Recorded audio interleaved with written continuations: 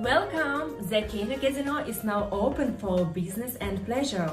I would like to introduce you to your dealers, Ashton and Andy. Now, will you hit the Kano jackpot or will you get left staring at the field? I guess you will have to wait and see. Don't stay back, but come in and make sure you aim for the top prize here at the Kano Casino. The only rules are to have fun and don't get felted. Get your buy-in ready, the show starts now.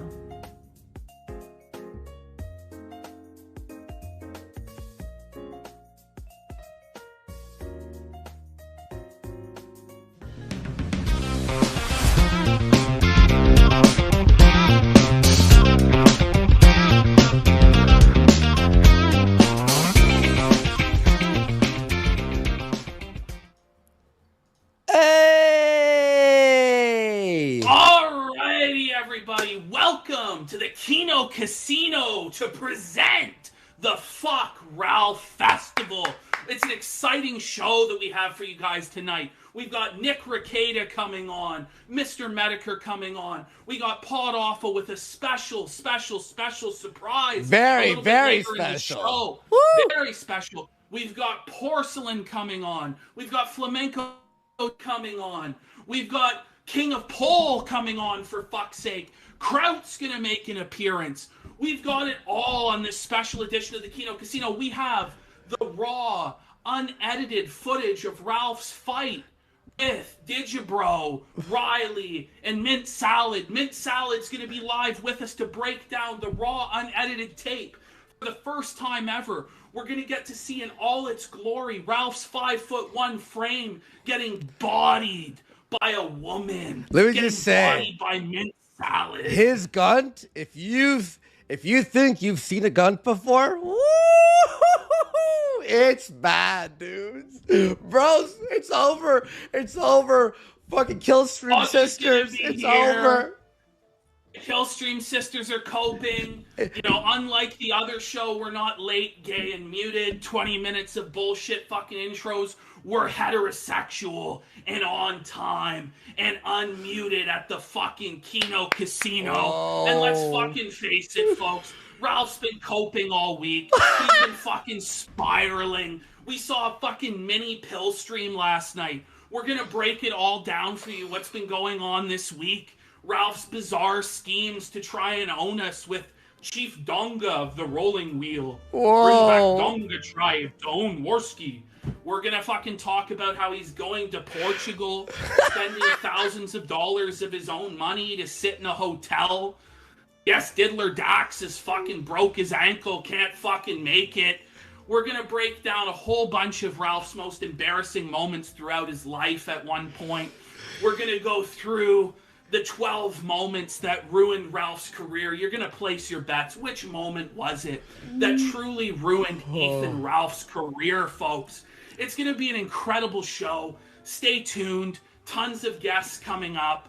But, Brother Andy, it's time to introduce our Joker of the Week. Guys. It's time. Yeah, a new segment that we have here. Well, part of the new show, we like to spice things up a little bit, and you are at the Kano Casino.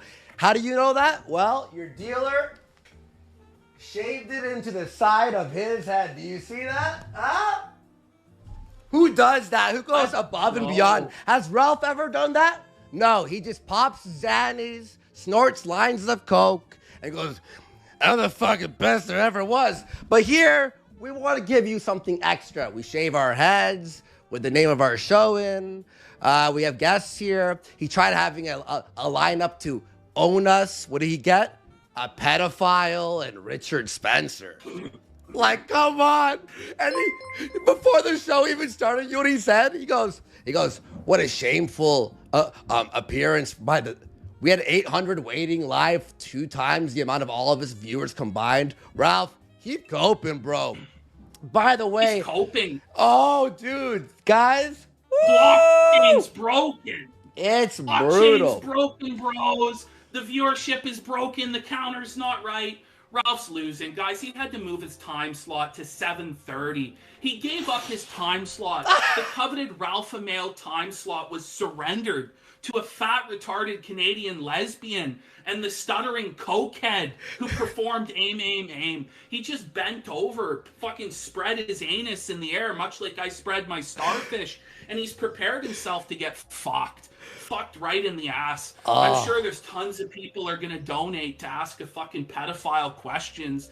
I guess you're going to bait rage donos at Spencer because he didn't deliver salvation for the white races. Is that the plan, Ralph? I just don't think it's going to be working out well for you tonight, buddy. I think you're going to be humiliated. It's sad. It's sad. Ralph used to put up a fight. Now he just surrenders his time slot to me, gives up like a little bitch. And by the way, so everyone who's donating, we will have segmented times where we will read all the super chats.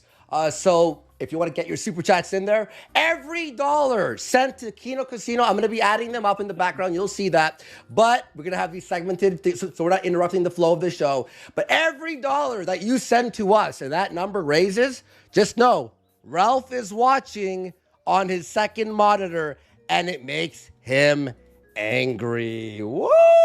It makes him cry. It makes him get drunk. Every dollar you send in increases the chance of a pill stream exponentially. By the time he's halfway through the Richard Spencer Mr. Girl segment, when he looks over and sees 1K live on YouTube, which is what we're at right now, huge support for the show. Make sure to smash that like button because we remember every single like increases the chance that Ralph necks himself. Yep. And makes the world a better place. Smash that like button. Make sure to fucking donate. Make sure to be active in the chat. You look at Ralph's chat, he'll tell you he has 3,000 live viewers right now. Look at how slow his chat is. We've enabled slow mode, and our chat is still 10 times faster. 10 times faster, Piggy. Alrighty. All right, let's get to the felted table. Guys, by the way, I want y'all to know, this show is going to be very, very quick-paced. We have so much surprises for you. So every minute counts. Every minute that we're yapping wastes the schedule. There's an actual schedule that's that long. So we're going to be doing this as quickly as possible. And every minute, unlike the kill stream, is jam-packed with content. So let's go over the felted table. Everyone, ladies and gentlemen, actually, PPP, tell them, what's the felted table? What is felted? Oh, look, folks. There's a moment when you're at the casino, which is where Ethan Ralph frequents often. He's been to Las Vegas 5 times this year because he's been desperately trying to get felted. He's trying to lose all of his money to Mr. Vickers. He's trying to lose all of his money to the casino so he doesn't have to pay Mr. Vickers. So when you're felted, that's when you lose every last one of your chips at the casino. You just lose hand after hand after hand at blackjack, 3-card poker, whatever it might be. And once you've lost everything, you look down at that green felt, been fucking felted. And that's what this segment is. It's the felted table. On this show, we have our jokers, the fucking fools, the rogues gallery. Batman has his rogues gallery. We have our jokers. And this week, a very special joker is getting added to the deck. Mr. Ethan Oliver Ralph. Whoa, there he is, the Joker, and we're going to place him now on the felted table. I mean, do we have to even felt Ethan Ralph? Isn't he felting himself every single day? Every contradiction, every time he doesn't pay to see his child, every time he wastes money to go to Portugal while his 7-month pregnant lolicon CP enthusiast girlfriend sits at home wondering, as he's telling her he's gonna fuck cheap Portuguese hookers to own me. Whoa! He felt it himself, ladies and gentlemen. And with that, ladies and gentlemen, with the Joker on the table, we present to you a brand new segment that we call the Joker Reel. So let me get that one there. Hang on. The Joker Reel. Here we go. All right. I'm going to pop that open over here. It's in the Kino folder here. So there we go. All right. All right. Do you see that, Ashton? No. Where's the Joker Reel? Oh, what the fuck? Hey, hang on. I'm just gonna mention. We got folks, the Joker reel really right over here. If we hit the goal There tonight, there's gonna be an extra special segment called Kino Confessions, where Brother Worski confesses all the dirt, all the lore about Ethan Ralph that he's picked up over the years. So make sure to smash those donos so that you can get the Kino Confessions segment where Worski tells all. But for now, I'm just gonna hit you. The Joker reel. The Joker reel, ladies and gentlemen. Enjoy. I bet you shut that fucking door. Do I look 5'1", bitch? Uniforms also exist. I also got it because I'm in the... No, it doesn't. And the day it goes down, I'm going to piss on his fucking grave. I'm going to go live and I'm going to pull out my fucking dick and I'm going to piss on Kiwi Farms. Literally. The day that motherfucker's gone for good, I'm going to go live on air and I'm going to pull out my fucking dick and I'm going to piss all over the fucking place. Guaranteed. Watch me, motherfucker. And I'll tell you this right now, if I ever see you in person, I'm gonna fucking stab you in the throat, you goddamn fucking faggot. I'd love to see it. That's officer. Go ahead. You think I won't? Go ahead. You don't know I have to. No, and I don't care. Yeah, well, I don't give a fuck who you are. That's fine. Okay. We need to go up the staircase, please. He's not a cop. You can get on that staircase all you want. So near. Can't say shit. That's the time. Why don't you fucking do it? Whoa! You must keep. Oh, shit. So this is literally, so listen, everything I've said about this so far has been true. This is the nexus of this whole fucking story. This fucking crazy batshit tranny. This person is the fucking nexus. Fuck this story straight to hell. I'm gonna keep hammering on this shit every fucking day. Fuck you. I am not marching along with this. You can get mad. You can put me in your fucking little gay fucking video. Fuck you. No, close the oven. No! That's literally what's happening to this. Oh, not the oven. Not the oven. No! Not the oven. No! Like, what in the fuck are they talking about? This is insane. Oh, it's such a brave statement. Such a brave stance you took, Abe. Oh, you're so fucking brave. Fuck you! What a brave stance you took! Give her a slap on the ass! Fuck off! Fucking shit! How brave you are! Oh my god! Fuck that shit! It's over! Fuck being nice! Fuck this shit! Now let's watch some more fucking trannies! Is that the end of the clip? I think it mostly is. You know, I mean, like, that says it all there, Ashton. That says it all. Right. I mean, that's what you're doing if you're over on the kill stream right now. You're watching more trannies.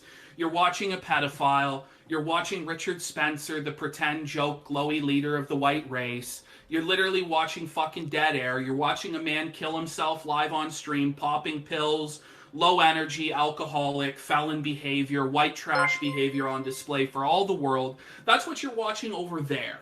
Now, if you're watching this channel, you're actually getting some real fucking content. You might actually get to laugh and smile once. Just for once, put a smile on that face. Okay, now, Brother Worski, because with Ralph, he's such a joker. It's not just enough to hit him with the Joker reel at the felted table. No. You've prepared something special. Why don't you tell him all about it, Brother Worski? You know, I was his buddy for a long time. I bit my tongue for, a lot of the dumb shit he's done. And with me and him splitting up, there's a lot of history there. So I decided to write a song, and I think it's very, a perfect for this day, the day of Ethan Ralph's metaphorical death. I mean, it might be his real death if he has a heart attack while watching the views and the donos coming in, which we'll read after this special for you guys. Ladies and gentlemen, part of Kino Casino, we present to you Friends Never.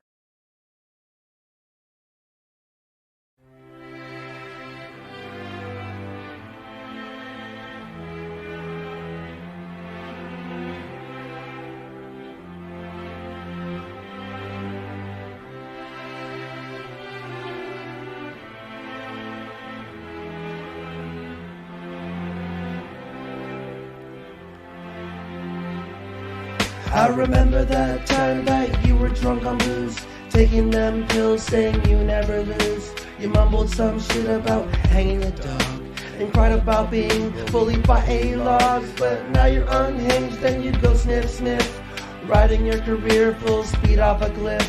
I've never seen a grunt like that. For being a alpha male, you're so fucking fat. Well, it was me and you and Josh Moon too.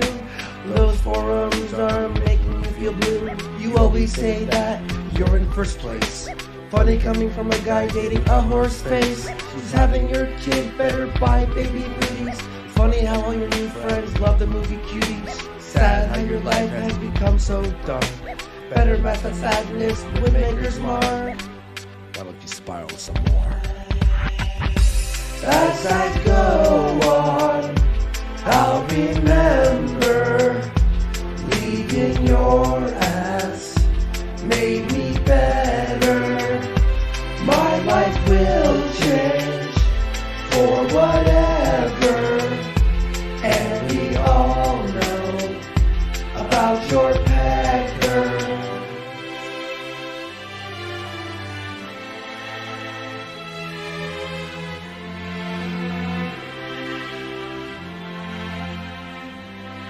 Your heart's got a time limit, going TikTok. You get mad at someone, then you need to dox. You talk about your sex life, you like to brag. We've all seen your sex tape, it made me gag. Then you release it, the revenge porn. Now today we harvest all of this corn.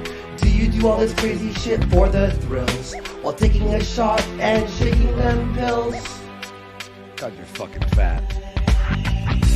As I go on, I'll remember leaving your ass made me better. My life will change for whatever, and we all know about your pecker. La la la la la la la. I've gun gun gun gun gun gun gun. La la la. Ascariata, just slip on that tongue. La la la, pa pa, beady beady. Look at you, you got a smoky beat. La da da da da da da.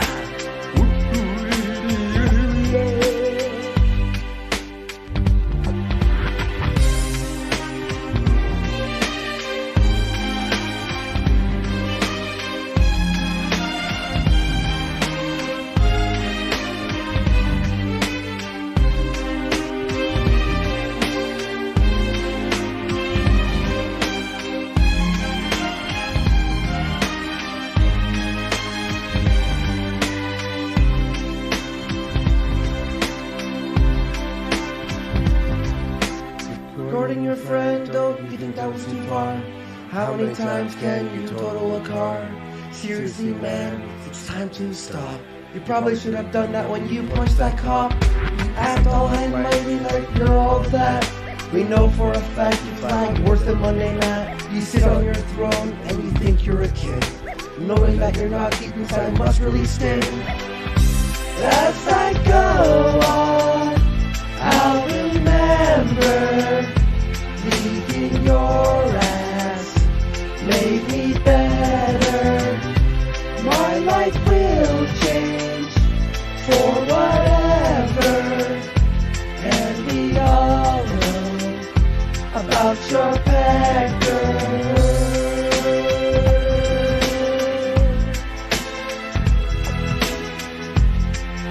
The micropenis.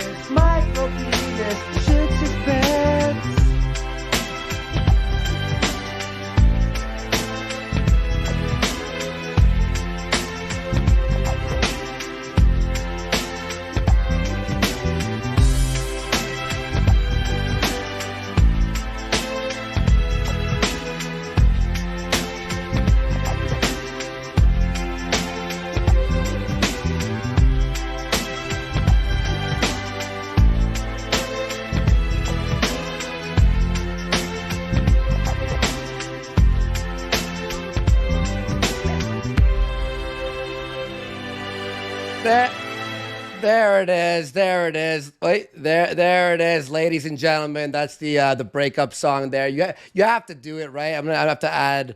Holy shit! What? 353. We're at like 420. That's insane. Like Ralph's fucking 420 and donos. Everyone go smoke your bowls now. It's the funny number, right? 420 and donos here, and that Smoke.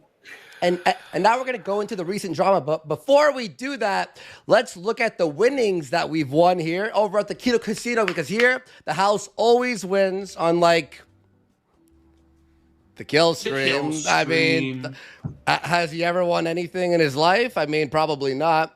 There we go, everyone. Anonymous for 10 saying porcelain dock on merch drops very soon. The clock is ticking. Is tinking. That's funny. There you go. Burr for 3. Thank you so much. Saying Warski 2022 unleashed. Shoutouts to the perma lockdown gang in Canada. Mad love there. Anonymous for 3 saying this is a Blood Sports reunion. Turtle for 3 saying RFC supremacy. Sheldon Adelson's ghost. For 20, Oigoyam, haven't realized that Ralph is taking these trips and expensing them against his business. This lowers his net income to pay less child support. My people call that accounting strategy diddler on a hot tin roof. I mean, you have to save the money there, Ralph, right? You got to pay the kid, pay the toll. Anonymous for 20 saying donating because I hate the Gunt and love Kino. Mad love. Anonymous, thank you so much, everyone. Anonymous for 10 saying a Gunter mentioned Holocaust. That's pretty funny. Rezio Mutant, my homeboy, for 50 saying let's fucking go, Kino Casino. For 50. Wow, big winnings here. Kino Casino, the only place where you want to gamble. That is true. Vicious Vickers for 10. Mr. Vickers. I believe that is the real Mr. Vickers. Ladies and gentlemen, let's give him a round of applause here. Psycho for $100. Big winnings here. Thank you so much, Psycho. Saying, hail Andy, hail Ashton. It's been a long time coming. You should have kept your fat, druggy mouth shut, you midget sodomite. I mean, where's the lie? Where's the lie? Thank you so much, Psycho, for the 100 there. Former Ralph supporter for $20. Whoa! Saying, fuck Ralph. We always win big at the Kino Casino. Perturbed Son. Haven't seen you in a while, bro. How you been? For 5, saying, donos for the harvest. Fuck yeah, let's go. Anonymous for 20, saying, I miss Bert. He warned Ernie about gambling addiction before he fled for his safety. I think I know what that metaphor is supposed to represent. Jack Tuscan for... Keem. All right, Keemstar, that's a $50 dono. He's interrupted. Okay, hang on. Yeah, no, we got it. Chat, sometimes... No. Listen, I'm going to explain, chat. This happens when we win big. That was a big winning sound. It's not a negative. That's a positive Keem sound effect there. Big ups on this fucking show. Ethan Ralph seething right now. Seething. Donations. Seething. I'm gonna add that actually to the total there. Yep. Actually, I would add that. Okay. Actually, no. 520. Like, holy shit, winning big here. Ethan Ralph's dead ass daddy for 3, saying, I know Ralph likes to claim he's from Memphis, but pull up a picture of Nashville rapper Haystock and tell me Ralph doesn't look like that guy. Bull E for 777 saying, you can't shame a man conceited as conceited as Ralph, but laughing at him and frustrating the guy is just as good. That's very true. Lord Oregon for 3 saying, what the frack, man? Richard the cuck and a little pedophile. My IQ just can't take it, man. I'd rather watch Andy Race Warski myself. Nyla Moon, what's up? Saying, love your content, Andy and PPP. The new show is awesome. Shout outs to Kyler and all the guests as well. And shout out to my patrons who are watching this and we're the Patreon Discord. Anonymous for 1, thank you so much. Aquino Shetz, Kami Copter for 3, saying, Gunt Lord is going to the Azores before you. Doubtful. X to doubt in chat. Save the pay pigs for 10. Say this loud and proud. Adrian Blair won. Ladies and gentlemen, everyone in chat, say Adrian Blair won. Let's go, Adrian. Adrian Blair won. A phrase that Ethan Ralph cannot utter. Legally. As Adrian Blair has restrained him from doing so. Ralph, you're a pussy and a bitch. You won't say Adrian Blair. Wow. The Right Honorable for 10, saying as the lefty Rosenthal of the Kino Casino, I'm happy to report the skim is operational and the Chicago outfit is satisfied. Now get me a Puerto Rican showgirl whore ASAP. We'll get that on. Hey, Backroom, you hear that? They heard it. Ralph's mom's ghost for 3, saying something to go towards a better mic for PPP. Ask Johnny Jersh to come on and give you advice on a better mic. We asked him. He was mad about Pizza Day, so he won't be here. Actually, he might make an appearance later. We never know. You never know. You never know at the Kino Casino, and it could happen. Heart Tank 64 for 10, saying, wowzers, I love this show, Canucks. In a serious question, Andy, why now is it okay for you to attack Ralph when PPP has been for years? No hate, just curious, brother. I try to give people second chances, maybe third, maybe fourth, but now he's gone after my family, after me 6 days seething, nonstop attacking me. So time to bury this motherfucker. He can eat a dick, and I hope he has a heart attack after this show. Anonymous for 20, thank you so much. Donating for those confessions. We're getting close, ladies and gentlemen. Smokane for 10, thank you so much. Saying Ralph's coffin is lined with felt. That's fucking funny. That's a good one. Anonymous for 25. Thank you so much, Anonymous for 25. Rings of Redemption's here. Holy shit, the big boys are here. Quite literally. Big ups, Liquid PPP and Liquid Warski. Real talk. Nick for 9, saying raise your garbage burgers and toast, lads. Also, fuck Turk February over and over. A proto man, but you can call me Blues for 3, saying begging your pay pegs for money to see your bastard son, but dropping thousands on a trip to Portugal to cheat your mentally ill, insecure, pedo pregnant wife. How Christian are you, Ralph? I mean, where's the lie? Anonymous for 2, thank you so much. Austin for 3, Andy at PPP. Please post stream link a notification on your Twitter when you go live, especially when Ralph posts his link just now. Thank you for not having a loud ping for power chat. No more RIP headphone users. Imagine trying to run a show and you have a TTS on. What kind of fucking retard are you? Spiteful Urchin for $100. Whoa! $100. I lost count, ladies and gentlemen. Holy shit. It says, LOL.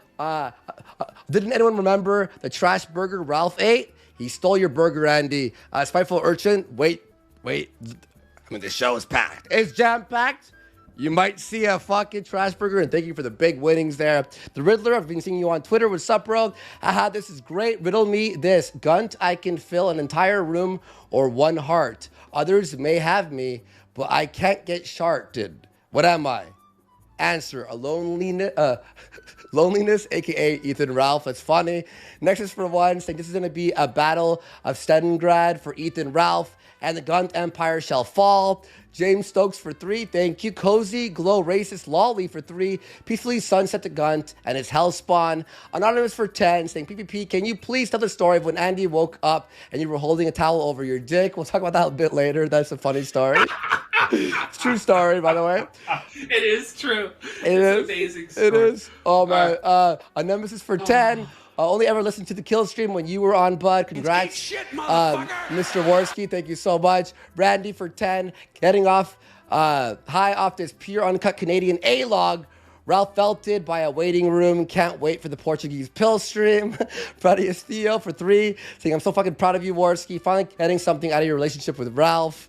Michaela Supernova for 10. Can't breed him. Don't feed him. Ralph, love you guys. Can't wait for the entertaining stream tonight. Anonymous for 5. Saying, I admit I was warned, but I repent. May I suckle on the Kino from PPP's glorious starfish in celebration. 17 for 10. Great song, boys. Keep it up. Heap of over for 1. Kino. Michaela Supernova for 2. Ethan's coffin is lined with potty pads from Petco. A pro-truth anti-media for 3. Ralph Retort was never the same since Dormer the Stormer, who isn't me, stop calling in. Anonymous for 1, saying unblock Craig Bob 99 Twitter, Andy. HC Frick for 20. Can you send this to Ralph's kid so he doesn't starve to death? Born again, Gorgoriathan for 3. Kino Casino on podcast ASAP. Please make my work commute great again. And Spiteful Urchin for $100. Massive winnings. Another 100 to dab on the Gunt, to dab on Janet Juice for missing out, and a final dab for the Kino Bros. And Sandra Ralph for $2. Ethan, you left me to die alone, and you're miserable. I will never forgive you. I'm ashamed to even have called you my son. Casino Supervisor for $50. Drop those deets, Andy. We must continue the harvest without Josh. P.S. God bless this casino. May the house always win. Zach Tuttle for $25. Saying PvP King of the A-Logs. Felt It Forever by Adam Race-Worski. And Kill Moose Kill for $420. Saying sweep up the chips like a Janny in the Kill stream chat. Woo! And then Destiny for $45. Thank you so much. Say the only thing I love more than Nick's burrito is Ethan Ralph's country fried Gunt grease. Wow, I lost count. I'm gonna go ahead and say 700. It's probably more, but we're gonna do 700. I'll do. All right. Wait. I got Vicious Vickers for 25 saying Christ is King. Anonymous for 10 saying Neats Rise Up. And Anonymous for 2 said, do you have any stories about Nora? Yes, at the end of the show, if we reach it, I have a great story about Nora. We'll put it at 750, guys. Ladies and gentlemen, Ralph, we've made more than Ralph does in an entire week on Killstream. But let's keep it going. The house always wins. Ladies and gentlemen, we have to keep going and moving. We'll go back to Super Chats later, but we have to speed the fuck up, actually, right? Go ahead, tell them. All right, ladies and gentlemen, we're now going to get into some of the news from this week, some of what's been going on Twitter. Ralph's been spiraling, Ralph's been seething. He's come up with his grand plan to own us, and it was to bring on Tonka Saw. Let's see what happened with Chief Donga Tribe. Let's see what he had to say for Ethan Ralph's request to come on to own us tonight. Holy fuck. Okay. And folks, the outpouring of support has been massive. I understand, reading the super chats, it's a little bit dry, it's a little bit dull, but again, realize that every super chat read makes Ethan Ralph seethe. It supports the show, it supports me, it supports Andy. Let's get into the news here quick, and then we're going to get into our interview with Flamenco. He's going to come on. Remember, guys, Mr. Mediker, Pot Awful, Nick Ricada, Augie, it's a crazy show. Crazy show. Right, let's get into this. So here it is. So he tries to felt me by sending this to Vamp, Candy, if you remember her. And he goes, hello, Vamp. I hope life has been treating you well. I'll leave all the bullshit aside. It doesn't matter to me anyway. Hopefully you feel the same, but I understand if you don't. I cut to the chase. I need to speak with Tonka. I have a business proposal. One thing, blah, blah, blah, blah, blah. What does Tonka do? His response? He puts up the Kid Diddler hat right there with Ralph and tells him to go talk about Gamergate. Got felted by Tonka. Like, imagine getting egg-dogged by Donga. Holy, Donga. just end it, Ralph. Like, holy. Donga doesn't even break 100 viewers. Oh. All wrenches in his chest. And the whole show is dead air. Holy. He tells him to go and Ralph fuck can't himself. even secure Donga. Why? Can't even secure Donga. Dabs on Ralph in the chat. Dabs on Ralph in the chat. So Ethan Ralph, right? He's seething about this. So what does he do? He decides, I was supposed to move to Portugal, but I canceled my trip because there's no point. It's all locked down. The whole reason for me to fly there anyway and live there was because I was like, oh, it's more open than Canada. It's not anymore. So I canceled the trip. So he thinks maybe I should fly there and make it there before Andy does, which is hilarious. I've been there 13 times, Ashton. So he goes, anyone interested in seeing me fly to Portugal this Sunday and do a week of shows reporting from that country? And Ashton and I, we were talking, we're like, please. Yes. Like, there's no way we can actually get this idiot to waste thousands of dollars going to Portugal, to be stuck in a hotel room and not allowed into bars because he doesn't have the Vax Pass. There's no way we can get him to do this. But with Ralph, miracles can happen. Miracles can happen.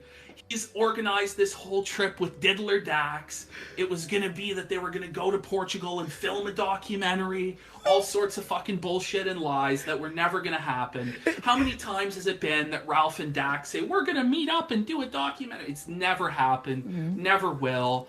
And let's face it, they were never going to Portugal. There's no way he can set foot in Portugal, Andy, because do we have the tweet? Well, Can we pull it up? Well, by the way, the tweet that I did, all I had to say was, Ralph's too broke to go to Portugal. He's afraid. He knows the Portuguese would throw a pig like him out of the country in a heartbeat. I run Portugal, Ralph. You'll never set foot in Portugal. Mark my words. And that's what made him go. And then he bought a ticket. We were blown away. But here it is, too. I also said this. Ethan Ralph begs Faith Vickers every day to have an abortion. And then he tries to raise money for a test because it's not his child. Now he buys a ticket to Portugal to own me. And by the way, he ended up watching 45 minutes of drone footage of Portugal on his show.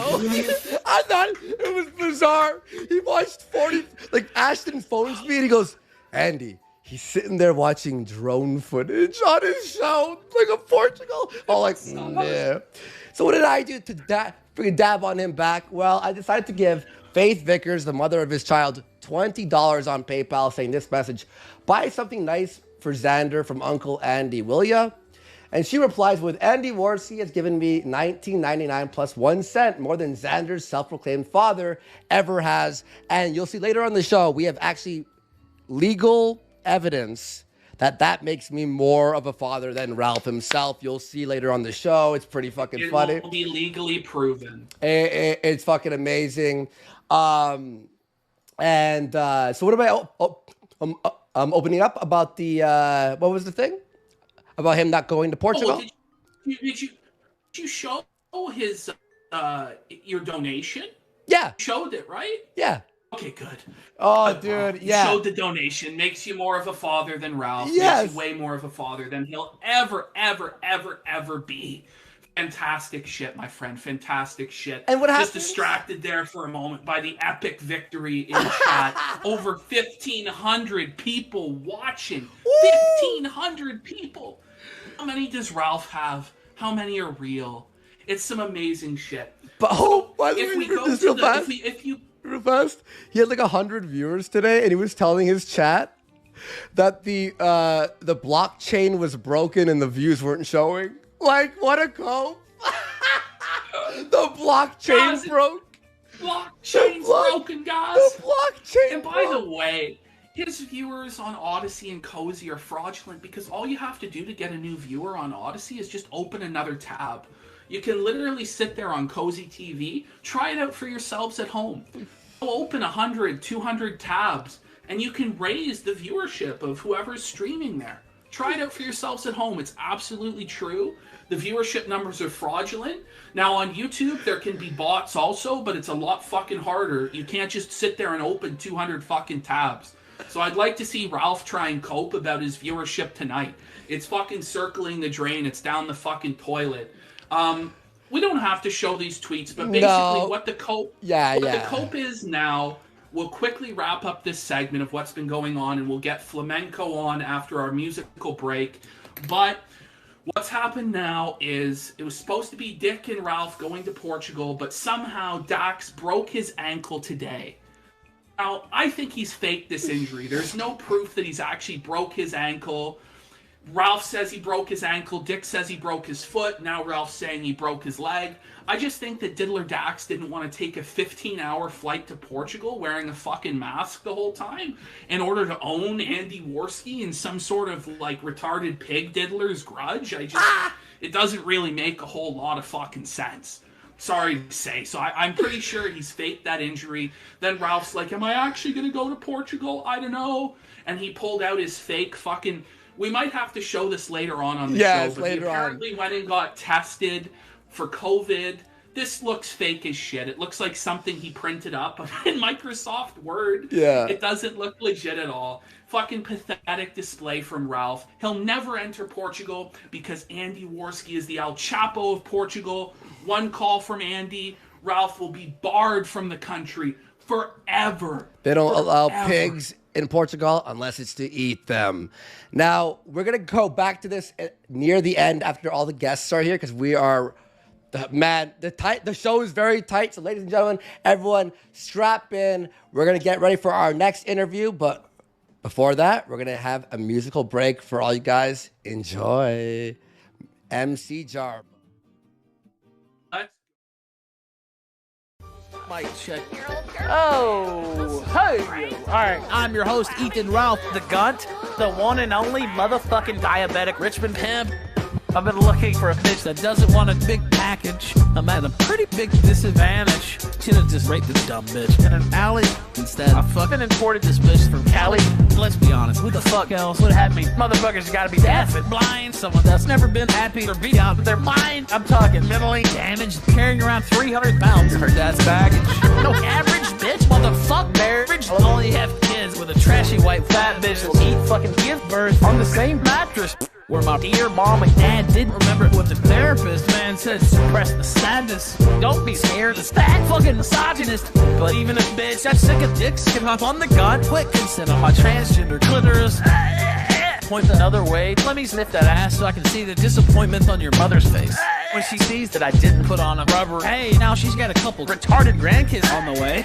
Can't believe she would willfully give this fucker laid. What's wrong with our goddamn junkie daughter's brain? Damn, I wish there was another way to explain. I just don't want this bitch to run away. I'm gonna be the world's best dad. Kinda like the fucking dad I never had. Son, you're gonna be butt fucking ugly in fact. I know for a fact, cause I'm the world's best dad. I'm gonna be the world's best dad. Like a fucking million times better than Matt. You're gonna learn to be a false flagging fag like me. Cause I'm the world's best dad. Doc said it was fetal alcohol syndrome. All I did was feed her alcohol. No more thumb in the butt when I murdered the slut. Dumb bitch. Too damn weak to be a wife beater though. So I'll just leave her at home. Looking after the Greta Thunberg clone that fell the fuck out of her hole. Damn son, from the second I saw you, I knew you ain't gonna have no more than one digit like you. That's 2 digits more than your fucking dad. Dude, motherfucker about to flip. I'm so mad at you. Just shut up, kid. You'll be fine. Maybe you live long enough to see your mom commit suicide. God damn it, Faith. You're not going anywhere, god damn it. I'm fucking serious, bitch. Get your ass in the basement. Get your ass naked. Say it, you filthy shekel whore. Say it. I'm gonna be the world's best dad. Kinda like the fucking dad I never had. Son, you're gonna be butt fucking ugly in fact. I know for a fact, cause I'm the world's best dad. I'm gonna be the world's best dad. Like a fucking million times better than Matt. You're gonna learn to be a false flagging fag like me. Cause I'm the world's best dad. Hello? Matt, what's going on, baby? Who's this? This is Ethan Ralph, man. What's going on? I just figured I'd drop you a line here, see how things are going. Ooh, boy, you know you fucked up bad, bitch. When Baked Alaska's playing the gun and the gun's like, nigga, cut that crap quick. And I'm thinking to myself, as I talk my kids in, how can a faggot so fat have such thin skin? How can a guy who can't get my ass out of his head blow smoke out of his asshole like fucking tobacco? You got the nerve to call me a fat joke when, bitch, you need a fucking backhoe to get out of bed. I'm gonna be the world's best dad. Kinda like the fucking dad I never had. Son, you're gonna be butt fucking ugly in fact. I know for a fact, cause I'm the world's best dad. I'm gonna be the world's best dad. Like a fucking million times better than Matt. You're gonna learn to be a false flagging fag like me. Cause I'm the world's best dad. You fucking faggot.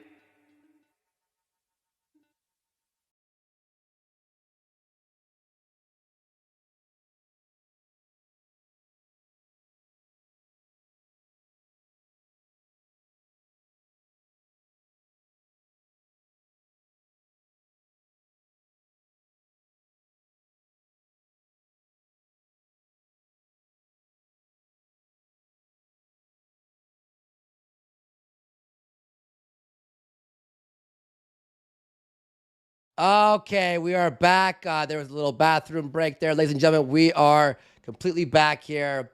We had to actually fix some stuff.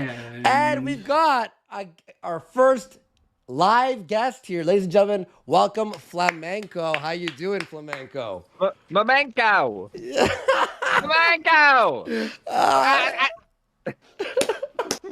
Flamenco pill TV, bottles? folks. We need some shaking. Let's see some pills in the chat. Oh, dude, I don't have my Xannies here, you know? I'm not Ralph, you know? You don't have the Xannies right on hand. Oh, shit. Yeah. I mean, what tells you to take swings at cops then? Yeah. I guess nothing. The world will never know. I mean, it's not a very Ralph male lifestyle. Yeah, I know, right? Yo, Flam, so what do you think about what's going on right now? Like, you know, this is something I kind of want to try to emulate too. Ralph was just kind of unprovokedly going on about viewer numbers the other day, like when I was doing just sort of a laid back bullshit gaming stream, and he's like, I've got like I got 10 times more viewers than that no good backstabbing cheat flamenco. I never liked that guy, just for note. And it's just like, I don't know. It's you know, I kind of want to ratio Ralph. Not during your guys' time slot, because you guys are absolutely fucking killing it. Yeah, thanks. Oh, you take him on during the sunrise, Flam. You'll blow him out of the fucking water. Now, I wanted to just ask you, Flam, because we're going through this with a lot of the guests. We were going to call these segments the Burning Bridge, but we decided against it, maybe a bit cringe. Flamenco, just give us a quick synopsis of how Ralph burned the bridge with you.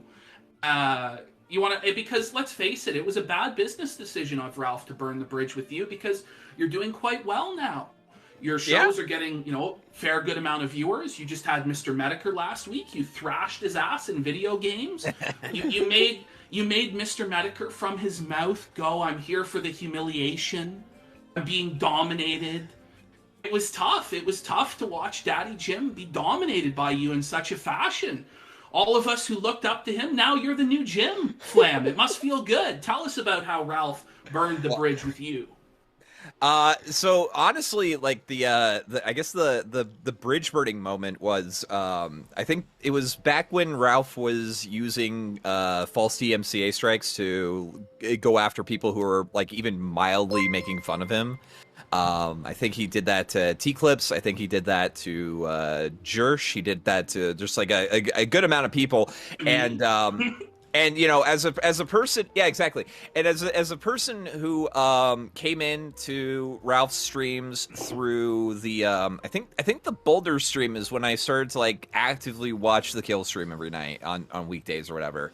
To see somebody whose like main claim to fame was exposing a thin-skinned, fat individual who was abusing systems because they couldn't handle mild mockery on the internet, to then just go around and do the exact same thing. I'm just like, okay, well, this is kind of lame. And all I had to do was say that, like, yeah, this is gay, this is lame, you should not be doing this, and this is shameful behavior. And you know, suddenly I'm evil. I'm apparently a homosexual deviant who assaults men in airport bathrooms. What? I don't know where he got that. But yeah, it's just yeah, it is what it is. Isn't it better, Flab? Isn't it better, dude? What? Yeah, but I was gonna say, what? Like when you're his buddy, you're always walking on eggshells. One little thing, he snaps at you, and you go, "Okay, maybe I'll." Isn't it feel freeing when he went, "Fuck you, Andy"? I'm like, this is amazing. Thank you, dude. You know what I mean? Like, oh, fuck yourself, dude. And everyone's career who leaves Ralph, it's just you're Scrooge McDuck in the gold. You know what I mean? Like, thank you, Ralph. So how did you feel while you were there? Did you feel anything, like any tension before you left? Like, you snuff it out, right? You could sniff that. He's going to snap at me one day, right? Because you had an argument with him too, yeah. So go ahead. There's two segments that kind of stick out to me. One's obviously the pill stream. Everyone knows about the pill stream. You know, he got like really, really, really upset about that. Because I think what really set him off was after his like weird, you know, that's not true stream. He went kind of radio silent, and me and Gator put on a show with Josh and Gino Samuel to talk about Chris Chan, and it was a fairly successful show. I kind of think Ralph was a little bit resentful about that. I think he got like kind of upset about that whole thing and people trying to like steal his bit, when both me and Gator were just trying to like, hey, you know, we're gonna keep interest in the show alive, kind of give people a thing to watch in the meantime. But then like the other like really, really like just kind of it's the one where I'm not really quite picking up that he's like really pissed off at me. You know, that whole like, yeah, answer the fucking question. You sound like a real dipshit now. Like, in hindsight, listening to that clip, like, he is just getting progressively more pissed off at the at just like the mild fat jokes, you know. And I think that's when he sort of soured on me. He would invite me on if I was covering something that was getting getting some views, or something that he wasn't like really interested in, but saw that maybe his audience was interested in, so he didn't have to do work on the show. And I was like, fuck it, I'll do it, and I'll show my shit and stuff. And then it was just mocking the copyright strikes, and now I've never liked that flamenco. How dare you? You know, how dare you call out something that he acts like he's the king of the world. I'm the best in this sphere. What are you talking about? I made all of you. Like, shut the fuck up. That's what this whole show's about, Flam. It's like, go fuck yourself, Ralph. Take your ego, shove it up your ass. No one likes you. Absolutely. All you have is a pedophile on your stream right now. 2 weeks in a row, by the way, chat. Did you know this? It was the same guy. A guy all he can do is rage bait donos about pedophiles, and so far he's made $34 rage baiting donos with his pedophile. It's pretty abysmal. He may as well just go start flipping fucking burgers at McDonald's. And let's face it, Flamenco, I mean, you're better off without him. You're doing more viewers now, more donations now, better connections now, and everything is going well for you. And at the end of the day, what your main point of contention is Ethan Ralph, the whole reason that anyone gives a fuck about him is the Boulder stream, where Zidane, let's be frank, Zidane and Jim grilled Jarbo, just put Jarbo fucking 6 feet under, destroyed him, humiliated him, his career never recovered, his life never recovered, he's in a tailspin of cope and just destruction from which he will never recover, he's buried in boulders, just fucking dead, and he's doing the exact same behavior. He flags down people constantly. Flagged down T-Clip's channel, and that had to be resolved via lawsuit, which he didn't even fucking contest because he knew he didn't have a leg to stand on because it was transformative. He flagged down my stream. He flagged down Josh's stream, Godwinson's stream. Constant flagging from this guy, but yet we don't really hear of the same backlash. I don't know why. I honestly think he ought to be castigated and castrated and given the exact same treatment as Mundane Matt. Now, Flam, you were alluding to that segment where Ralph is... You didn't quite catch on to how pissed off he was, and you were telling him, like, why don't we discuss this privately?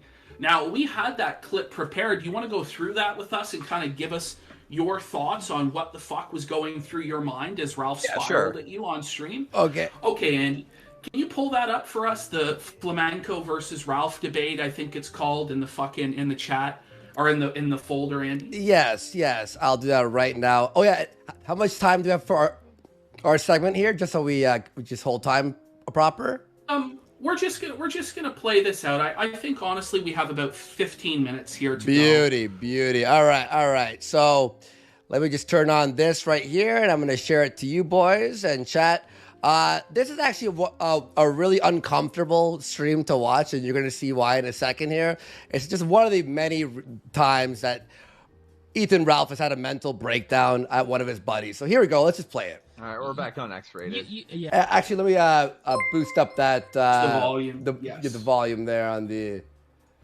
All right. Thank guys, you, remember to smash that like button to make Ralph see. Smash that like button. Keep those donos coming. We'll have a super chat break very, very soon. I'm going to turn the music off so we can hear it proper. All right, here we go. Somebody or have some type of problem or just not cool anymore, but you know what? Respect the good times. Respect the money you fucking made. Jesus Christ. Am I wrong?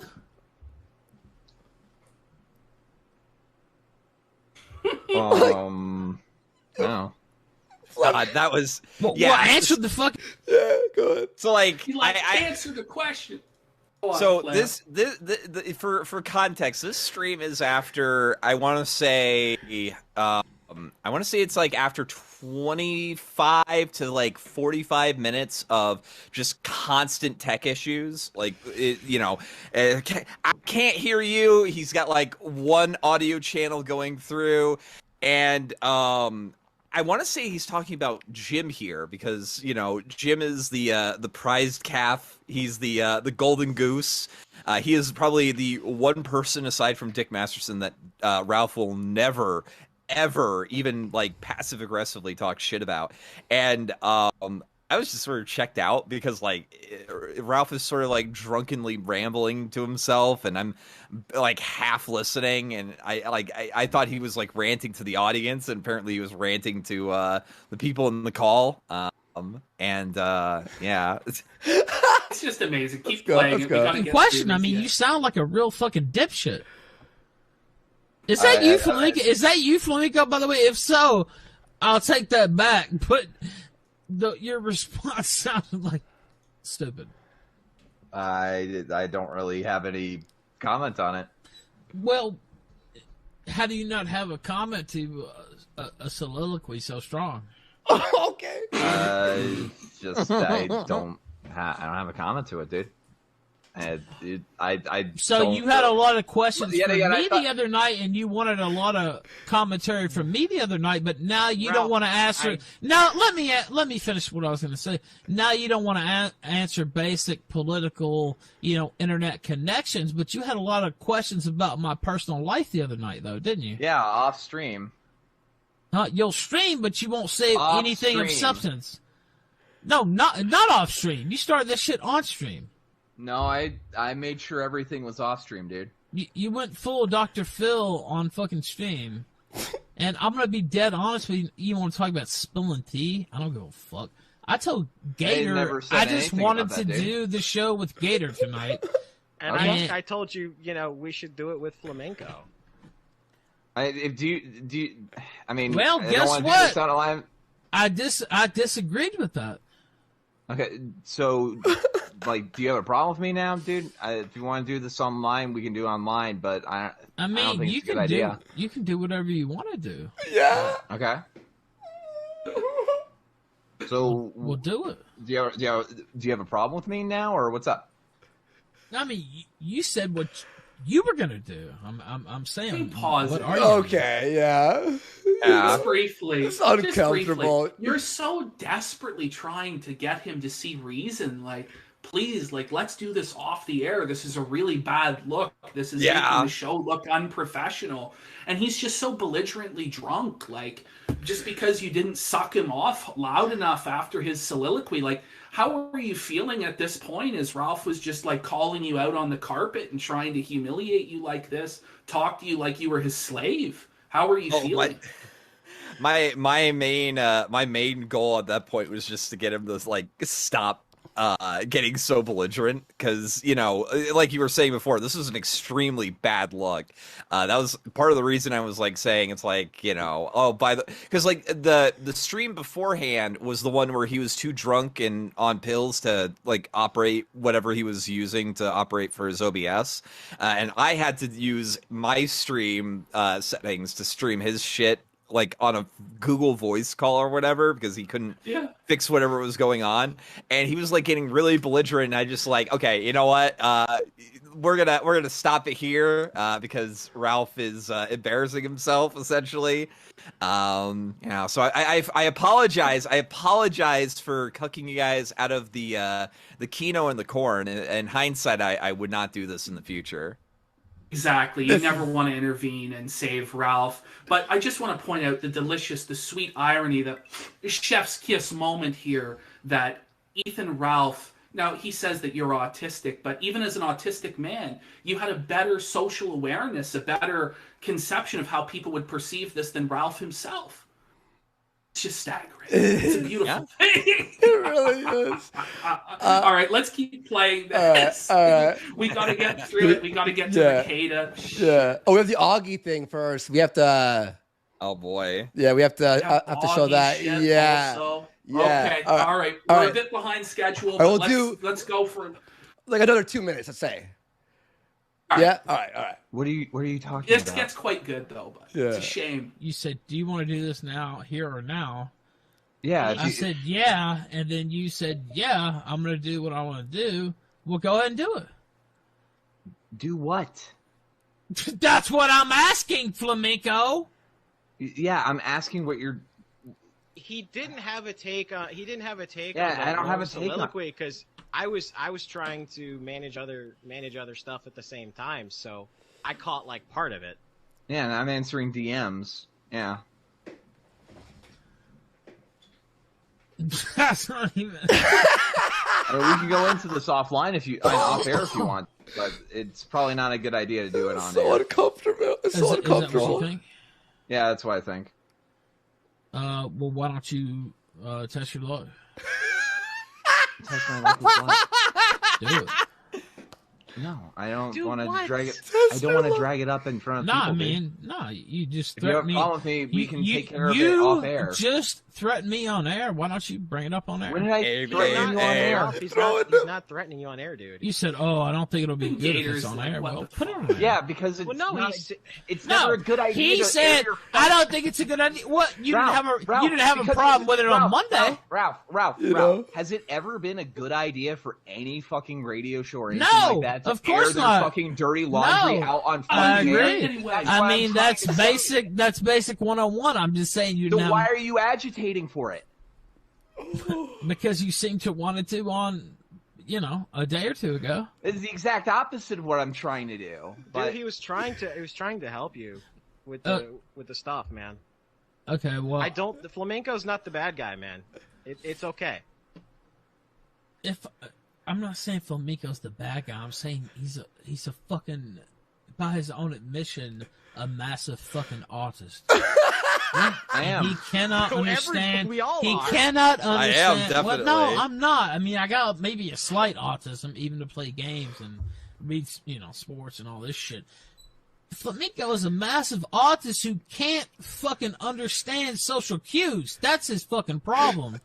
Okay. It's Rich coming from him. And you can say a lot of things about me, too. Don't get me wrong. But yeah, off air. Just say it on air. No, I don't want to drag up dirty laundry on air. So professional. It's never a fucking good idea, dude. I'm just saying, man. You really, the other night. Let me tell you something. No. Real quick. Real quick. So, just say what you want to fucking say, dude. Do you want me to still be on the show? Because if not, I'll just stop being on the show. But if you're gonna just keep on digging at me for these, this is like a theme between me and Ralph, by the way. There's so the other, this is the Pillstream fight. The fight afterwards where I call him fat and he gets really pissed off. He spent 3 hours with a bunch of other people in his little support circle, trying to he's getting all pissed off at me and they're trying to calm him down. And I was it was 2 o'clock in the morning. I was playing games with my friends, and he starts calling me, and he's like, "I want you to apologize to me." And I'm like, "I'm not going to apologize to you." It's if you don't apologize to me, you're off the show. All right, I guess I'm off the show. He and then he's like, "You want to fight me? Who do you think could win? Who do you think could win? Flam? You think that you can fight me, boy?" And then you go "Well, Ralph, you're quite fat." He's like, "So what? My advantage in a fight." And then you're like, "But Ralph, your arms are as short as a T-Rex." And he's like, "I'll still get a hold of you, boy. You autistic spurg." He just threatens to beat the shit out of his co-hosts on air, and then he wonders why his show's in the fucking toilet. He has to depend on pedophiles like Mr. Girl and glowy feds like Richard Spencer to make $38. Holy fuck now, folks. Well, we have to move on from this segment. Yo, Flam, tell everyone where to find you.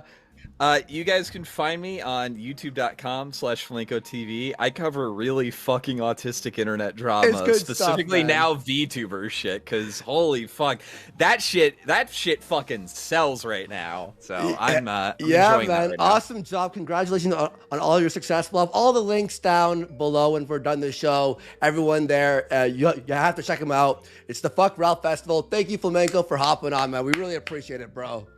Yep. Peace out, guys. All right, peace out, man. Thanks for coming on, man. Flamenco TV. What a segment. Now, dude, okay, I'm going to pound through a few super chats here. Here we go. That was awesome, but we're a little bit behind schedule. There's a lot to do, guys. It's not, we're like nowhere. I'm gonna have to cut you off on super chats. You got 3 minutes for super chats, Andy. Then we got to do Augie. Right. Like we're in the shit. All right, Ethan Ralph's big heart for one, saying, "Oh man, my heart, Gator, I'm dying here. Oh, Gator, I'm dying." Why he's fighting for 3, saying, "Is Andy's bow tie real or a clip-on?" It's a real bow tie. There it is. You can see like the thing there. Ralph's fuck horse 9 for $9. Laugh and the world laughs with you. Weep and weep alone. Merch for 3 saying, "I premature ejaculate at the sight of long hair, man." Anonymous for 1 saying, 5 feet 1 inch. Ralphie covered up the real reason for his mama's death. He gassed her with the paint stripper leaking out from his prison pocket. Cyclone. Okay, all right, we got it. Thank you.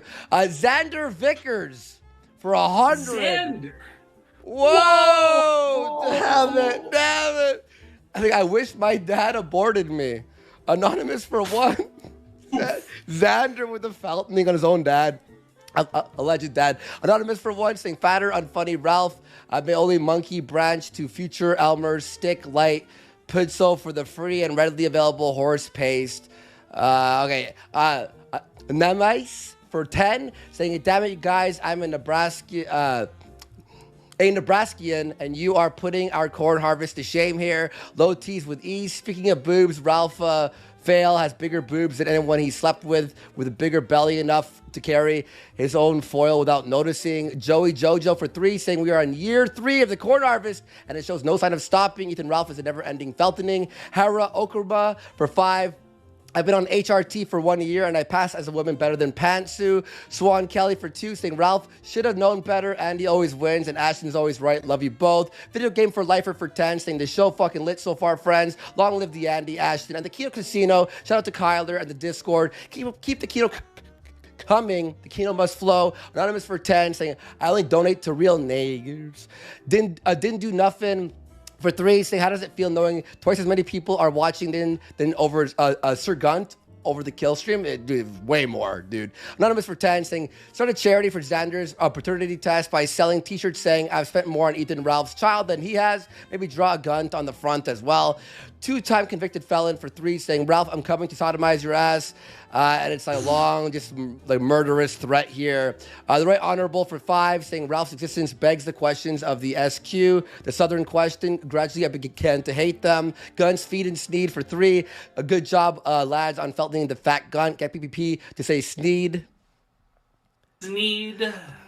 Ronnie Ralph's favorite ponchos order for 10. Gator's probably frantically running up and down the aisles at Home Depot and trying to get his hands on all the brooms for his mensch.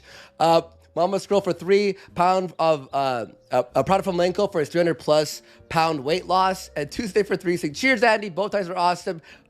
Handsome, devastatingly handsome. Casino Supervisor for 20 saying, update the donor counter, Andy. I will, I promise. And Gold Star Caller for 20 saying, you guys are making internet history. This is such a nice wrap up for the Blood Sports era and all the characters involved. I was watching Ralph since before he was in jail. Complete loser now. Thank you so much. Have fun and keep up the high energy. And Casino Supervisor for 40 saying, thank you so much, guys. Like, thank you. I love you. Mwah. Saying Surfer running to the kill stream after Red's Pen versus Fed debate. PvP 1.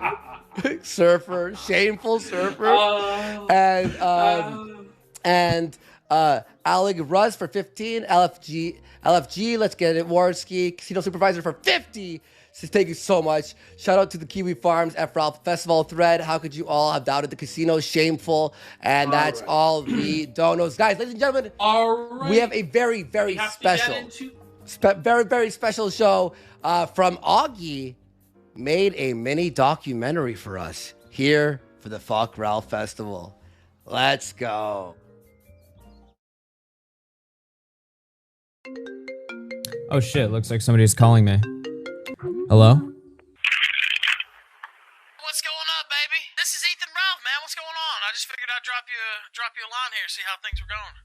What the fuck? How'd you get my fucking number? Wah wah, uh-oh. Looks like I got gunted, ladies and gentlemen. You know, one of my favorite things about Ralph is how much he pretends that, you know, the people that hate him, he just doesn't give a fuck about, you know? He never knows what all of these detractors and, A-logs are up to. He's just way too busy putting on successful show after show, making tons of money and going to Vegas. He doesn't have time to, look up and understand what, the Spurgs are up to, right? Like, he's just above it all. You're the biggest faggot on YouTube, and I'm gonna be there for your fall, bitch. Tweet it out like my bitch. That's what you are. Send me some more money. Haha. Acting like you don't know about it to the people you know good and well. Fucking snake.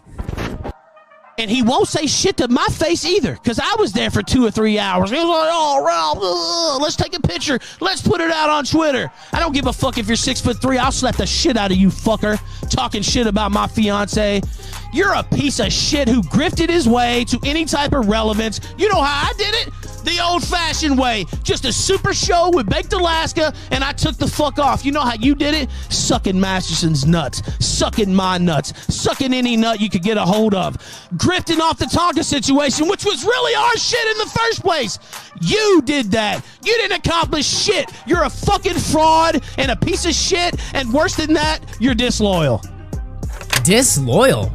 You want to talk about disloyalty? The whole reason why I even had my feud with Ethan Ralph in the first place is because I made a comment that him admitting to flagging down channels is just a bad look. It wasn't even really a character attack. It was more just saying, hey, this kind of looks bad. Just, throwing my 2 cents out there. He then proceeded to blow this up on Twitter, making multiple tweets and DMs directed to me, blocking me, all while I was asleep. But is it really shocking? I mean, this guy literally throws any one of his friends under the bus for the smallest of reasons. There's a reason why this very fucking live stream that this video is being played on right now features a whole list of people that he has turned on for mostly no reason. People tune in to me because I'm an entertainer, and I'm better at it than anybody else in this whole fucking sector, from the top on down. And what do you really mean by, oh, I put on big shows, that's how I blew up, I had to blow up the old-fashioned way, whereas Nick Rekieta was simply just a grifter? You're the worst grifter of them all. I mean, what value does Ralph present to the right wing? All he does is just bring people onto his show and lets them talk and do the content for him. Ralph only gets numbers when Medicare or when Nick Fuentes is on his stream. When it's just Ralph sitting there by himself, nobody gives a shit what he has to say because he has nothing to say. His show is just playing people's clips, playing people's content, giving minor commentary over it. The only time Ralph ever produces original content of his own is when he's screaming at people like a fucking retard. But nobody's watching that unironically to enjoy Ralph for, the content that he's capable of producing that he props himself up for all the time. They're watching because he's a fucking lolcow, to be honest with you. Maybe you should be telling this. Why don't you tell it to your fucking mom who fucking hates you, bitch? What has Mama Moon got to say about you, Josh? What does she say? She'd suck my dick before she'd ever look you in the face, you fucking coward. And you know it's true. I would have her swallowing up every fucking seed. Swallowing up every fucking seed. Yeah, good one, dude. This shit is just pure autism. And shortly before that show, maybe even during, I don't remember, I made fun of Augie because he's a faggot and his show's been languishing and he doesn't really know what to do with himself, so. Dude, anytime Ralph ever tries to make fun of you, it's always the purest case of projection known to man. Like, tell us how you really feel, man. Jesus. I made fun of him. So during that show, I guess it was towards the end of the 24-hour stream, he got this off Kiwi Farms, by the way, because he doesn't have an original thought in his brain because he's, a fucking idiot. I remember one time Augie talking to me in DMs and saying, man, I wish I could talk about politics like you talk about politics. Such womanly behavior, Like, I remember when you were in my DMs saying this. Dude, I remember when you were in my DMs saying you wanted to fucking end your show because the hate was getting too much to you or something. Like, shut the fuck up. Well, you have to not be a moron. That's the problem. And then you would have something to talk about every night. But instead, just keep sucking Keemstar's dick. Maybe that'll pay off for you one day. Now, anyway, so Augie, I guess he was upset about that. He put out a clip. I still haven't watched it. That tried to, this is insane, by the way, tried to accuse me of sharting, which is ridiculous in and of itself. There's no way he's about to actually explain why what happened wasn't a shard. Like there's no way he takes this seriously. Like this is some damning allegation he has to address. You know, because Ethan Ralph, the worst thing he's done is shit himself on stream. You know, not uploading revenge porn, or you know, forcing his 18-year-old girlfriend to have like threesomes and stuff, or you know, going after people's dead kids and then crying when people go after your family, or you know, anything like that. Or backstabbing your co-hosts and secretly recording them and stuff like that, you know? Those things, yeah, whatever. Like, no need to address those, right? Me shitting myself? Oh, I gotta clear the air on this one. I gotta let the whole world know how much I didn't shit myself. What is this? Is this guy retarded? So every once in a while, I would stretch and do this or that. So there's a part where I go, it's my left leg cramping because I got something wrong with my fucking left leg, if you want to know the truth about it. My hip, where I fucking fell on it years ago. And so it starts cramping. I'm like, there's no sound, there's no fart, there's no anything. It's just me going, my leg, basically, while I fucking stretch out in this chair that I'm putting on a fucking show 24 hours straight about. Money comes in regardless. I can shit all over myself and I'd still get paid. That's because I'm talented. That's because I'm charismatic. That's because I put on shows that nobody else is fucking putting on. That's why I get paid regardless. That's why it doesn't matter how many cases they put on me. It doesn't matter how many lawsuits people file. It doesn't matter what the fuck they do. People tune in to me because I'm an entertainer and I'm better at it than anybody else in this whole fucking sector, from the top on down, and that includes everybody. And you know what? I'm tired of acting like I'm not. Fuck off, Rekieta, with your huckster $260,000 scam where you stole from the people. Boy, you think I haven't I can't even believe a shyster like this would get on his show and play that bullshit. It honestly just baffles my fucking brain that he would do that. Dude, we're talking about a clip of you allegedly shitting yourself. How low tier does this get? This is what you use for drama on your show now? This guy always talks about how I talk about stupid drama, and I do, all right? My channel covers all kinds of stupid, mundane shit. But this guy's drama that he uses to justify backstabbing Nick Rekieta is literally an argument of whether or not he shit himself. When I put out that clip, there was a little part of me that wondered, would Ralph actually, would this actually cause drama? Would he actually get unironically mad at this to the point where he would start drama over this fucking clip? Would this really happen? Surely not, right? Well, I mean, we can see what happened there.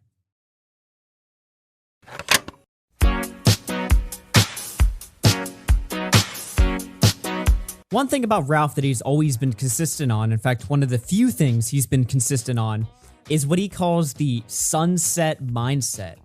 He loves this term so much that he wrote an article about it, which is surprising because he doesn't really use his website for really anything other than, owning people that he doesn't like in the Google SEO.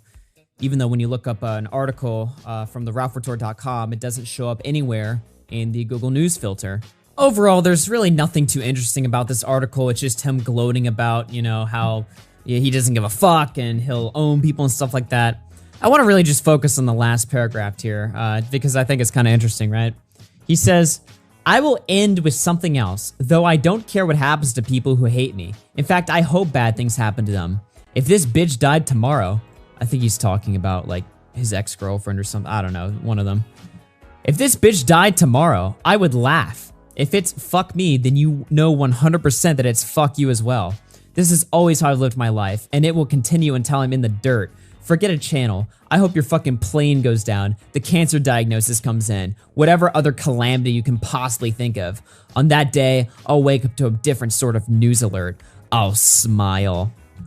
This is a 35-year-old grown man writing articles on his fake news website. He pretends like he's this epic journalist or something. He's like, the RalphRetort.com, owner and editor-in-chief, writing on his website about how much he hopes that his ex-girlfriend dies and how he's gonna laugh when it happens. I mean, this is just shit that you would write when you're 17 or something, to try to be edgy on the internet. This is just retarded. This nobody's looking at this and being like, wow, what a badass, man. Holy shit, you're so cool. people are just looking at this going like, what the fuck is wrong with this guy? This is so weird. However, there's a reason why I'm talking about this type of stuff, right? Because there is one time that Ralph, well, he let the mask slip and he went for a very different approach of responding to drama. Now, people that follow the Ralph lore will remember the infamous pill stream that took place, but very few people, for some reason, bring up the article that he wrote in response to the pill stream.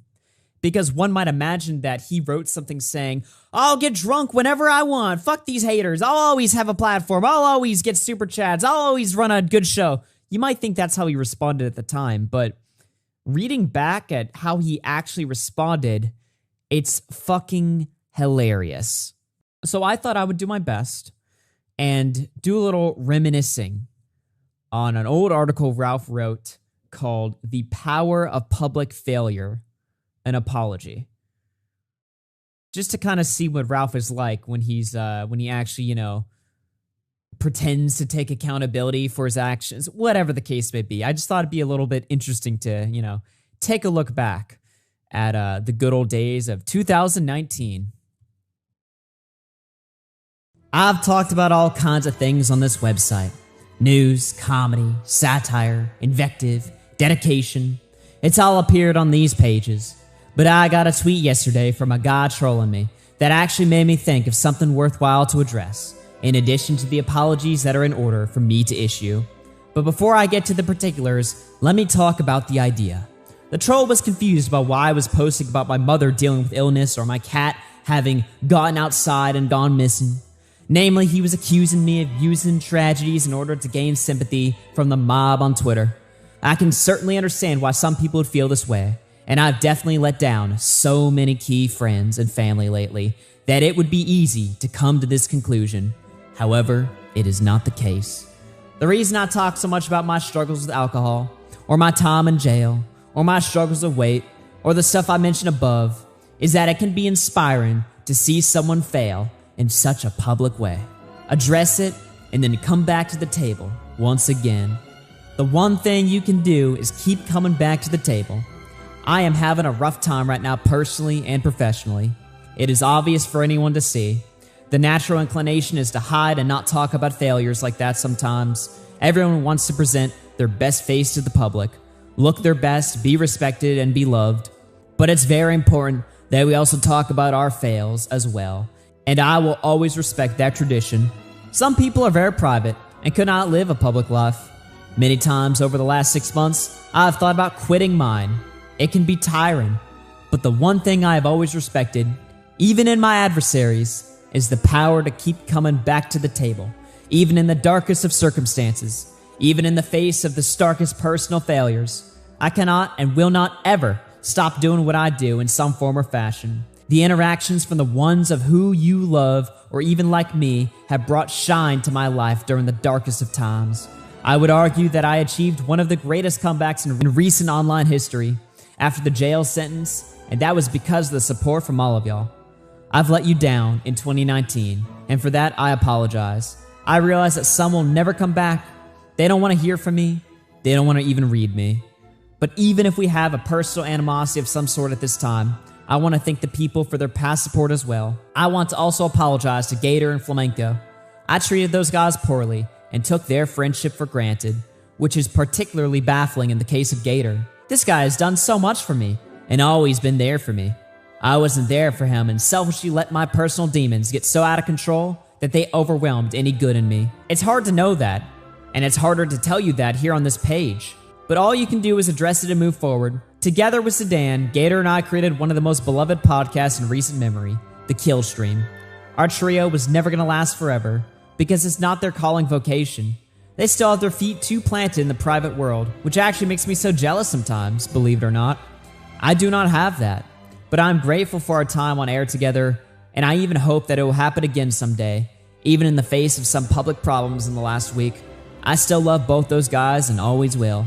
Dick Masterson, Mark Collette, Dame Pesos, anyone still publicly taking the position of supporting me, I let you guys down, and I'm sorry for that.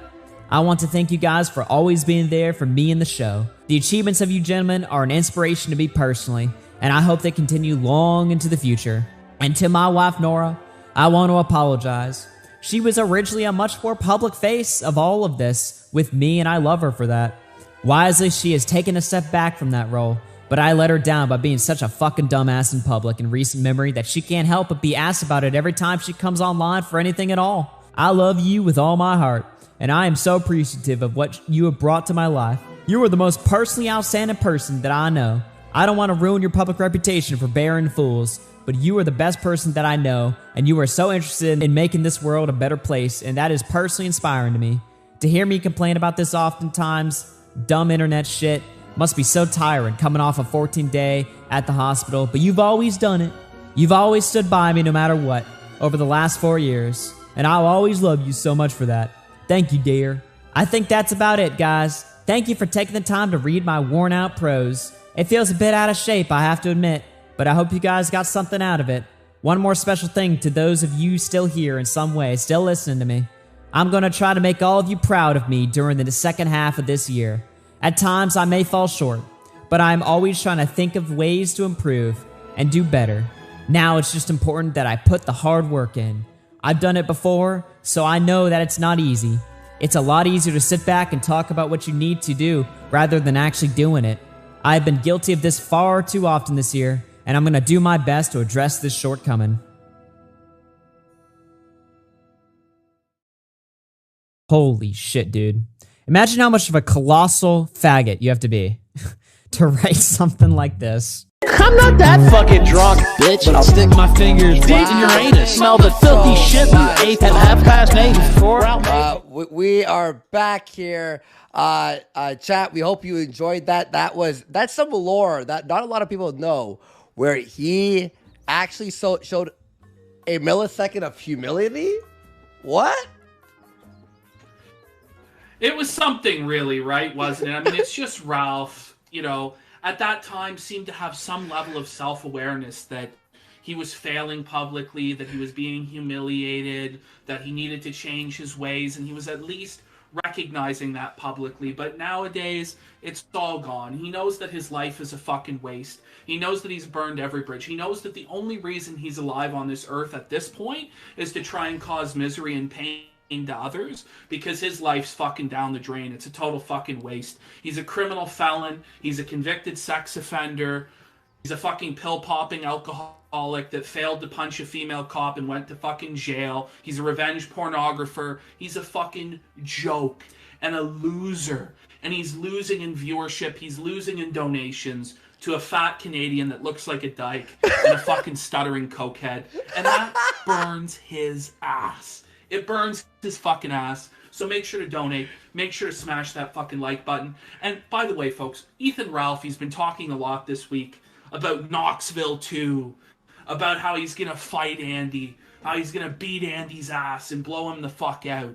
Now, let's face it, folks, Ralph doesn't have the money to make this fucking happen. Worski said he'd do it for $25,000. Ralph doesn't have $25,000. He barely has $25. That's what he's basically made tonight off fucking grifting a pedophile. By the way, I hear his chat is saying it's boring as fuck. It's a fucking snoozer. A snoozer. Like many of you in chat were saying the last segment was a snoozer. I thought it was pretty enlightening for those who don't know some of the lore. But I can see where some of you might have said it went on too long. Anyway, folks, Ralph doesn't have the $25K to pay Andy. I love Augie. He's great. Thanks for coming on, Augie, and we appreciate that. We appreciate it, man. It was excellent. I loved it. I didn't even know that lore. I didn't even know that lore, so it's all right, good. I said I'd fight Ralph for free. I said I'd beat his fucking ass for free. I've said I'd do this for years and fucking years and years and years. So we have somebody, Polyfrog64, that's put together a hype package for what the hypothetical fight in Knoxville 2 would be between me and Ralph. Again, I said I'd do it for no money. You want to know why? Because I just want to beat the fuck out of that pissant little bitch. I just want to dominate him. Make him my little bitch. Get on top of him, ground and pound that motherfucker out. So let's have a look at this video Mr. Polyfrog64 has made. Be sure to subscribe to Polyfrog64. We appreciate his submission to this. And he said he'd fight Ralph, but I guess you know, he doesn't have enough clout to fight Ralph, and he's way too fucking jacked. Way too jacked for the gulag. He beat the fucking brakes off Ralph with Polyfrog 64. Brother Andy, would you hit this clip hyping up what the potential Knoxville 2 fight might be? For sure. And remember to donate, and we will be reading donations very, very soon. And speaking of fighting, at 11:20, we have a special guest and a special uncut video that get your barf bags ready. Boy, the brakes aren't... No one's hitting the brakes. No one's hitting the brakes, guys. Let's go. Been hearing lots of fucking bullshit from Ethan Ralph, his crowd of capos and idiots, that I'm backing out of this fight, that I won't agree to terms and conditions, that I'm the coward. This man has now said that he's gonna go fight Worski in some gay professional wrestling match that's fake and lame. This man was just blown out by Tara. Tara told him that this won't be sanctioned by any athletic commission. It won't. Go fight in the parking lot of a Dairy Queen. You wanna look 5'1", bitch? But you know what? Even though I've been vindicated and shown to be right about everything, here's what I have to say. I accept every condition that Ethan Ralph has laid out. All of them. He wants it in Knoxville, done. He wants Gator and Flamenco on commentary, done. He wants it professional, 4K quality, done. He wants to sell shirts, fine. He wants an Indiegogo, fine. He wants a Kickstarter, fine. He wants it in LA, fine. He wants it on MMA rules, fine. He wants it in boxing, fine. He wants $5,000 up front, fine. Let's find the escrow. Let's find the escrow. It's Nick Rekieta. Hey, Nick Risotto. I don't trust you, you slimy piece of shit bastard, Nick Risotto. But you know what, Nick Rekieta? We'll give you the $5,000, and if you fucking run away with the $5,000, you'll never be able to show your fucking face again. Never again. Never again, Risotto. So, that's it. What more is there to be said? And I'll tell you this right now, if I ever see you in person, I'm gonna fucking stab you in the throat, you goddamn fucking faggot, for what you said. Yeah, I'd love to see it. I'd love to see it. But you backed out of the fight like a little bitch. You backed out of the fight like a little bitch. Is that what you told Vickers yesterday? Is that what you told Mr. Vickers yesterday, son? Well, you can't even talk to your baby mama. You can't even talk to your baby mama, boy. Stop.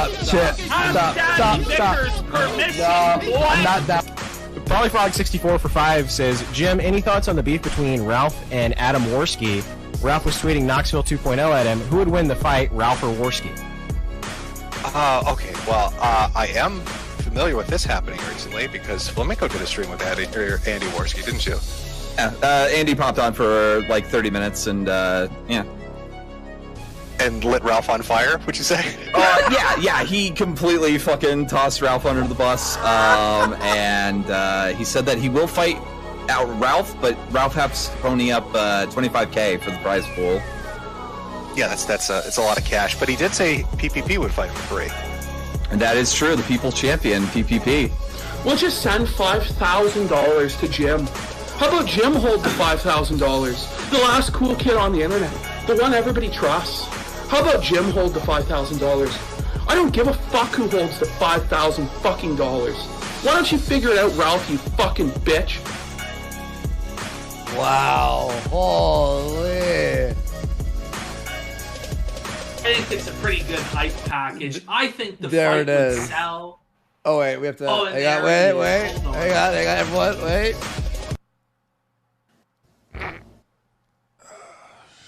Oh, the fucking shark heard around the world, ladies and gentlemen. Yes, so everyone, if you want to see Ralph fight PPP, hit 1 in chat. Hit 1 in chat right now. If you want to see Ralph fight Andy, hit 2. 2, folks. If you want to see me fight Ralph, hit 1. If you want to see Andy fight Ralph, hit 2. Place your bet. But Andy, how do you think this hypothetical fight would go? So let's say it's me fighting Ralph. How do you see that playing out, Andy? It would be utter destruction. I hung out with you at your place a few months ago. You're huge. You seem to be like, I won't say the word in shape, But I don't think we could ever describe me as that. But yeah, way more powerful than Ralph. And we're going to find this out in a few minutes when we talk to the girl, the 21-year-old, I believe, autistic, self-proclaimed autistic girl who beat the fuck out of Ralph to the point there was blood covering the door. They had to use one of those SOS pads to scrape off the dry pig blood that was poured all over the mailbox. Did you see that part? Oh, it was disgusting. They had to scrub. It was disgusting. Blood coming out from his wherever, all over the fucking door. His filthy, disgusting fucking pig blood. Beat up by a fucking woman. Couldn't have been more than 130, 140 pounds. This woman, absolute unit, mint salad, just fucking feeding him. The fucking right, left. Gets stomped in by fucking Bird. Gets fucking felted by Riley. He was fucking dominated. And folks, let's face it. I weigh as much as Riley, Bird, and Mint Salad put together, motherfuckers. Mint Salad said absolute unit. Holy fuck, folks. I am 6'4", over 350 pounds of man, of real man. Ethan Ralph is a 5'1" piglet, a manlet, a little munchkin from the Lollipop Guild. He's like straight out of the fucking Shire like Beardson. This motherfucker, maybe, 240, 250. I outweigh Ralph by 100 pounds. I'm over a foot taller. His arms are too short. His little T-Rex arms are too short to box with fucking God. And I don't care where the fuck I fight Ethan Ralph. Whether it be Las Vegas, whether it be in his front yard, whether it be in the fucking back big parking lot of a McDonald's in Cincinnati, Ohio, a fucking Dairy Queen in New York City, I don't give a fuck. I want to get my hands on you, Ethan. I want to beat the fuck out of you. I want to fucking paralyze you, fucking curb stomp you, make it so you're in a fucking wheelchair for the rest of your life. But most of all, I want to get on top of you and take away your manhood, boy. I want to fuck the shit out of you and make you my bitch. Ralph, that's what I'll do to you. You know, if you get in the cage with me, boy, your anus, it will not remain unviolated. Rectum will be ruined, Ralph. That's my fucking promise to you. The tears of your pig slits, the blood will come out of your anus. You'll shit your fucking pants. You'll fucking have to use a colostomy bag for the rest of your life, boy. I'll take it all from you. I'll take your manhood from you on pay-per-view. How's that for a fucking sales pitch, folks? How is that for a motherfucking sales pitch? You want to see the fight? You want to see the fight? Make sure to fucking smash those super chats. powerchat.live/subcultured.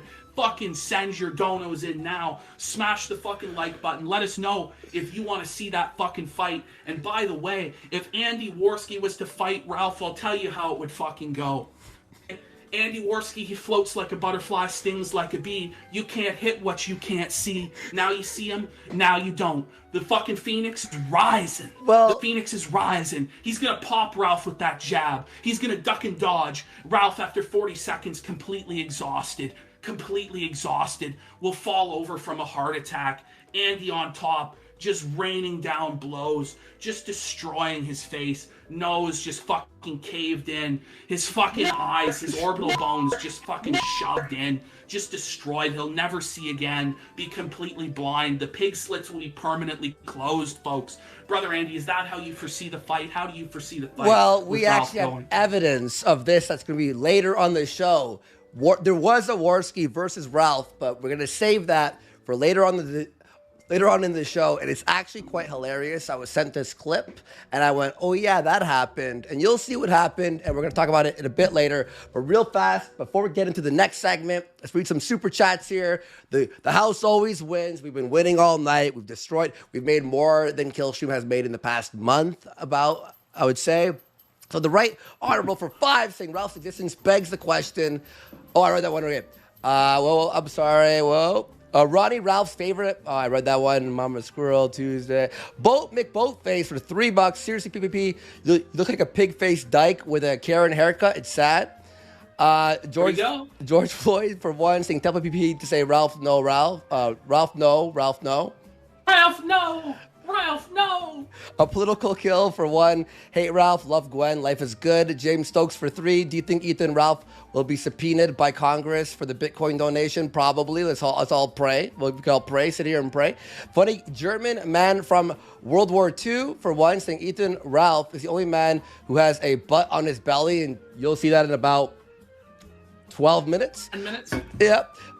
Kin Kun, the real goon, for $50. The house always wins, Ralph. You see this? That's a whole episode of Tila Tequila Sunrise. You know, Tila Tequila Sunrise.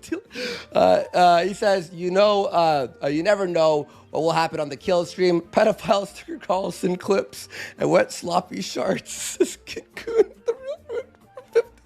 Thank you. Gold trade for 3.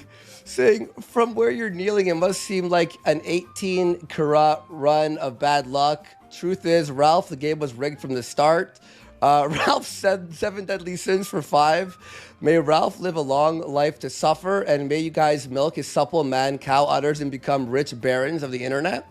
Anonymous for 1, saying you could tell Ralph only wrote that because Nora was threatening divorce. She was always too good for him. Ocean Redux for 10. Haven't seen you in a while, Ocean. How you been? Ralph abandoned Zidane, then Flamenco, and now fucking Gator. He deserves his end. Rest in piss, Ralph.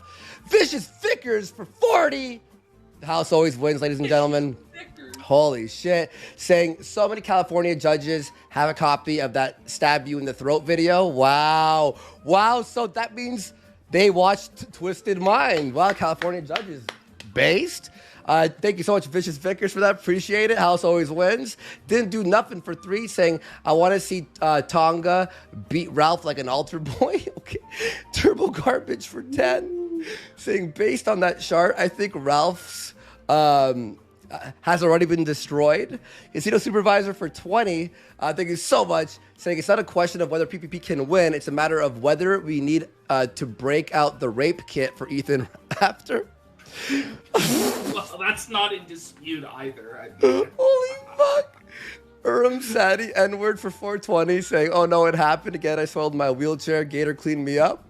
And Eric 89011 for 1337. Thank you so much, everyone. Well, appreciate it, man. And you keep the casino open and alive. Saying, question for PPP. How do you think Ralph is going to get out of signing the birth certificate for his second child? I just don't know. I think he's fucked no matter what. He's going to have to pay that child support or just admit that Diddler Dax is the true father.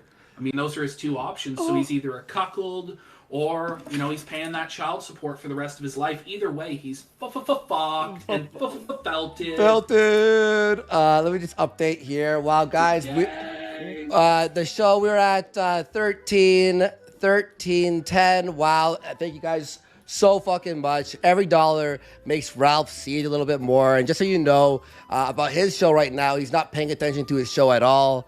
He is angrily looking at the second monitor. He's watching our show. He's letting Gator and everyone do the actual show while he's watching this, going, I'm gonna get them. I'm gonna fly to Portugal. I'm gonna fuck them hookers.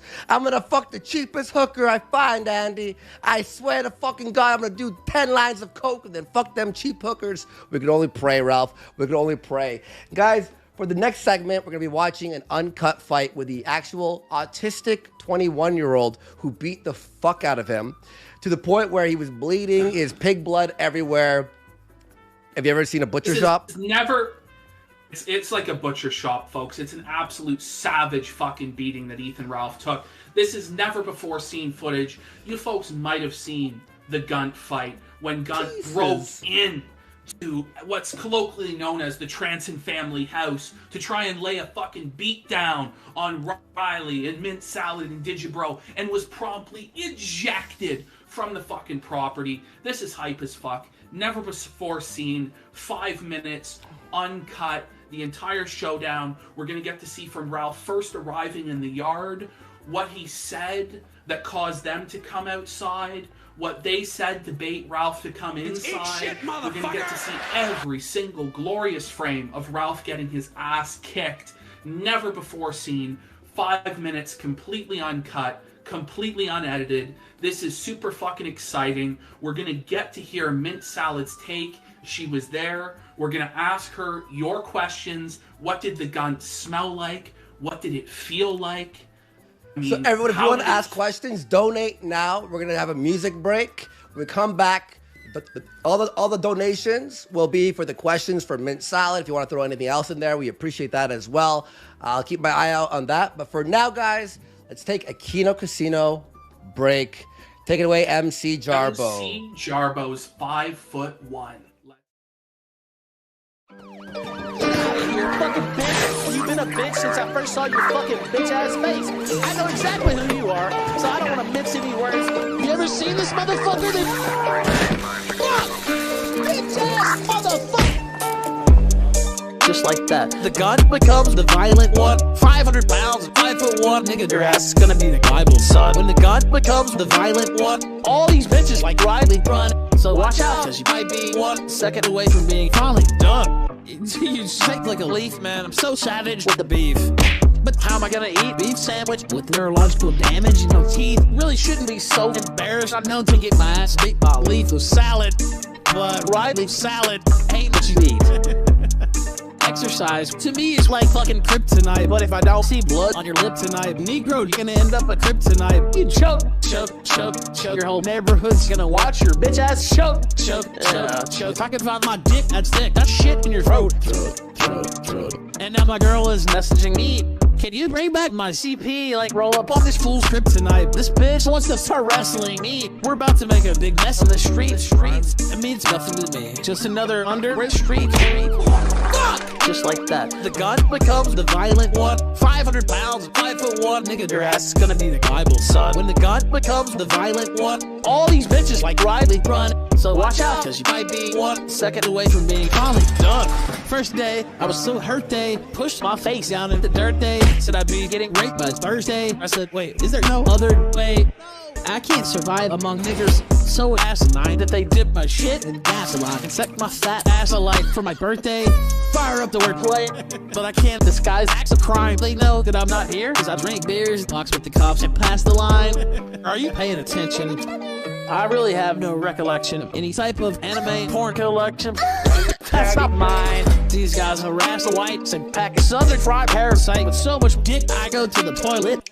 And I'm pro-lives and paralyzed from the waist down. I guess no different than any other gay now. Established that I'm a faggot, but how the fuck are all these guys gay now? Ever heard of Biz Marquee? Good. Well, I'm Skit Marquee, and I shit myself on a 6-hour stream. Are you sure you want to do this shit to me? No. Just like that. The gun becomes the violent one. 500 pounds, 5'1". Nigga, your ass is gonna be the Bible, son. When the gun becomes the violent one, all these bitches like Riley run. So watch out, cause you might be 1 second away from being finally done. Just like that. The gun becomes the violent one. 500 pounds, 5'1". Nigga, your ass is gonna be the Bible, son. When the gun becomes the violent one, all these bitches like Riley run. So watch out, cause you might be 1 second away from being finally done. Merry Christmas, buddy. Fuck you, bitch, motherfucker, and I will see you in court, bitch. I'm not playing. I'm not fucking around, dude. I'm not fucking around at all, bitch.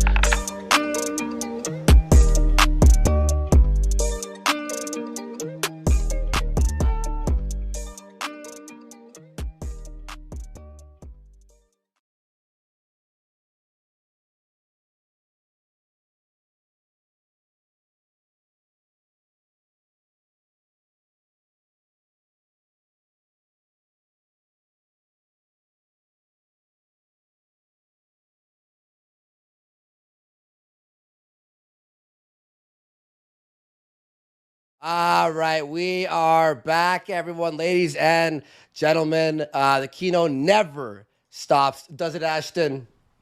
It never stops here on the Kino Casino, folks, with the power of your donations making it all possible to make Ethan Ralph cry, to make Ethan Ralph want to kill himself, talking, of course, to pedophiles and glowies like Richard Spencer. We have Mint Salad here with us to break down this amazing footage, this raw, unedited footage of the fight with Ethan Ralph. Mint, how are you doing tonight?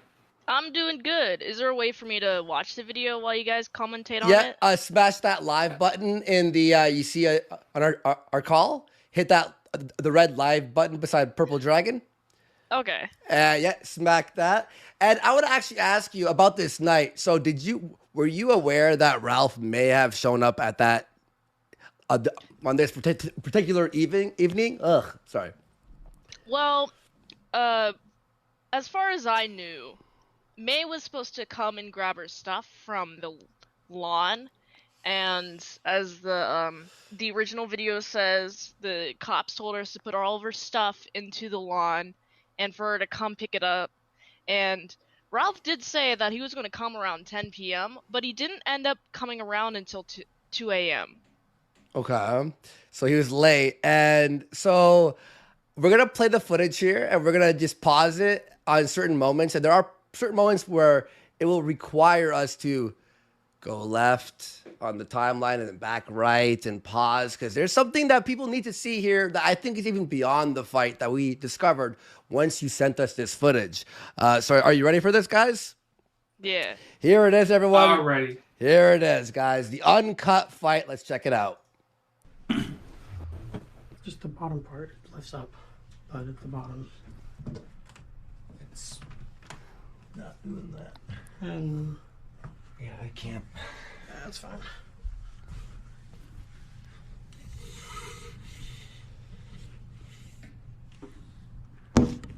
Fucking weirdo.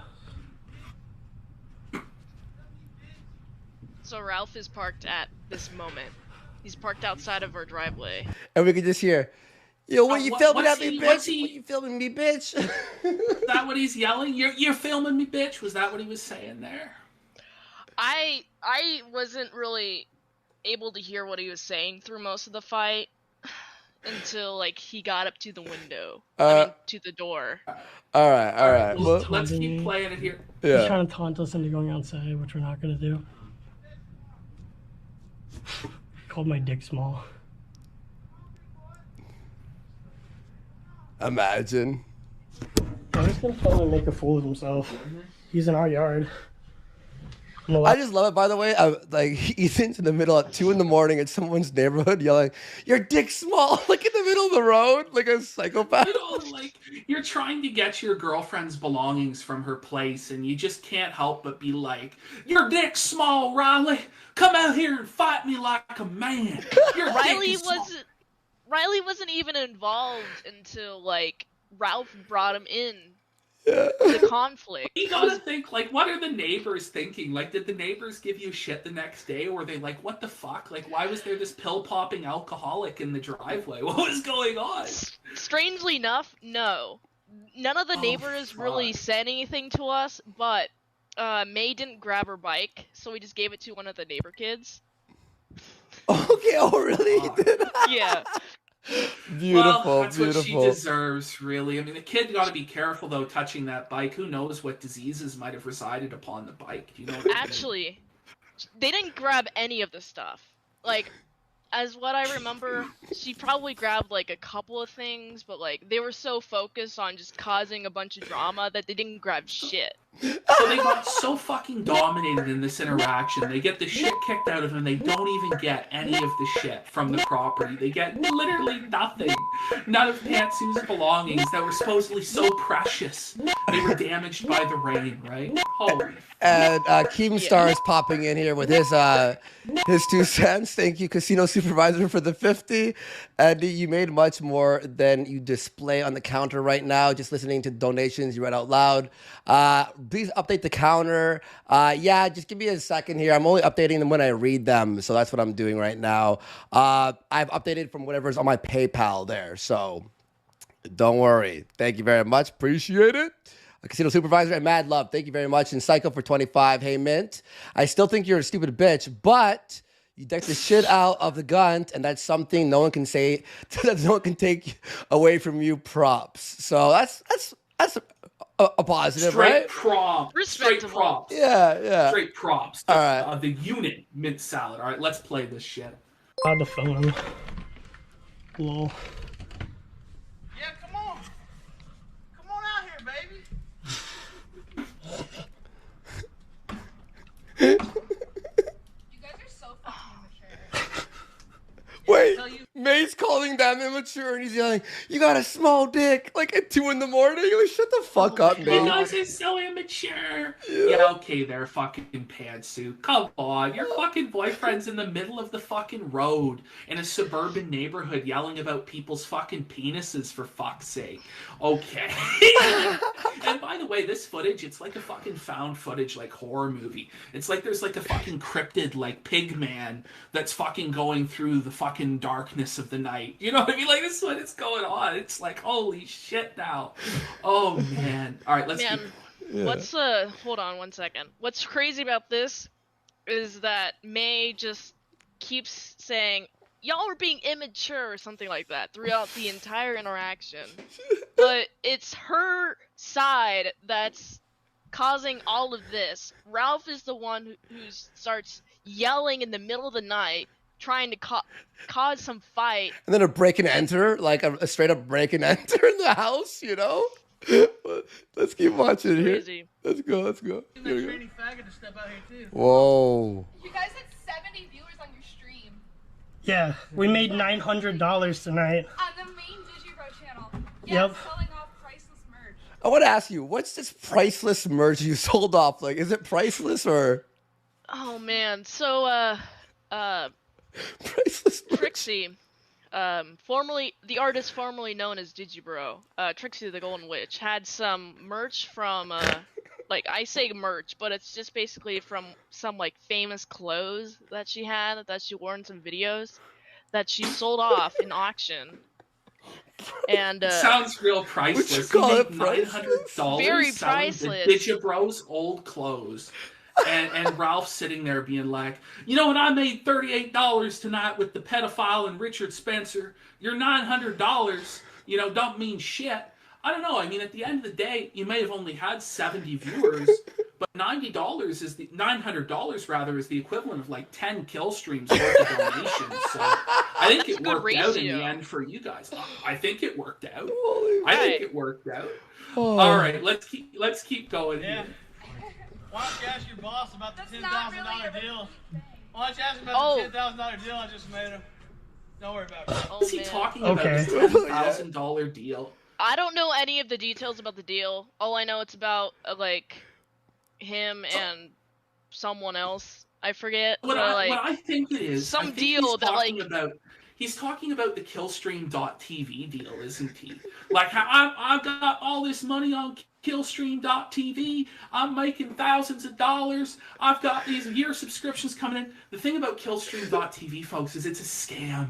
It's been down for 5 months, and the subscribers to it are still getting charged. They ask to cancel their deals. They ask to cancel their subscriptions. Ralph still keeps charging. He keeps promising, and a day now, guys, Killstream TV will be back. But it will never be back. No. And by the way, all of his financial supporters' details were leaked on Kiwi Farms. And he Really? He doxed all of his financial supporters' information himself.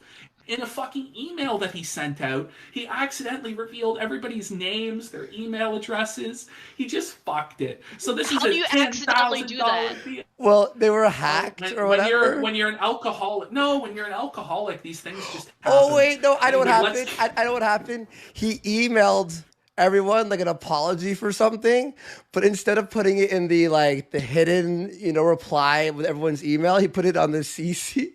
You know what I mean? So everyone's Worst apology ever. Everyone's emails, and then their phone numbers were leaked later and shit. It was a mess. But here we go. Let's keep pounding through this. Felt it. Dork. You don't think that's true? You're just a dork. You don't think that's true? Okay. I don't care. You're about to be homeless. Okay. Are you homeless now or? No, we live in a different house. All right. We're not homeless. Okay. This is what he's always like. You're homeless. You're broke. I'm a winner. I'm a king. I bought a brand new truck that I financed at a ridiculous interest rate. Man. His fucking house. His house. I went to his house once. Disgusting. Oh, what did it smell like? Cat shit. It was disgusting. Fucking felt it. Oh, you couldn't even clean There's up cat after shit Cleo. everywhere. There's boxes everywhere. It's so gross, man. He's got boxes everywhere. Just It's always cluttered as fuck. Can you confirm, was Cleo the cat alive at this time, or was this after Ralph had killed his cat? Is it a new cat? His cat do you know? died? Yeah. Yeah, he strangled sat on Cleo to it. death. Yeah. I don't know about tough. this shit. Yeah, it's some sad shit. All right, let's continue. Door. You're literally gonna be homeless, fucking go around the country like a fucking pauper Where faggot. is Econ's stuff, by the way? He did give me consent to have it. He didn't give it to you.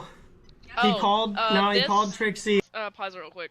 Yeah. So, the context for this is, Trixie had some of, like, her old friends' stuff that apparently May said that that friend told her to give it to her, which I don't believe for a second, but it's whatever. This is what she's talking about. It's, like, just a bunch of old, like, anime and, like, manga and whatnot. So this is what she's saying. Okay. And he said he's giving it to Vic.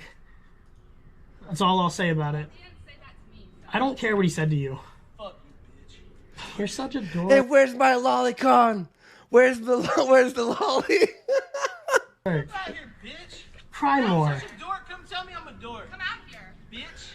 Oh, I'm gonna taunt you. I mean, you won't step foot on this concrete. I'm just filming you so you don't hurt something. Step foot right here I won't. on this public concrete. No, you won't. Correct. You knock the fuck out.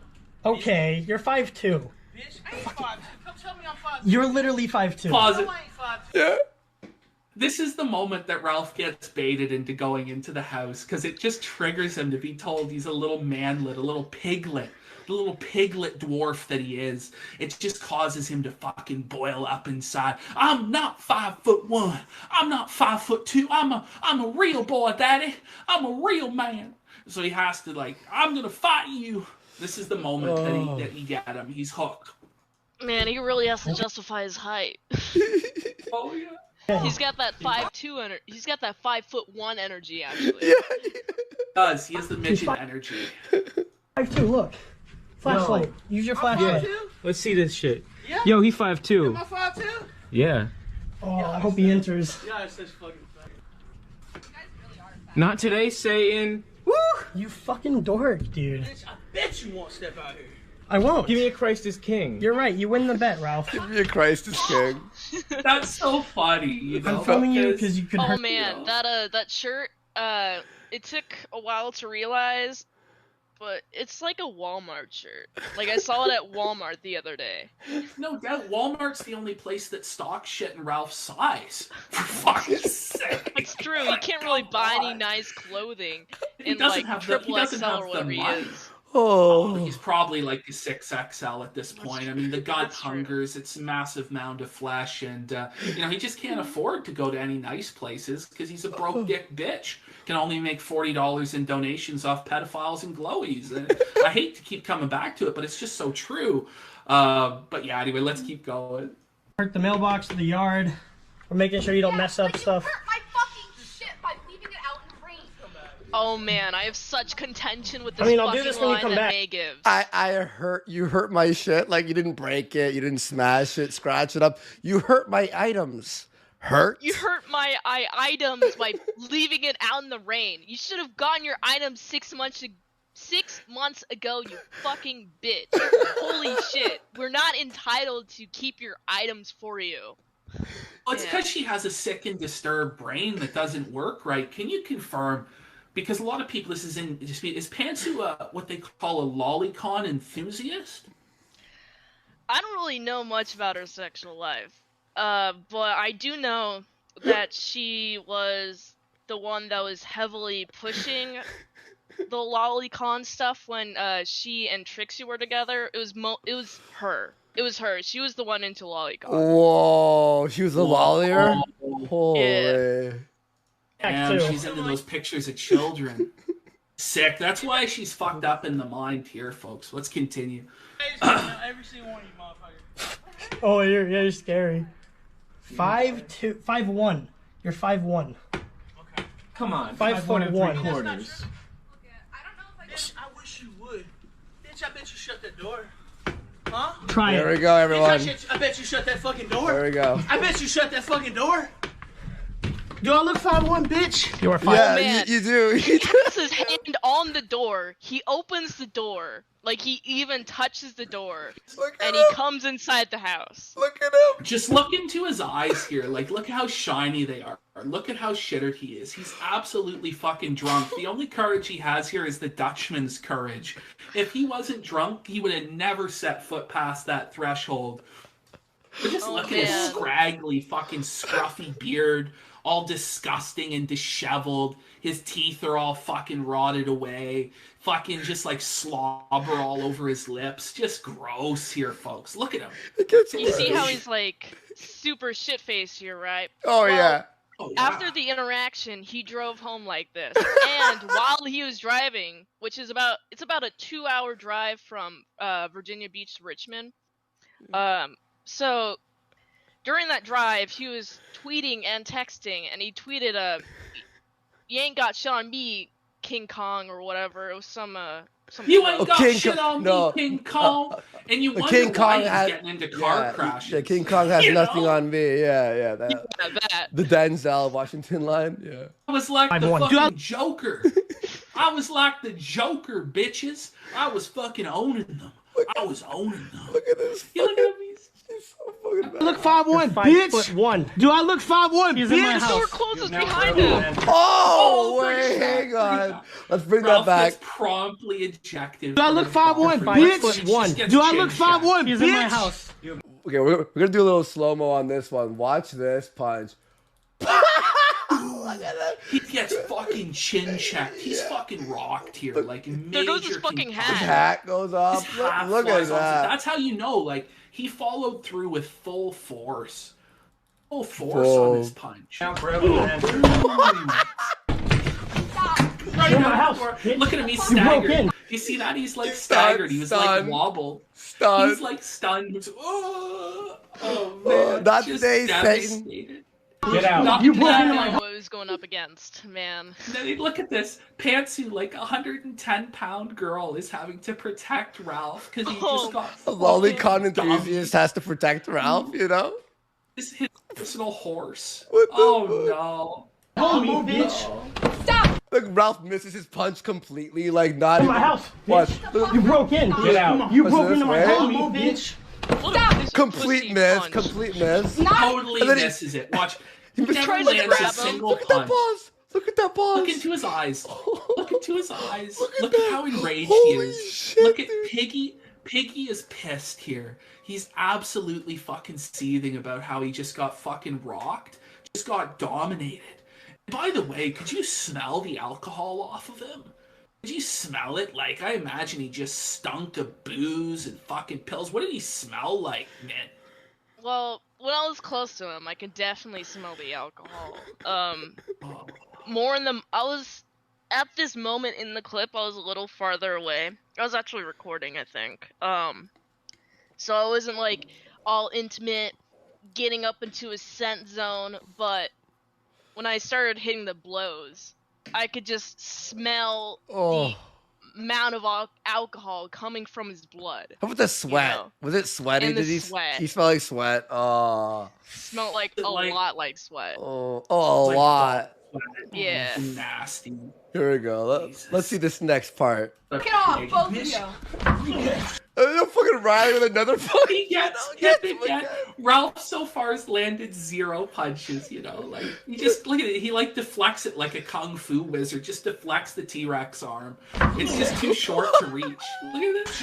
And he has like no protective stance whatsoever. And then he has to All sew he his has to- hair. Ralph's pulling his hair like a girl. Look at him. Oh yeah, so is May. They're So pulling at his this, yeah, so at this moment, you have Ralph and May pulling his hair, and this is around the point where I'm like, I gotta get in and do something about this, cause Riley's being double teamed by fucking these people, fucking Ralph and May of all people, and I just gotta get in there and deliver some blows, you know. Oh. Let's play. Fucking own Just Riley. look at me. Look at his gun. Look at it. Look at that. Look at that. It's split. Like his gunt is cracked. As Rekieta would say, he has a front butt going on here. How do you get that fat? How do you let yourself get that fat? No, but it's not even that he's that fat. Like, I'm that fat, but I don't have that. This is some, like, abomination onto fucking God. Oh. A lot of people have like, is it Cushing's disease? Is that what he's got? Has to be the alcohol. Is it the alcoholism that makes his flesh so grizzled and red and gross? 1 second here. Casino supervisor for $100. Thank you so fucking much. $100. The house always wins. Dabbed. He goes, surfers on the kill stream right now. Stream snipe him. We wish we could. No. We wish we could, bro. We have like 4 more guests that are going to be waiting, and it's very tight schedule. So sorry, we can't do that. But maybe in the future we'll rewatch it or something. But thank you very much, Casino supervisor. Fucking 07's in chat. Thank you, mad love, for real, everyone. Now watch this. It gets bad, guys. Look at this gunt. Riley, you fucking knock it off. Look at Riley, you knock it off. It's like a mating ritual between the two guns here. You know, like the flesh is colliding. Look at the jiggles. Oh my god. Ralph's like so tubby. Like, holy shit. Like, Riley's just like a normal fat guy. Ralph's like a full-on tubster here. Look how thick it is. Look at his thickness. Take it. Look at this shot. What the? Look at this. Why are his shorts so low? His whole ass is out. Thank God we don't get the angle from behind where his whole fucking pig ass, his whole swine tox is exposed for all the world to see. Can you imagine being the neighbors? You're hearing this disturbance, you get your binoculars out, and you just are greeted by Ethan Ralph's ass crack? Yeah. Man, if he wasn't like in the door frame, I think we would have like had him on the floor because he's propped up against the door frame during most of the fight. He's just getting fucking pummeled here, just getting fucking dominated at this moment. Yeah. It's going to get worse for the piggy here. And It's going to get much worse. And for the chat asking, I messaged Jesse. Don't worry, we're going to figure this out for the time slots there. Don't worry, guys. Trust me. Just hold your horses. We promise the Kino will commence a flowing, okay? Stop. Wait, hang on. Before we bring you in, look at this shot. What the fuck is that? Sorry, okay. And here's Mint. Here she is, everyone. Boom, boom, Stop. boom, No. boom, Stop. boom, boom. Stop. 7, 8, Belgium. 9. And look at his gun. And look at that mark. Look at that mark. It's like all red and like burnt. Like, what is that? Look at Where does Mint that just come taking from? him. What that comes from, folks, is from not washing. He's not washing his body properly. His hygiene's all fucked up. So he's literally got a bacterial growth on his gunt for not bathing. Oh wait, Jesse. Oh. Wait, Jesse is he's ready. He said he's gonna be heading out soon. So do you want to just after this, I'll bring him on real quick? We'll bring Jesse on real quick, but we got to finish this clip. Yeah. We got to get through this, and we'll let you go after. All right. How tough are you? You broke into my house. Stop. Get out my face. You guys are fucking pathetic. Stop. Oh yeah, fucking Ralph spitting on me. Call the police, please. They're being What a called. disgusting. You were the one fighting. He broke into broke my into our house. house. I definitely No, he did not break in. full intention on like right on the spot whenever I see Ralph again, just fucking kicking his ass. I've done 4 years of Taekwondo, which is why I'm confident in my ability to beat up Ethan Ralph. I'm pretty confident in anyone's ability to beat up Ethan Ralph, man, because he's a little pussy piglet.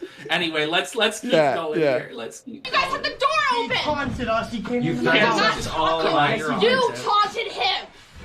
I'm not Incorrect. concerned with your opinion. What Let's is go. this bullshit? Get in the fucking house, you fucking retards. Stay in there. Film him. We have Stay in nothing there. to do with you guys. Film him. Just dominating. You're not allowed to imprison me in my home either. That's illegal too. He's just False imprisonment. Just Where's his oh. phone? Give it to him. The fact that they have the audacity to start the conflict and then, like, Maze egging it on the entire time. And then she has the audacity to like, no more conflict. Fuck you. I'm just gonna shut you in your house. And it's fucking crazy, man. Oh, and Jesse, if you're watching, head into the group, the Discord, okay? Just head in there and wait there, okay?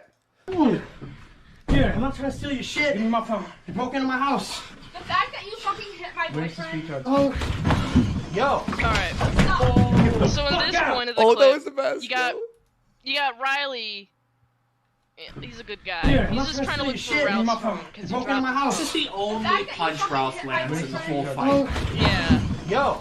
He just eats it. Get the fuck out! He's fine. He's totally fine. Bird just comes in, fucking falcon punches this bitch. Just sends him out the fucking doorway. We're family! We care for each other! So You're a loser! You have nothing! No, we should have you something! Get the fuck out! You ain't shit! You have nothing! Get the fuck out! You're nothing, bitch! You're 5'1". You're 5 foot tall. You are 5 foot tall. He just keeps lowering the... And look at Mitt, she's fucking shaking her hand off like, yeah, I just punched a pig right in the face, you know? My favorite thing that Riley does during this entire interaction is he keeps lowering the height from 5'2" to 5 foot, and then during the Snapchat bit, just making him angrier, you know? Video, he just says like 4'9", and I just think that's fucking hilarious. He just keeps lowering his height, and it's the best thing ever. And it pisses Ralph off. And it's very funny. Well, I think Jesse's leaving now, is what he meant. Like, okay, so we have we have some time. Yeah, we have some time. Yeah. Okay, cool. He's 5 foot. No, that's the whole thing. I don't know where his phone is. Honestly, when Bird was beating his ass in that Get your doorway, phone. there's no doubt if the door wasn't there, he would have fell flat on his fucking ass. When you watch it from the other angle, where you can see the blood on the door, the second angle you guys posted, which someday, hopefully, we get the uncut version of the second angle, for fuck's sake. It's like this shit's gonna go on for like 10 years before we know the full fucking story. But you can tell he's like stumbled. Like he would have fell fucking down, because Bird fucking pounded him with that fucking falcon punch from above. Just dummied him. There's just there's so much blood. Like I remember filming Bird while he was cleaning the blood, and there was just like so much just blood splatter on the number for the house, like right next to the number underneath, like on the door frame, on the door itself, just blood everywhere. It was crazy. Well, we're helping you. We're better than you.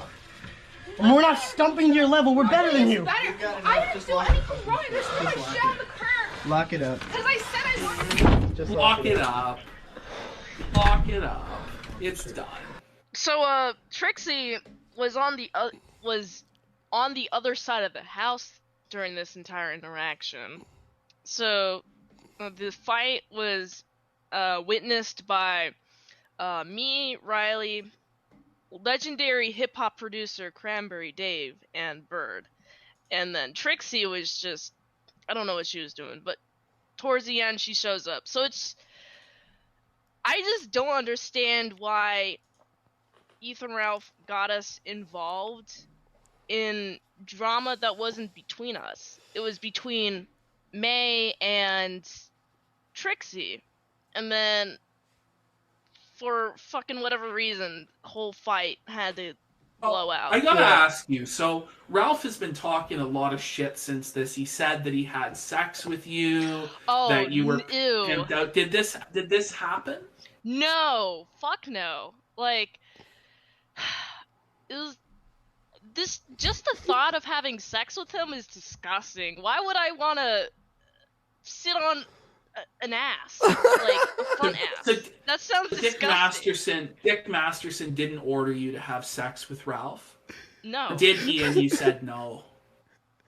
No, no. Disgusting. That's what Ralph says, is that Dick Masterson, you're his sex slave, and that he ordered you to have sex with Ethan Ralph, and that you were riding him and you asked for seconds. This is the gross shit he's saying. Just to confirm, he you would wants never... it to be real. Ralph really wants it to be real, but it's not. Like, I never will have sex with them. Like, ever. Like, he's disgusting. But why did he make that up? Is it just like, that bitch, yeah, fuck her, I actually fucked her? Like, is that why he brought it up? It's because I beat his ass. Oh, it's because I beat his ass. Imagine he just makes up that lie just because he beat him up. Like, what a fucking delusion. And the funniest shit ever was before this, like probably a couple weeks before, when he, May, and Gator were starting up a Kamikaze No Survivors podcast. He commissioned me to do the logo art. Oh, the artwork, which is fucking hilarious. And then after the fight, I did a parody version where it's like more realistic and it's having like even more fat Ethan Ralph with like shittier like facial features, and also May has a mustache because she has a mustache. And yeah. No, she has a mustache. Really? What? Yeah. Oh, she has a mane like a horse. Are you have shocked felt though? Pantsu's mane? How hairy Sorry, is there was a lot of Pantsu's? voices going on at once. What'd you say? Mint. How hairy is Pantsu's mane? Like, is it just a little mustache, or is it quite bushy and thick?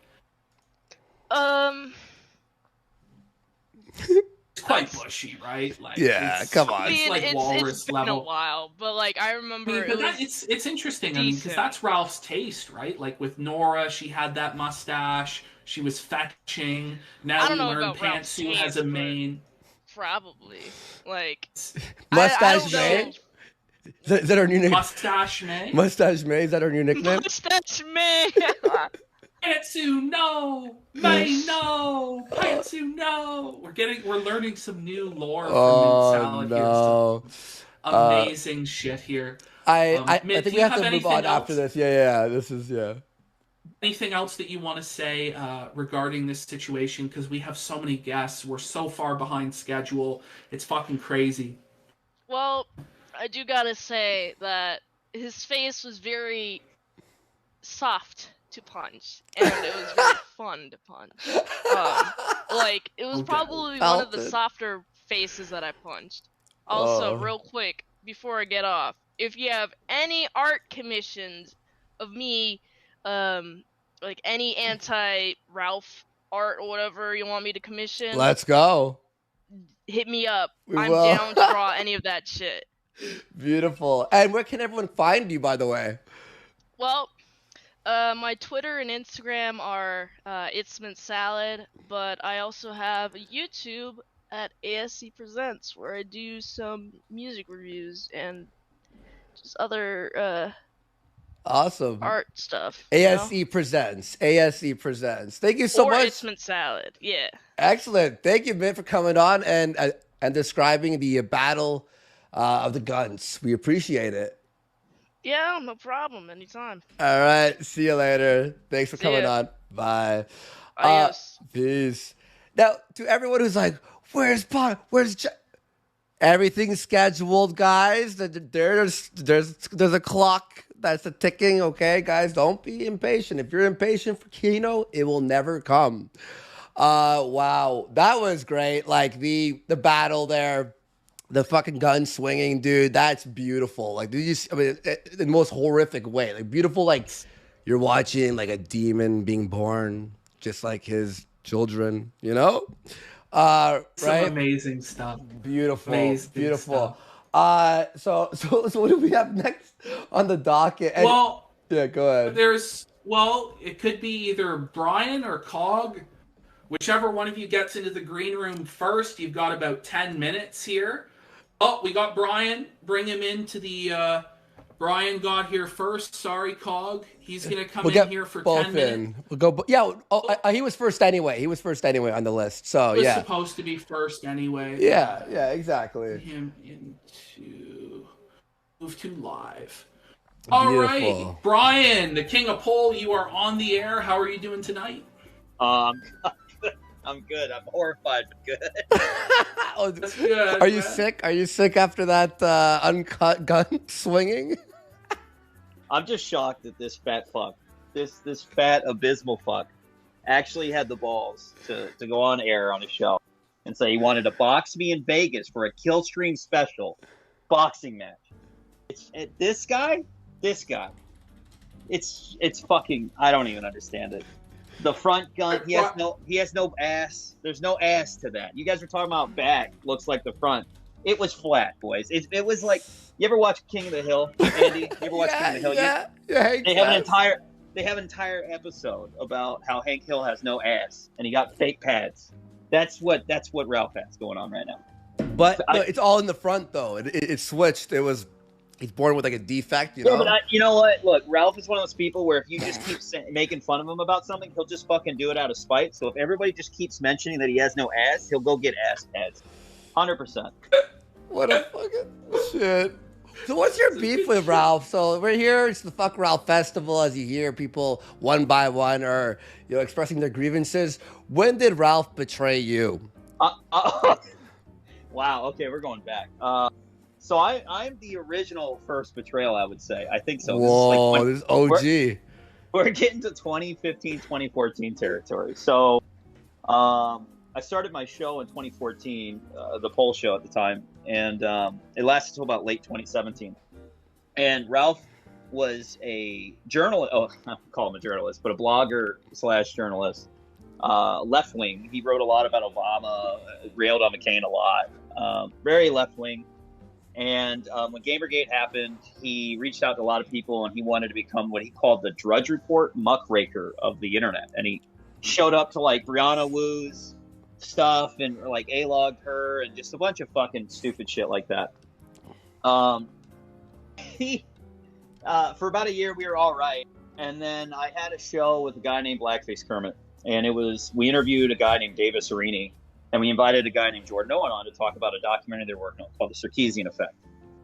And Jordan Owen threatened us with litigation. He threatened the streaming platform, which was Hitbox TV at the time, with litigations for just talking to Davis Arini. And it was a really messy thing.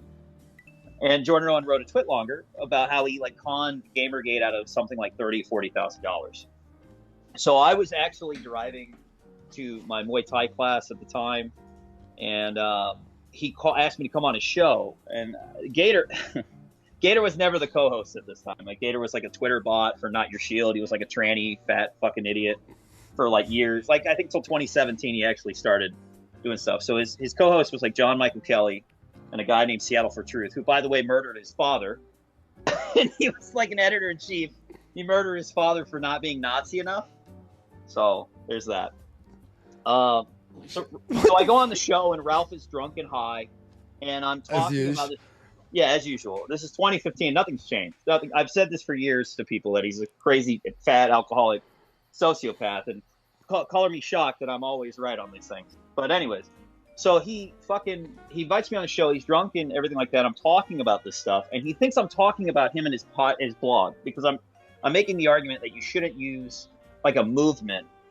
If you're passionate about it, to just grift and make money. And I use this example of Martin Luther King, when he marched on Washington, did his I Have a Dream speech, he didn't have booths set up with t-shirts ready and all this stupid shit, right? That didn't happen, at least to my knowledge. And he just spurgs out. He's like, you should get paid for your work. I know Milo. I broke the story. Fuck you.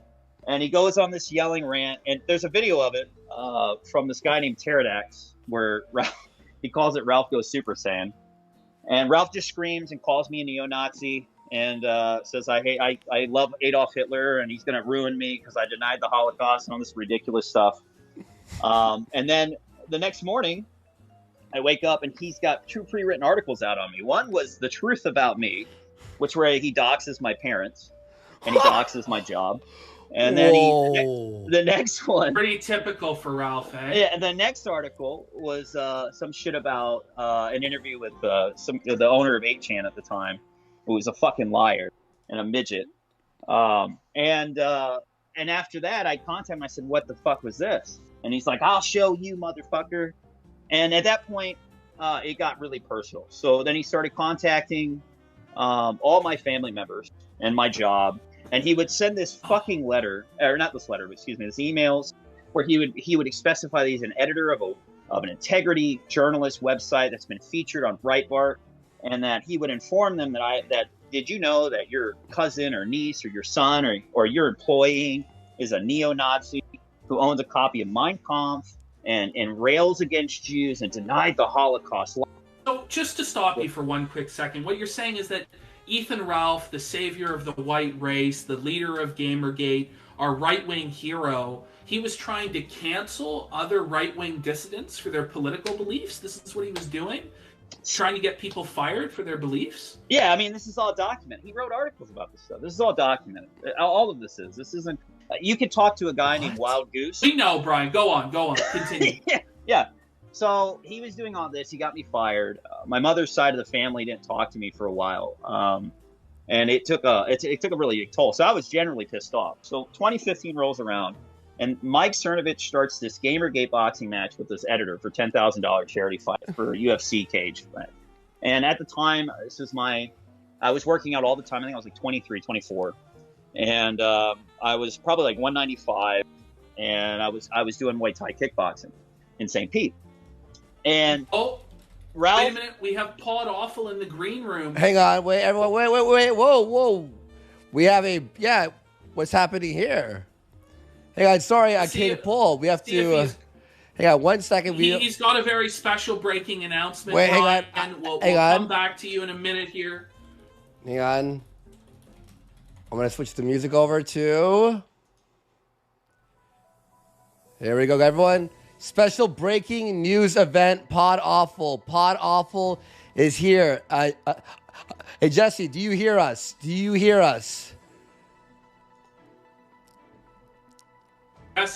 Jesse. Oh, it's the click to... Hang on, guys. 1 sec.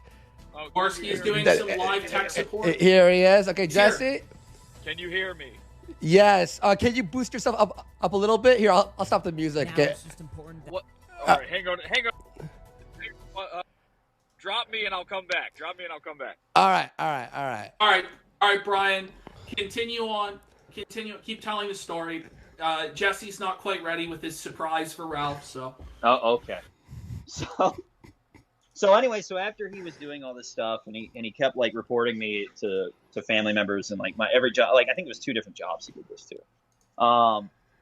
He in 2015, Mike Cernovich was starting this charity Gamergate boxing match with this editor. Ralph made a bold statement on air, and he said he wanted to box me or do a UFC cage fight with me, and that he would fuck me up and all this insane stuff. And he wanted to do it with Mike Cernovich, and he actually tweeted at Mike Cernovich about this and said, "Send the contract." And I said immediately, like, yes, I want this. This guy, like, literally took internet stuff and immediately went after me for literally miscommunication. And he's fucked with my family. He's fucked with all this stuff. So I want it all day. Like, I want to bury him and put him in the ER room. So I agree, and I start training. I mean, I was already training, but I start cutting promos immediately, and I'm waiting for this contract to come in for Mike Cernovich. And like a week later, after I did like 3 promos, one's like me deadlifting, then there's one me running 5 miles and I say, "What's up, Gamergate?" I think a lot of people have seen that one. And then there's one actually me doing Muay Thai on a bag, kicking and stuff and doing pad work.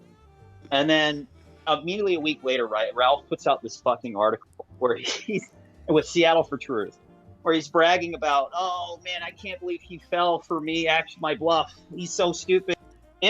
Real life fighting is gay. Why would you ever believe me that I would actually sign the contract and fight you in real life?" All this insane shit. And so I'm like sitting here looking fucking stupid, I guess. And I'm like, this guy literally challenged me to a boxing match, contacted Mike Cernovich, asked for a contract, wanted to be the pre-fight before Cernovich fought this other guy for 10 grand. And then he pulls out and writes an article about how Daddy Jim told him that and real life fighting is gay, and it's all kayfabe, and what a faggot. And then he writes another article with this Seattle Truth guy about how gullible I am, and then he writes. Jesse, you're in the room. How's it going, Jesse? Can you hear me? I feel a dick inside me. We can hear you. Yes. Okay. All right. I apologize. We didn't set this up ahead of time. I was on push to talk, which just won't work for my reporting.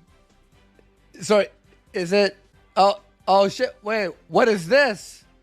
Jesse, what's going on? Wait a minute. Can they see it? Yes, they can. Wait, where are we right now? What's going on?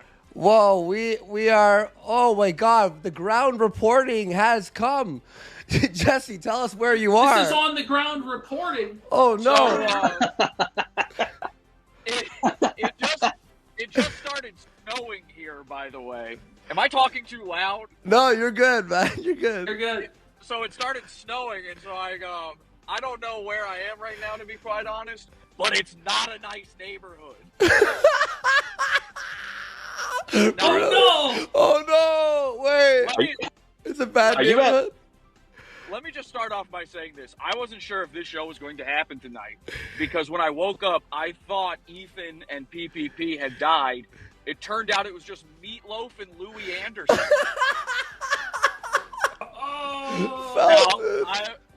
I'll let you guys work out which one is which. Now, here's what's really going on. I am here on the ground in Richmond, Virginia, and some sort of large mass has been pulling me in its orbit. Oh no! And every time, so I'm not using GPS right now. I'm just kind of wandering the streets here, and I keep going past this one house, and I can feel this fucking magnetic pull on me.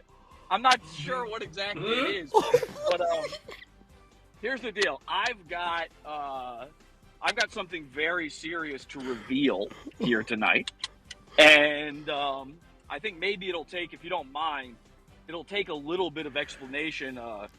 There's two big secrets that must be revealed. Now, if those are the people out there who don't know, I'm Jesse from Pod Awful, by the way.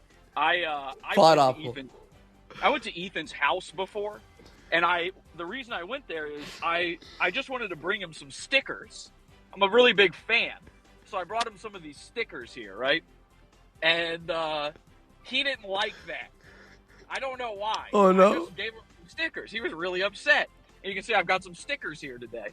So for no reason. So I brought him some stickers, and he got really upset, and then he doxed himself on stream. And said, if you ever want to actually mess with me, you can come on back to 3. No. Okay. Yep. That's not his address. Number one. Oh, he lied. Okay, the lying address. Number one, no, he didn't lie. I made up that number. He did say the real address. The problem is, Ethan moved. Now, I don't know what it is about Richmond, Virginia, but something has just always pulled me to this place. I find myself wanting to come back here.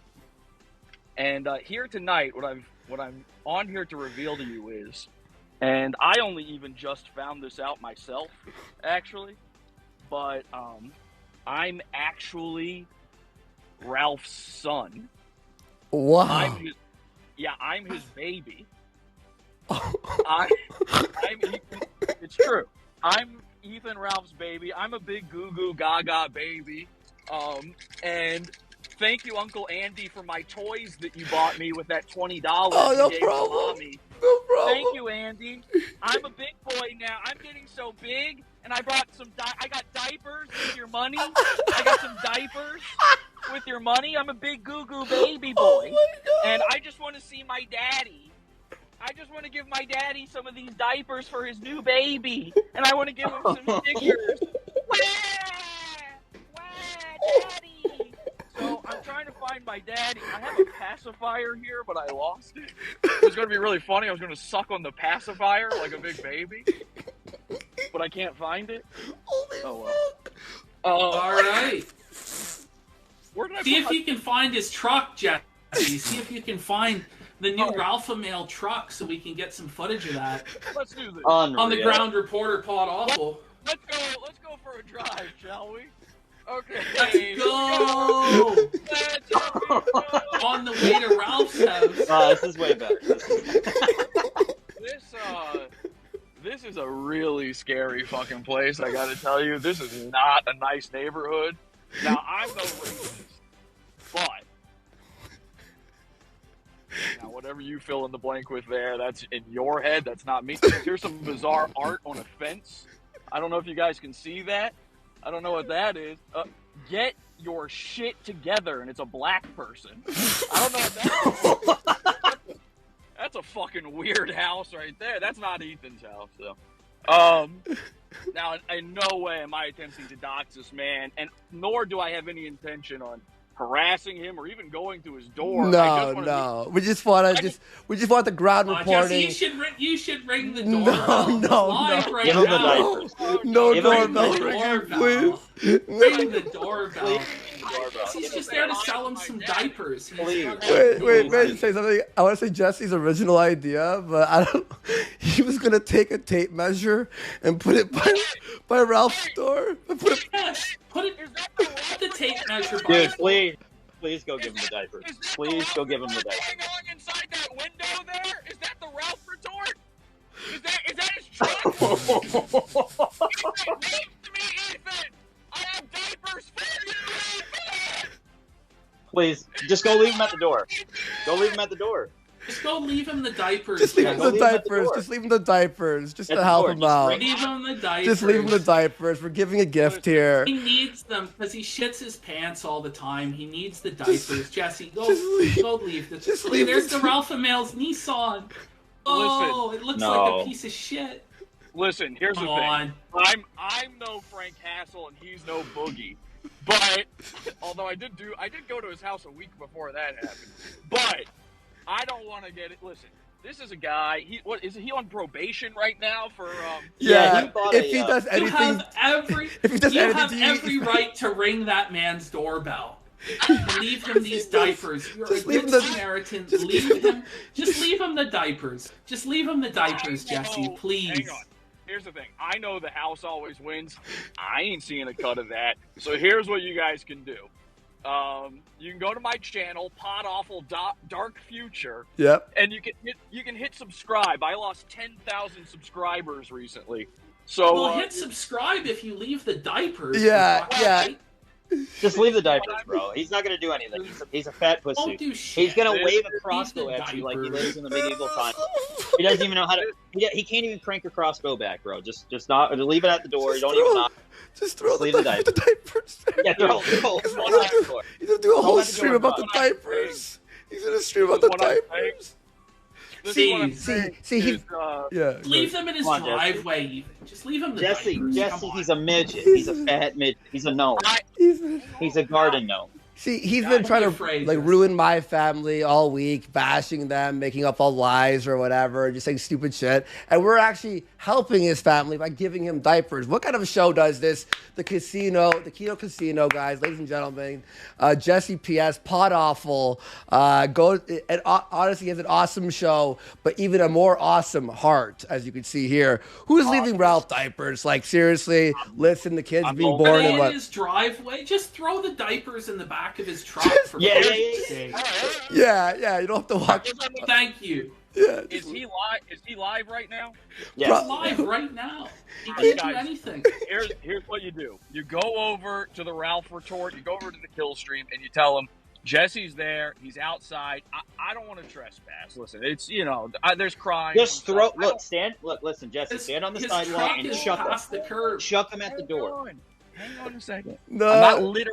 I'm not littering, so here's what we're going to do. And I've got a great plan here for this. I want to meet my daddy just as much as you guys want me to. Oh. So here's the thing. I've got a huge box of diapers here, and I need these for my child, who will actually be in my life.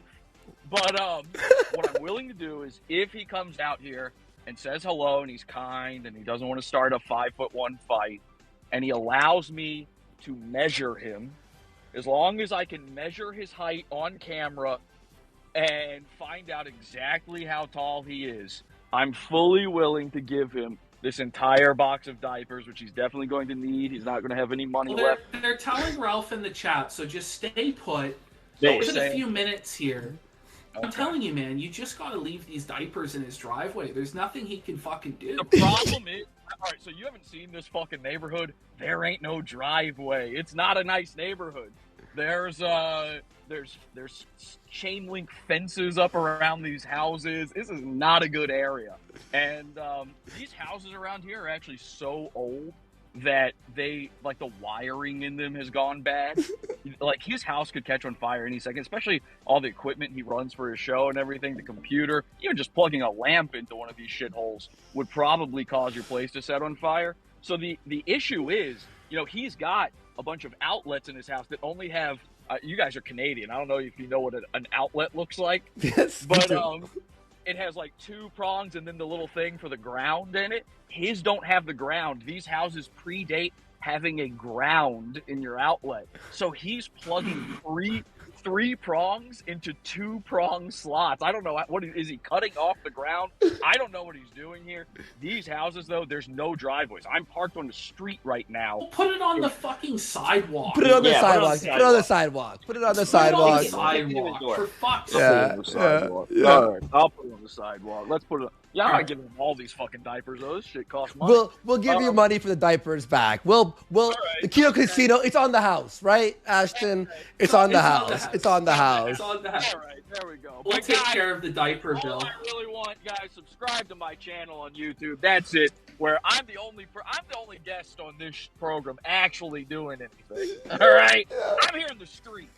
So let's give Ethan some diapers, shall we? All right, ladies and gentlemen, we gave Ethan some diapers, and you know what? May's gonna need A them. great appearance from Jesse. In about 2.5 months, the baby's born. It'll have diapers at least for a few weeks. You know what I mean? Which is a good thing since he's gonna be wasting all his money in Portugal and on hookers and on blow, right? So it's about what show gives? Who are you kidding, Andy? He's gonna gamble the diapers away, bro. Are you? Oh kidding? no! The guy- Don't even he's say gonna that. Go down That's the alley. worrying me. He's gonna go down the alley with the other fucking poor people in the neighborhood and throw some dice, and then he's gonna post about it like, "Yo, I made $12. Fuck you guys." That's what he does. He's gonna gamble the diapers. He's gonna say Xander can crawl 3,000 miles to his house again on Twitter. You know, to find out the truth. You know, these are things he'll do. It's a first. Make sure to let Ralph know there are diapers waiting for him. It's a first-person mode. It's a first-person. It's like a first-person video game. We're playing Call of Duty right now. Do.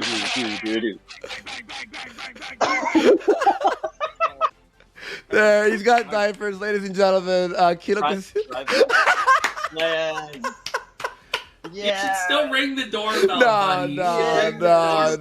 No property trespassing. It's all legal here. It's not trespassing. He's just trying to give Ralph some help. Like, it's charity. It's good. This isn't trespass. Did you see the diaper slide? The diaper slid to the door like. So he's looking so bad. Ralph's peering through the window. He's getting felted. But I don't know if you guys can see that, but he did look through the window. I'm like, actually. Hold on, I'm taking a piss. This is amazing. Oh my god. It is so cold out right now.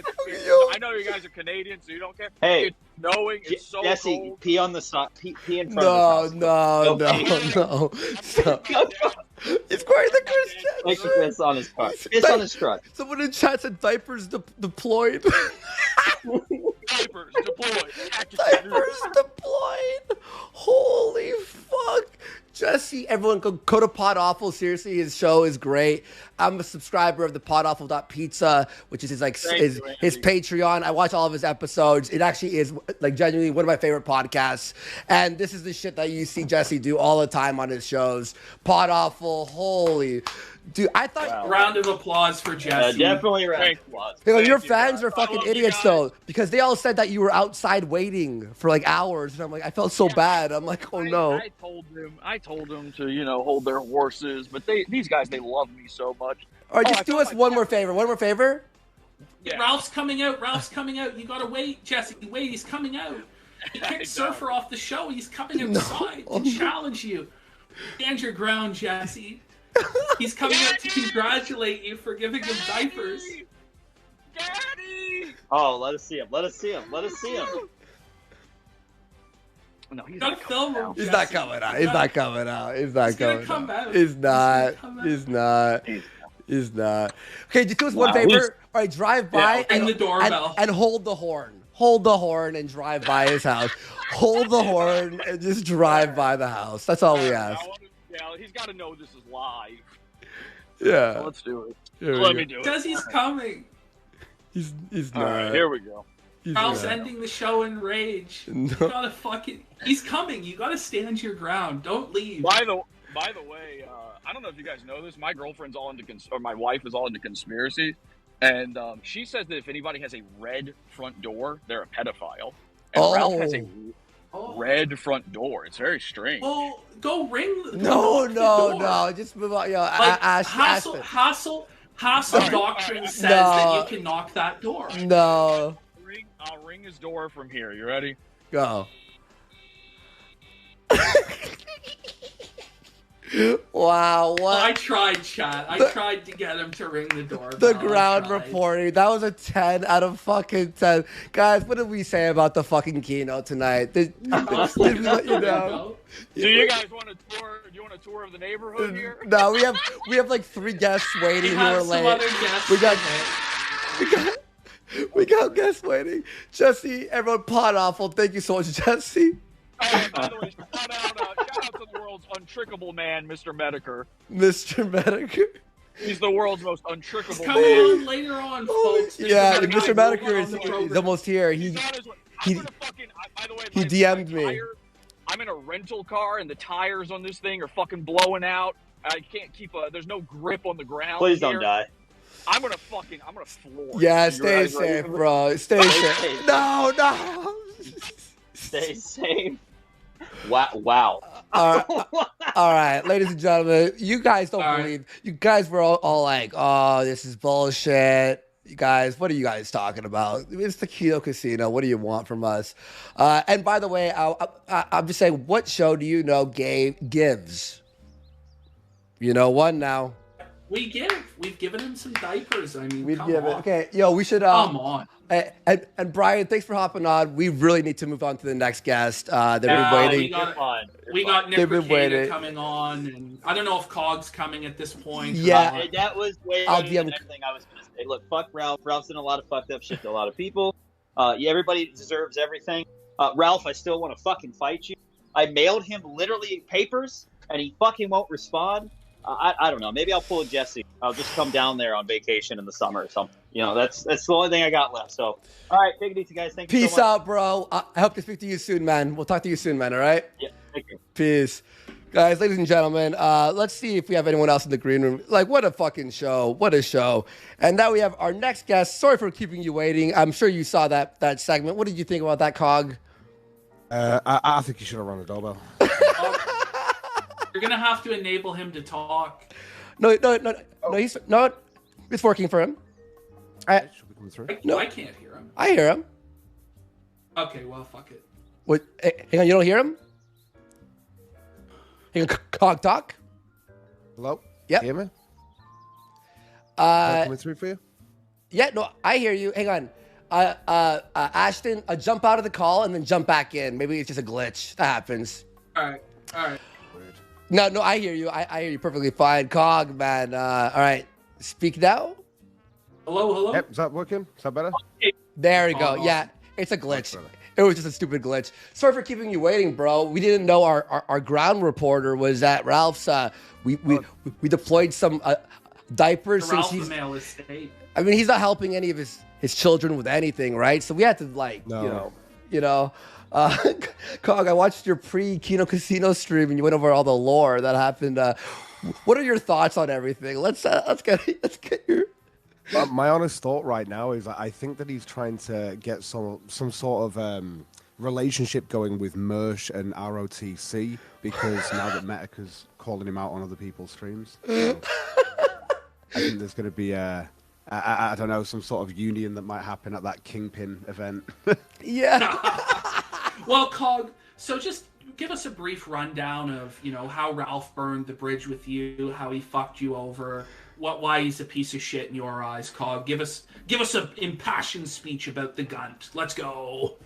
I don't know, it wasn't really like a burning of bridges. It was more, he came on the show and he had that massive fallout with Dispatch, and then after that, he just never came back on the show. He just kind of went his own way. So, but Well, he was mad at the fact that you were covering his antics, right? But of course. You do a drama show, or not drama, like you cover certain dramas, right? I would say that's fair to say. I just cover stuff that's funny on the internet, just like other people do with me. So. Now, but you like despise Ralph at this point, I would say. Oh no, not really. I actually want Ralph to continue on because it's hilarious. Yeah, I do. I want it. The thing is, I'm actually hoping he doesn't break his suspended sentence because then I win $50 off Spectre as well. Like, yeah, I've even got. You have a $50 bet going with Spectre. Yeah, I do. And this is Cognitive Thought, everyone, and your channel is Cognitive Thought or Talks as well. Cognitive Talks. You have a long history with Ethan Ralph there, and you have a $50 bet with Spectre. On what if he ends up in jail within the year? Is that what it is? So I'm hoping that he doesn't break his 1 year suspended sentence. I'm actually in favor of Ralph not doing it, whereas Spectre thinks he's going to break it, and if he does, then I lose $50. So you don't think he'll break it? I mean that. I'm not saying I don't think he will. It's a gamble, right? I expect to lose the money, so you know. House always wins, right? You the house always wins. That's right. What do you think the most crazy antic or crazy degenerate thing Ralph has done thus far? What would be your favorite? I mean, I know there's a lot. I know there's about 78 things, but what would be your favorite? Without a shadow of a doubt, him putting his own tiny little micro dick on the internet is the funniest thing. As a flex, that was a flex. That's the thing. Don't the halfway cuck. He sends the sex tape, and now we've all seen his little micro pecker, his fucking disgusting gunt bouncing, his pig hoof up Faith Vickers' ass. Now, he definitely sniffed the shit, Cog. In your opinion, in your forensic opinion, did he also suck the shit off the phone? I know there was definitely a sniffing going on that was audible. So yeah, that happened. I don't know if there was any licking that wasn't as audible. So sorry guys, I'm sorry, we forgot. It's awful.tube for Pod Awful. Okay. Awful.tube. My bad, I forgot. Sorry, there you go. And I just want to point out that Jesse, by giving the child, the demon baby, those diapers, is already a better father than Ralph will ever be. Mm-hmm. So there we go. Big ups for Jesse. Yes. Now, Cog, I wanted to ask you about this. Ralph was such a loathsome piece of shit that he stooped so low as to actually bring your own brother on the kill stream and try and give him gossip against you. You want to comment on Ralph's loathsome behavior there? Ralph does this all the time, though, and it's expected from my point of view. But I actually implored him to bring my brother on because he's quite retarded. So that was always going to work in my favor. I kind of knew. What do you mean that your brother's retarded, Cog? I've got 7 brothers, man. There's one. There's going to be one that's retarded. You can't help it. So wait, you got 7 brothers? I do, yeah. Okay, and this one was the one that had the rap career, right? No. It was you that had the rap career. No, what was it? So, like he stole the lyrics, or no. We were just doing some fucking music together, but he took it like really over the top seriously, and it just got a bit cringe. Not even gonna lie. And he interviewed your brother. Like he has to bring family. Thank you, Kim. All right, appreciate that, Keemstar. But he has to bring your brother into like he has to bring family always into things. You know what I mean? That's kind of nuts. Well, he's brought my brother into it. He's obviously brought Sinead up with you. He always brings up the past and stuff like that. And this is why I honestly think he's trying to get because I know you think that he won't shit on Metica, but I think if he's got Mersh shitting on Metica next to him, he'll try and follow suit. Yeah. Well, wait, you're saying that Ralph won't shit on Metica? I think he will at a certain point, but I only think I think he'll be doing it a lot more during the Kingpin tournament thing with Mersh around him. Well, Metica is showing up in a little bit. He just DM'd me a little bit late or whatever. But like Jim, I think I don't know why Jim never shit on him. I have no idea why, but I think he's starting to open up. With the flamenco stream, the Gator stream, bringing that up, and Gator had to put down his episode and re-edit the whole thing, so bringing Daddy Ralph wouldn't be upset and whip him in the back of the back of the kill stream room or whatever. Yeah. But No, I think Metoker's opened up to hating on Ralph like we all are because he's burned so many bridges and hurt so many people. Do you think there's any redemption for old Ethan Ralph, or do you think it's over? I don't even think if he has a daughter, he'll be a proper father to her, so let alone his son. So, I mean, is there really any redemption from the acts that he's done over the last 2-3 years? I just meant redemption online, not with familia. I mean, fair enough. Online, I mean, he's always going to have some people that'll tune into him and watch him. He's always going to have that. So, whether they hate him or like him, so. Oh, my God. So, what have you covered recently on Ethan Ralph? Have you been covering everything that he's been doing, or all the antics, or what have you been doing? So I usually do when Ralph does the old hold my beard to his last antic. That's usually when I'll cover it. But this last couple of weeks has been crazy. Called this last month because you've had Nick Rekieta he's fallen out with, you've had Rand, you've had Flamenco, you've had yourself, you've had the Quartering this week as well, which is crazy. I actually really hope that Ralph does have a fight with the Quartering. I think that'd be quite funny as well. I don't think he will. He won't fight the Quartering. He says it and then he won't do it, just like everyone, right?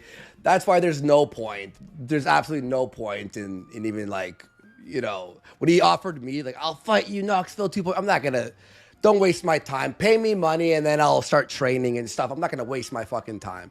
I'm not gonna fall into another Tonka situation where I lost $5,000, $6,000, fucking the months of my time training for no one to show up. And people were disappointed. Ashton, he bashed me a little bit for going the failure of Knoxville. We still had fun on the trip there. But enough with this. I'm going to fight you in real life. Shut up. We had mint salad on. Ralph, That's the thing, though, is Peter, I mean, tell me, I'm waiting for the next thing, though, because he puts his sex tape on the internet. We've all seen him in a fight now. And now we're all waiting for the measuring tape. That's it, so we can see how tall he is. Yeah, I mean, he keeps also saying, he has a big dick every episode now. My big dick. I'm going to bet of Quartering's wife and my big hog. She hasn't seen something like, I'm going to inseminate her. He said that. Did you see that? He goes, I'm going to inseminate. And then he spit on his hands. He can inseminate women that just walk past him. Just walk past him and he inseminates women. Yeah, because it's called rape. Yeah. Fuck it out. Yeah, so do you have any words for Ralph? If he ends up hearing this and ends up hearing your voice, do you have any words for Ralph? Any some life advice maybe? Don't spend time with your son. Oh, I mean, that's good. Well, honestly, right now, anyone could drop the biggest troll on Ralph right now by just meeting up with Faith Vickers and getting a picture with her and Xander and just being like, Ralph, you've still not met your son, and anyone could probably do this before you even get to that point. It's ridiculous. It might be coming soon. Uncle Andy might be having yeah, a visit right. with the Vickers. We'll see. That'd be great. See. Yeah, We've invited him down. And thank you for staying up so late. I know for you, you've been up, it's 5 in the morning there for you, 5:30. Watching the whole fucking thing. This has been great. Don't worry about it. All right, we've got Porcelain in the green room. Yeah. We got to bring him in. Andy, Porcelain made a little mini clip for us about Ethan Ralph. Let's play that, and we'll bring Porcelain onto the air. We appreciate your contribution, Cog. We appreciate you coming on. You have a good one, eh? You guys too. See you guys later. Peace out, bro. Everyone check him out. Cognitive Thought. Thank you so much, man. You see another burnt bridge, another person that he slighted and ruined. We really, really appreciate that. Now, before we introduce Porcelain here, if you all seen the Porcelain documentaries, they're fantastic. He has a new one coming out that I'm actually on. In fact, on his Patreon, you can see the uncut interview. We'll link that a bit later there.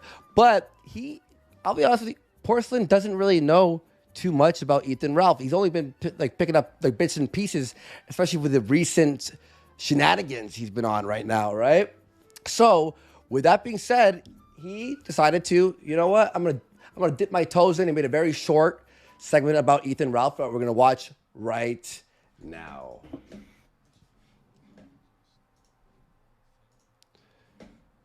Wait, I gotta boost the audio. Hang on, let me boost the audio there, ladies and gentlemen. There we go. He should literally fucking just do the world a favor and leave the planet? Like, this guy... This guy's broke, brings nothing but like... This is about me, by the way, like 3-4 days ago. He's been doing like 10-hour streams about me every single day, so that, just so you all know. He should literally fucking just do the world a favor and leave the planet. Like, this guy's broke, brings nothing but like dissension and snakery to anything he does. I look at my record next to Andy Worski's and it's like, I mean, it's like God. You know what I mean? Like, there's nothing that he's even close to me on. What is Ethan Ralph? To some, this amorphous blob of congealed putty represents the core of their nightly entertainment, seeing Ethan hopelessly cling on to the dying embers of internet blood sports, with the same desperation as Mersh rationalising the purchasing of a 12-year-old BMW. To these people, Ethan Ralph, in all his 400-pound glory, reigns supreme as their intoxicated king, charting his way through endless hours of repetitive screaming and dolphin cackles. And when not seen swinging his verified 3-incher around the now antiquated online debate scene, his most devoted of followers could be treated to a veritable bounty of horror cow content through his limitless supply of narcissistic self-promotion, usually in the form of meandering wrestling-style rants whilst under the heavy influence of pills. Others see Ethan as the epitome of lol caldom, the engorged final boss in a game far too outrageously entertaining to ever complete. They see him hands down as the internet's greatest of all gifts, a one-man wrecking ball of total self-ownership, from distributing his own eye-gougingly horrific pornography, only to be legally labelled a sex offender, to be caught in some sort of walrus-like exchange of gunt-slapping in the doorway of fellow bloater DigiBro. They will point partly towards Ethan's diminutive stature, suggesting his 5'1" mass of wrinkled blubber has only exacerbated this classic case of small man syndrome. They will further point towards the legion of dutiful gunt guards who help carry his 2 bulbous lumps of stomach fat separated by what can only be described as a frontal arse crack. These desperate sycophants remain in orbit around Ralph's gargantuan torso, like the satellites of a gas giant, often assisting in the interception of asteroid-like attacks from the streams of passing A-logs. Either way you look at it, Ethan Ralph, whilst boasting an eerily uncanny likeness of a Left 4 Dead boomer, is clearly an individual of significant fascination. Oh, Porcelain. Yeah, we have Porcelain here. What's going Porcelain, on, bro? the man. How are you doing tonight, Porcelain? Good evening, good morning. That was fucking hilarious, dude. Thank you so much for that documentary. I think that'll put some blood in the water for people wanting a doc about Ethan Ralph. Well, you could have warned me. I thought this was only a light sort of roasting, and we got sort of, Pod Awful turning up to his house, leaving diapers on his front lawn. I mean, what have I walked into here? You've walked into a legendary stream because Matt Jarbo is here. He says Jihadi Jarbo approves. That's the real Matt Jarbo. What's up, Jihadi Jarbo has approved of these tactics. Salute to him. It's Matt Jarbo approved, I guess. Majestic Matt, no! Porcelain, you had an incident with Ralph this week, eh? I guess he burned the bridge with you. Not particularly. I don't have anything personally. I'm one of the only people here that doesn't seem to have any real animus towards him, other than thinking that everything he does is the funniest thing on the internet. But I mean, yeah, I guess here there's a lot of people here that obviously aren't particularly like that. But no, I mean, my thing with him, I think I had an opinion on the Andy Worski thing, where this idea that loyalty exists in this particular sphere, especially loyalty from somebody like Ethan Ralph, who collects information and collects any sort of gotcha moments throughout his tenure of knowing you, only to release it the second you it's not even the second you turn, but it's the second that the lightest of infractions that he calls you on, and then suddenly it's just bridge burnt, and here's 10 years of horrifying stuff about you that I've collected in your DMs and voice recordings and stuff. So yeah, I just think it's a bit rich, sort of lecturing the world on loyalty when that's your sort of perspective. Yeah, and so his response to you had like a very mild mannered response from what I remember. You were like, Ethan, is this really the way? Or it was something like, just like, Ethan, come on, man.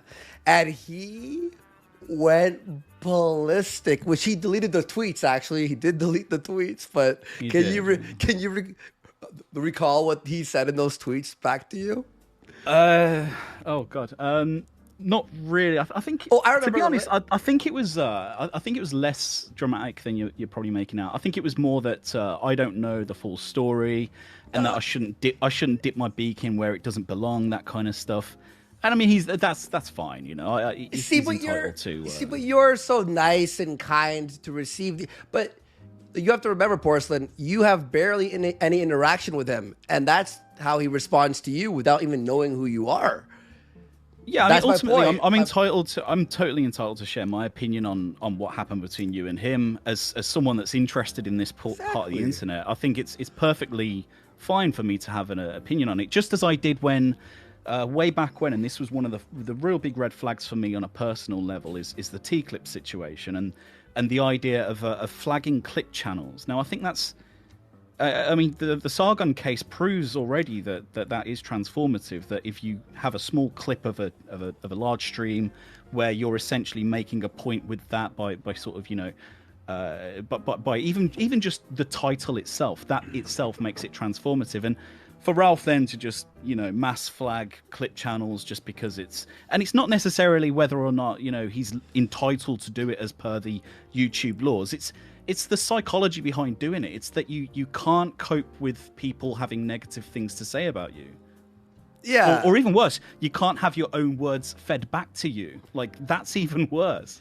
And that's the thing is this whole thing is like we spoke about this, the whole taking sides thing. And this is where the whole internet got very serious around 2019, 2020, where it's like everyone's taking it so seriously, myself included at one point, right? And I snapped out of it, thank God. And most of us did. I would say most of the people who came on the show today or people who have reached out to me, we were like, water under the bridge. Let's have fun on the internet. For him, though, he's still stuck in that mindset. And the whole team mentality is what we talked about.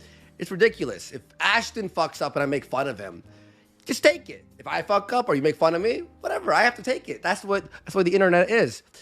You say, all I said to Ralph was, you're calling me disloyal? What about you, buddy?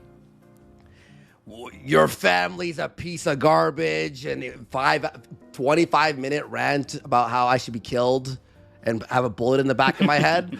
Like, Andy would be better if he had a bullet in the back of his head and I would slit his throat. And I'm like, I just said you're not loyal either, so just fuck up. That's my whole point. It's the idea. Loyalty is a two-way street. I mean, you can expect people close to you to be loyal, quote unquote. But you've also got to express some form of it yourself. And loyalty doesn't just come in one form. It could also be Ralph showing restraint when he thinks somebody is against him or where he thinks somebody's turned. Maybe loyalty should be Ralph trying to express himself in a far more reserved manner and maybe reaching out and trying to deal with it in a more mature way than just burning the bridge on first impact. It's again, I mean, that is, and it's like you said with the team thing as well. It's very much turned into that. It's very much turned into fuck the rules, throw everything out the window, and as long as we can orchestrate enough of a hug box around us, and maybe associate ourselves with other channels' hug boxes as well. So we've got this sort of cabal, this mafia-like cabal of Revenge of the Sis, the Dick Show, and the Ralph Retort, all as one great vehicle with everybody guarding and protecting us.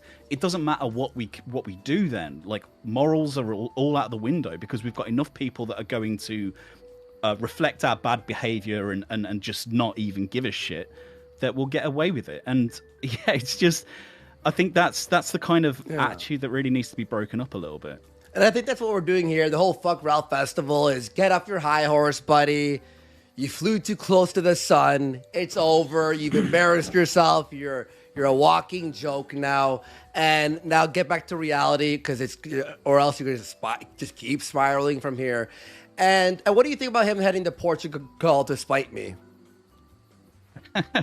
Well, again, and look, I'm not here to get involved in anything personal. Well, I mean, or any of that stuff. But what I will say though is that I just think it's a weird sort of thing to do where he's essentially putting together a fundraiser for to see his children and having that, and then suddenly he's got the money to spend on a trip to Portugal just out of spite to you. I mean, if I was somebody that out of the generosity of my own heart looked at Ralph's situation with his child and felt very bad about that and donated money, it would really, smack me in the face to see him now just spending my money essentially on a spiteful revenge attack against you. And I don't know. I just think, and again, this is just my ability to my right to have an opinion on it. Just as it's my right to have an opinion on the Jay Dyer thing, where Jay Dyer told a joke and Ralph completely spiraled out over it. So it's just, if he wants people to stop talking about him in this manner, then he's simply just got to right the train a little bit. Yeah, and any final words for Jay Caesar? For who? Oh, Jay Caesar 187. You never heard of Jay Caesar 187? Well, sorry, Ralph one time opened up all of his emails on the YouTube top right corner, and there was one email called Jay Caesar 187, and people tracked it down and found a Pornhub account that had a bunch of favorites on it of black cuckold porn. Wow. I mean, so we call him Jay Caesar. So have at it, I suppose. I've got nothing really nothing of value to add to that, really. But so any final words for Jay Caesar? Keep at it, bud. It sounds like you're winning. So yeah, it sounds like he's winning for sure. Keep tugging that pud, I suppose. Thank you, Porcelain. Yeah, you're a legend for coming on, buddy. All right, really thanks, bro. Peace out. Now, okay.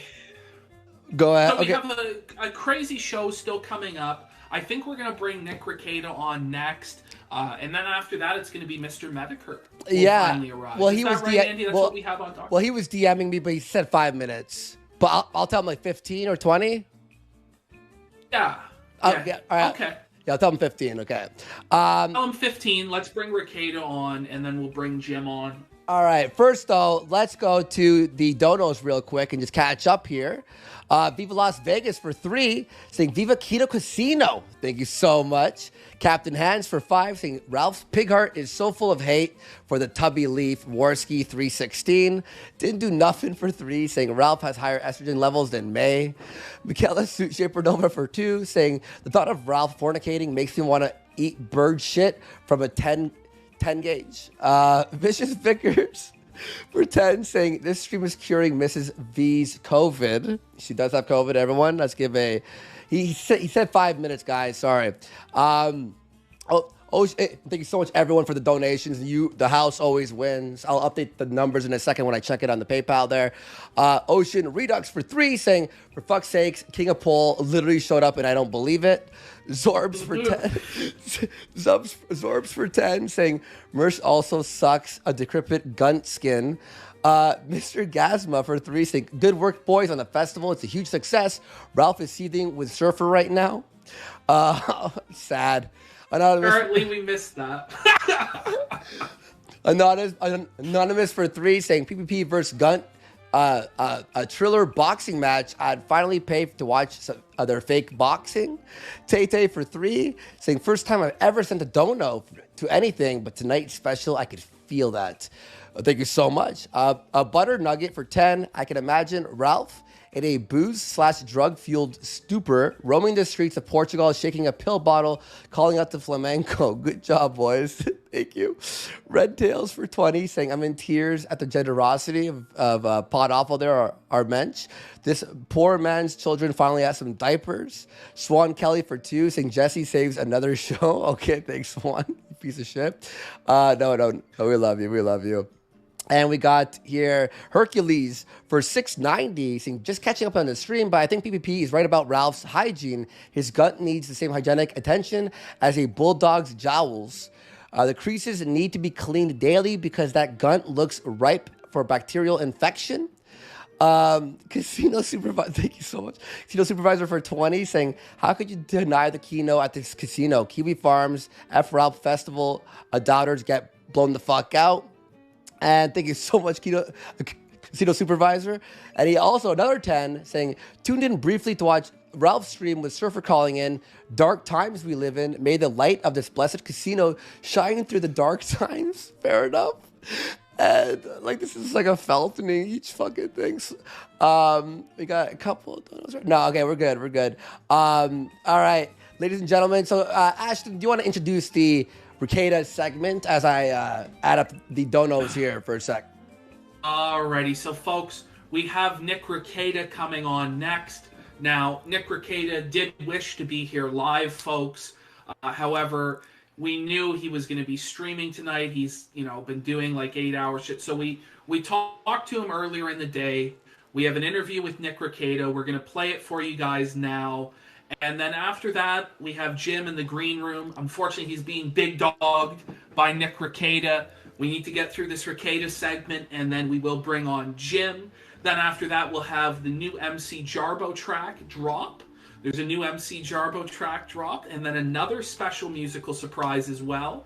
And there's a whole lot after that still to come. We got to place our bets with Ralph. We have Andy's Keno Confessions coming up.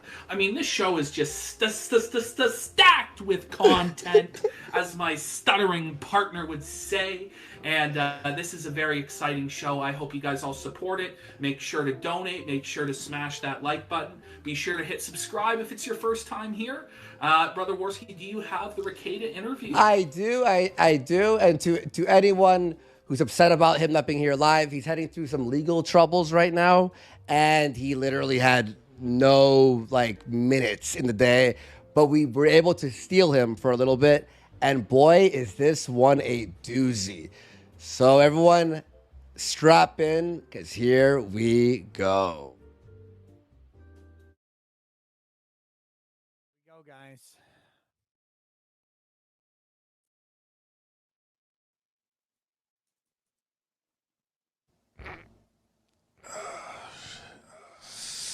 No, Ralph!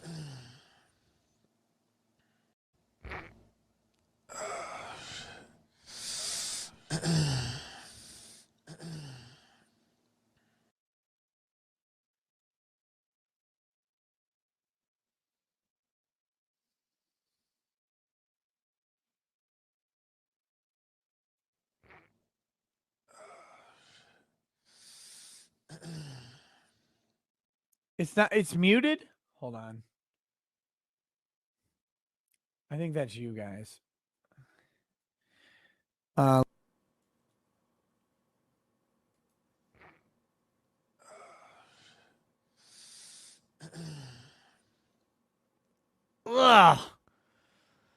Gross. There you go. That's whew. Alrighty, Mr. Rekieta Esquire, sir, welcome to the Keno Casino. Before we start off, I just want to humbly apologize to you, Mr. Rekieta, on bended knee.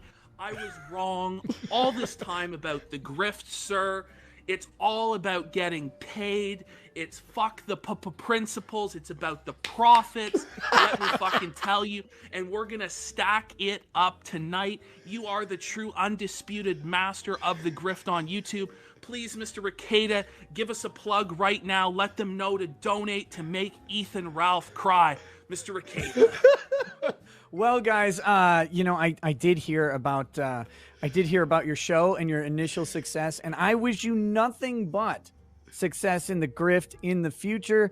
To everybody out there, I'm not here live. I apologize, but I am here to say I support the grift that everybody is doing. I hope you guys have nothing but a growing show that people get to enjoy going well into the future, into your ripe old dead ages.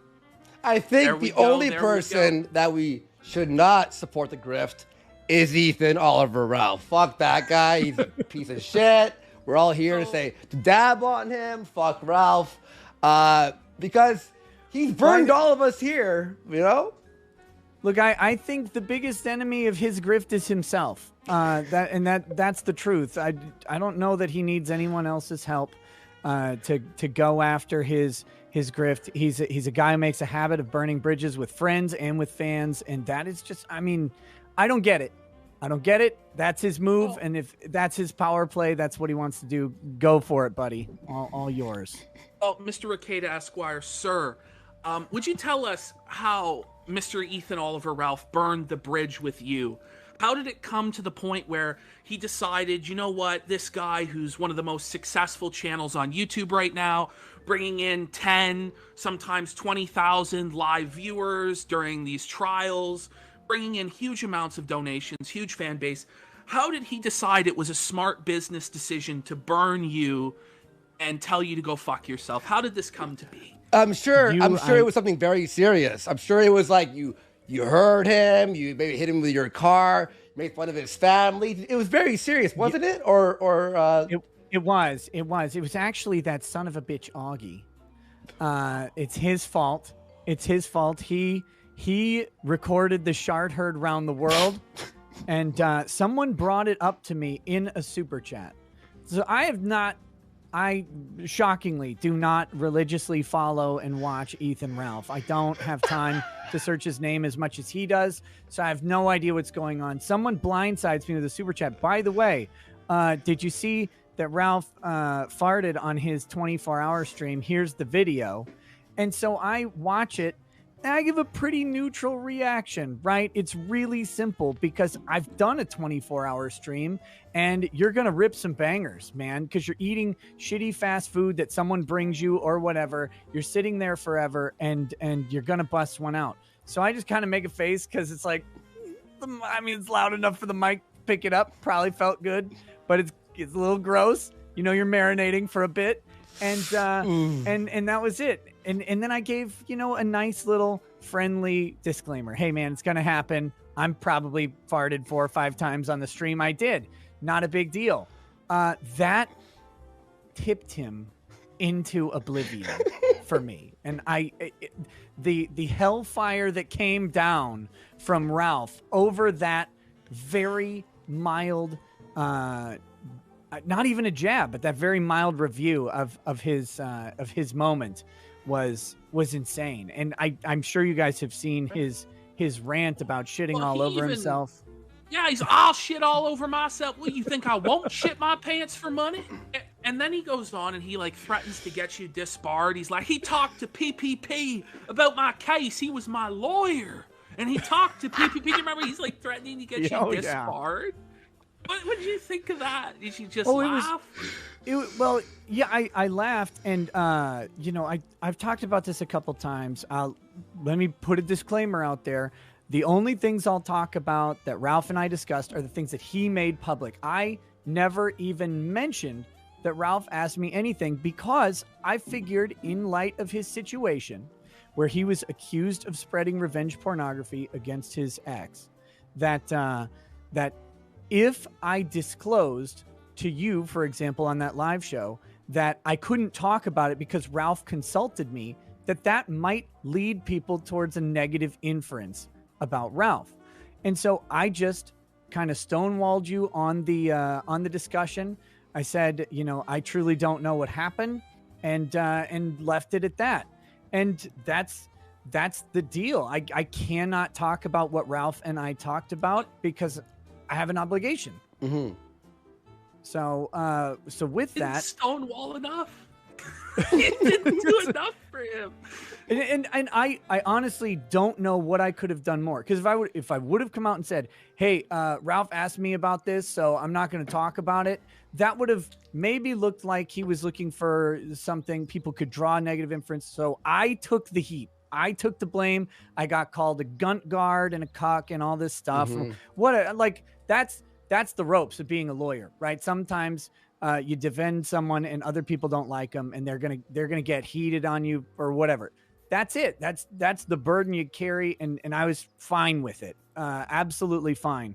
But for him to go off on that as if I should have taken a different approach just spoke to me of absolute short-sightedness on his part, because had he thought through it, or if he maybe fucking DM'd me and asked, "Hey, why'd you act like this with PPP?" Because remember, this is a year ago. Yeah, a year prior to this, and he never said a word to me about that shit. Well, and I would have clearly explained, "Oh, by the way, yeah, here's why I addressed it that way," and that would have been that, but he never did. Well, here's the thing: is it's funny that we're talking about this right now as if this was the problem, right? Because it wasn't the problem. The problem was the shark video that triggered him. Now, you and I have the exact same story. I stayed at Ashton's house for a week. We made videos. He didn't say anything. He was fine. "Oh, yeah, I'm good with it. Don't worry." I was like, "Are you sure, man? I'm good with it." And then one little thing triggers, 6 months ago, you hung out with Ashton. I'm like, what the fuck? He's bringing up that lawyer stuff like that matters at that moment. If it did, be a fucking man. I'm the Ralph male. I got bigger balls than anyone. I got my bigger dick than all you motherfuckers. But yet you hold things in for a year and then trigger it, and then a fart triggers it. So we have the exact same story. In fact, that's how I messaged you for this. You said on my tweet, "Story sounds familiar, Andy." Well, I was just going to say, it starts to become, I imagine, for you guys, intolerable when you have an associate of yours with Ralph, and, he gets to decide who you can associate with, and that's ultimately what it comes down to, is if you're, it's going to bring on one of his enemies, and his enemy list increases every single week. There's a new enemy that you can't associate with. It starts to become very difficult to run a business where you're networking with other people online. And I think that for a lot of people on the Fuck Ralph Festival tonight, that's what's happened. They've realized it's like, well, fuck, I could have Ethan Ralph as a business associate, or I can have Augie, and I can have Flamenco, and I can have Ricada, and I can have Worski, and I can have all these other people. So, Ralph, I'm sorry, because you've decided to make it verboten to associate with all these people, you're the one that's going to have to go. And, at the end of the day, it's not 2018, and Ralph's not the king of shit mountain. And, that's what's going on. But I never gauged or thought about bringing someone on or not bringing someone on to my show because of what Ralph did. Like, when I had you on the show, PPP, I knowing obviously that would probably make Ralph mad, but I don't run my life based on someone else's thing. And in the same way, I don't care who anyone I know is going to bring on. Like if any of my online friends were to bring on some enemy of mine, I mean, go for it. What the hell does it do to me? It doesn't harm me in any way. So I hold that standard in the same way, because I just figure we're all fucking adults and professional about some of this stuff. I mean, we use unprofessional language from time to time. We make jokes, but at the same time, it's like, this is, when you're making business networks, you make business networks, and you're not going to get along with everybody all the time. And who fucking cares if your friend brings someone else on? Now, if they bring you on, they're both shitting on you or something, maybe, but come on now. Yeah, I think that's what this whole festival has been about. The Fuck Ralph Festival is just basically to be like, fuck you, you piece of fat shit. No one likes you. You're rude. You're a horrible person. You've done the most obscene things. Sorry, go ahead. Well, I was just going to say, because we have an actual lawyer here with legal expertise, Oh, I was going to ask you what you think of what's going on with Ralph lately, his legal situation. I'm not sure if you're aware, he's pled no contest to the revenge porn charges in his case. I'm wondering, would there be any ramifications in that, in terms of him seeking custody of his child, or, potentially what he might have to pay in child support, or is that kind of irrelevant to those sort of proceedings, or do you have expertise in that? Well, with the caveat that I do not practice family law in California or wherever they are. And I don't practice criminal law in Virginia, although I did an initial case review of the revenge porn stuff, gave my opinion. Facts changed a little bit after that. I didn't think they would prosecute it because at the time I did the video, I think they were still together and stuff like that. Mm-hmm. Well, breakup occurs. Apparently, the Vickers appear to have wanted to pursue the charges a little bit more, so the charges get reintroduced. He ultimately pleads no contest, which means I'm not saying I did it, but I'm not going to fight against it. So he gets found guilty. He gets a suspended sentence, and as long as he doesn't fuck up criminally for the next year, it's gonna basically go away. That's a good deal to get. You want to get that kind of plea deal if you're in that type of situation. So kudos to that. It is still a guilty conviction at the end of the day, and so does it have impact on him? It probably doesn't have any impact on his custody case because it's not an offense against the child. And family courts try to make a distinction between offenses against the other parent and offenses against the child for, custody and stuff like that. It could have some minor impact. The judge could just be pissed off about what he did. But at the same time, generally, parental rights aren't going to be impacted if you didn't harm the kid because the kid's not in danger. Now, Ralph has a lot of steps to go through before he gets any sort of parental right, in California. He's 3,000 miles away in Virginia. So whatever some custody agreement is going to look like, whether a judge is going to be like, oh yeah, sure, you can have this kid for 6 months out of the year. I don't think that's going to happen anytime soon. But the real risk that he has 2 pending violations of restraining orders. That those cases are outstanding, and now he has a conviction, and I think at least one of those pending restraining order charges might be related to Faith, and so now he's got a conviction against Faith, and how those interact, there could be some issues that brings up for him in that case. Now I don't know, and again I haven't researched it, and it would depend on what the parties argue and what the state wants to pursue against him on that, but there are possible impacts there. But on the parenting stuff, I don't think so much. I have one legal question for you, okay? So for him to own me, he decided to fly to Portugal, right? So my retaliation, which by the way, I've been there 13 times, have fun, have an awesome time. For me to own him, I gave Faith, specifically Xander, $20 through PayPal, and she tweeted out, "Thank you." Andy Worski has given me has given $20 more than his own father, making him better than the actual father. Would this legally make me more of Xander's father than Ralph himself? Oh damn! At this point, because as I understand it, Ralph has not made any claim to being the father legally, right? Because he has to make a show. I don't know. Again, I don't know specifically how they do that in California. In Minnesota, you either have to sign a recognition of parentage at, either at the time of birth or in some period of months after the birth, or you have to go to a court and petition for an adjudication of parentage. You have to get an adjudication of paternity, and that can be done with the mom's consent, with a paternity test, various different ways to do that. My understanding is that he hasn't done that yet. I don't know if there's something that's going on behind the scenes, but assuming my understanding is correct, yes, it makes you Xander's daddy. There we go. Right now, that was a true lawyer, Ralph Felton. Ralph, so I am the father. Basically, from the legal analysis that Mr. Rickade has provided, Andy's the real father.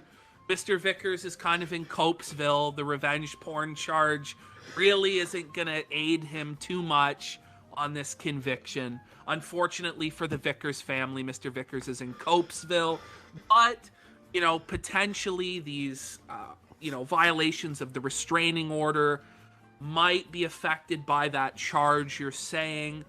What would the penalty possibly be if he's found guilty of these breaches of the restraining order? Is there any sort of redress on that for the Vickers, or is it what would the possible penalty be?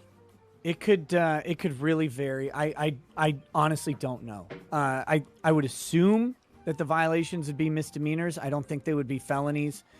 Likely some sort of fine or penalty for Ralph. But if for example, this other conviction adds some sort of aggravating factor, it could be more. There could be a potential short stay in jail or something like that. But I don't want to speculate too much because I honestly have no idea how This that is the plays thing. out. Nobody seems to know. This is the thing. You know, you see the pretend internet lawyers. They speculate. They say, this is what's going to happen. This is what's going to happen. So I wanted to get it from a real life Mr. Rekieta Esquire, what he thought on the case. You know, and we're going to ask everyone this. We're going to ask everyone this as part of the, I guess, the Fuck Ralph festival. You know, I had my downfall, you know, building back up slowly. A lot of people have had their downfall and had redemption, right? It happens on the internet with a lot of people. Now, do you think that this is the end for Ethan Ralph? Or do you think that there's something he could do that would redeem him? Ooh. I don't know what it would be. Look, here's the difference, right? Most people who have had their downfall or whatever that looks like, it tends to be a quick drop, right? You get a big hit, and then you build back up over time. Ralph has been slowly circling the fucking toilet drain for a while, right? It's just been this steady degradation, hit after hit after hit. That's one of the things that makes me the most worried about the guys, because it's not something where it's like, look, 48 hours, 72 hours, a couple weeks, you're going to be through this. It's been going on for such a long time, really, since the heel stream. It's been this slow plinking away at the support structure. And so you don't have the same pattern that other people have on the downfall. He's still falling, right? So until he actually Bailey, hits the bottom. Was aim illegal? No, I've talked about this a lot, right? Alex won that case. Yeah. He had it dismissed pre-trial. And the reason he had it dismissed pre-trial is because there were all sorts of factors that showed that you guys would, and particularly him, would have been in reasonable fear of imminent bodily harm. Now, had he pulled the trigger, we might have had a different issue, but thankfully it didn't come to that. But, you know, that was a wild thing. You guys took a lot of heat for it. And you... mildly fair, right? It was sounded nuts. a little retarded. It was nuts. It was crazy. Stay the fuck. I think you were the first person I phoned on the way back. I'm like, Nick. No. Yeah, I did. I'm like, Nick. He's like, what happened? I'm like, You're in trouble. I'm like, Nick, we just pulled a gun on someone. He's like, hang on, I'm waking up. I think you were like napping. You were sleeping. You're like, hang on, Andy. Usually. Wait, what did you do? But no, it was here's anybody who thinks that it wasn't justified, you just go like this. It was dismissed pre-trial on pre-trial motions, right? Like the defense attorney got the thing taken care of because the prosecutor couldn't bring the case. They couldn't prove, they couldn't even raise a probable cause issue that they could make these charges stick. So were you justified? By law, yeah, absolutely. Now, again, everybody gets to make fun of someone when they're in a shitty situation. They sound a little bit silly, but on the legality, my initial review of it was, man, this sounds justified to me, and I'm glad that his attorney and the judge ultimately agreed. One more from me, Nick, because I know you're a father, right? How many children do you have now? 5. Whoa, 5 children. buddy. Wow, he's walking the walk, folks. 5 children. And look, Ethan Ralph now has his son Xander. Fantastic name, by the way. Great choice by son. Faith. And he has a second child coming, a daughter with Pantsu. What would you assess as Ralph's ability to be a father? Because the one child in California he's not going to see. But the other child, the daughter, is going to be with him every day. He's going to have to be dealing with a crying child, changing its diapers. Do you think that given Ralph's current circumstances, he's like equipped to be a father? Do you think he'll handle it well or no? Well, I'll say this in a couple ways. I don't know that anybody's ever equipped to be a father until they become one. because a baby in the house has the potential to change you. So, actually, that's kind of a good answer to what we were talking about earlier. What could redeem Ralph? Maybe the baby's going to kick his ass into shape, but you have to meet that, right?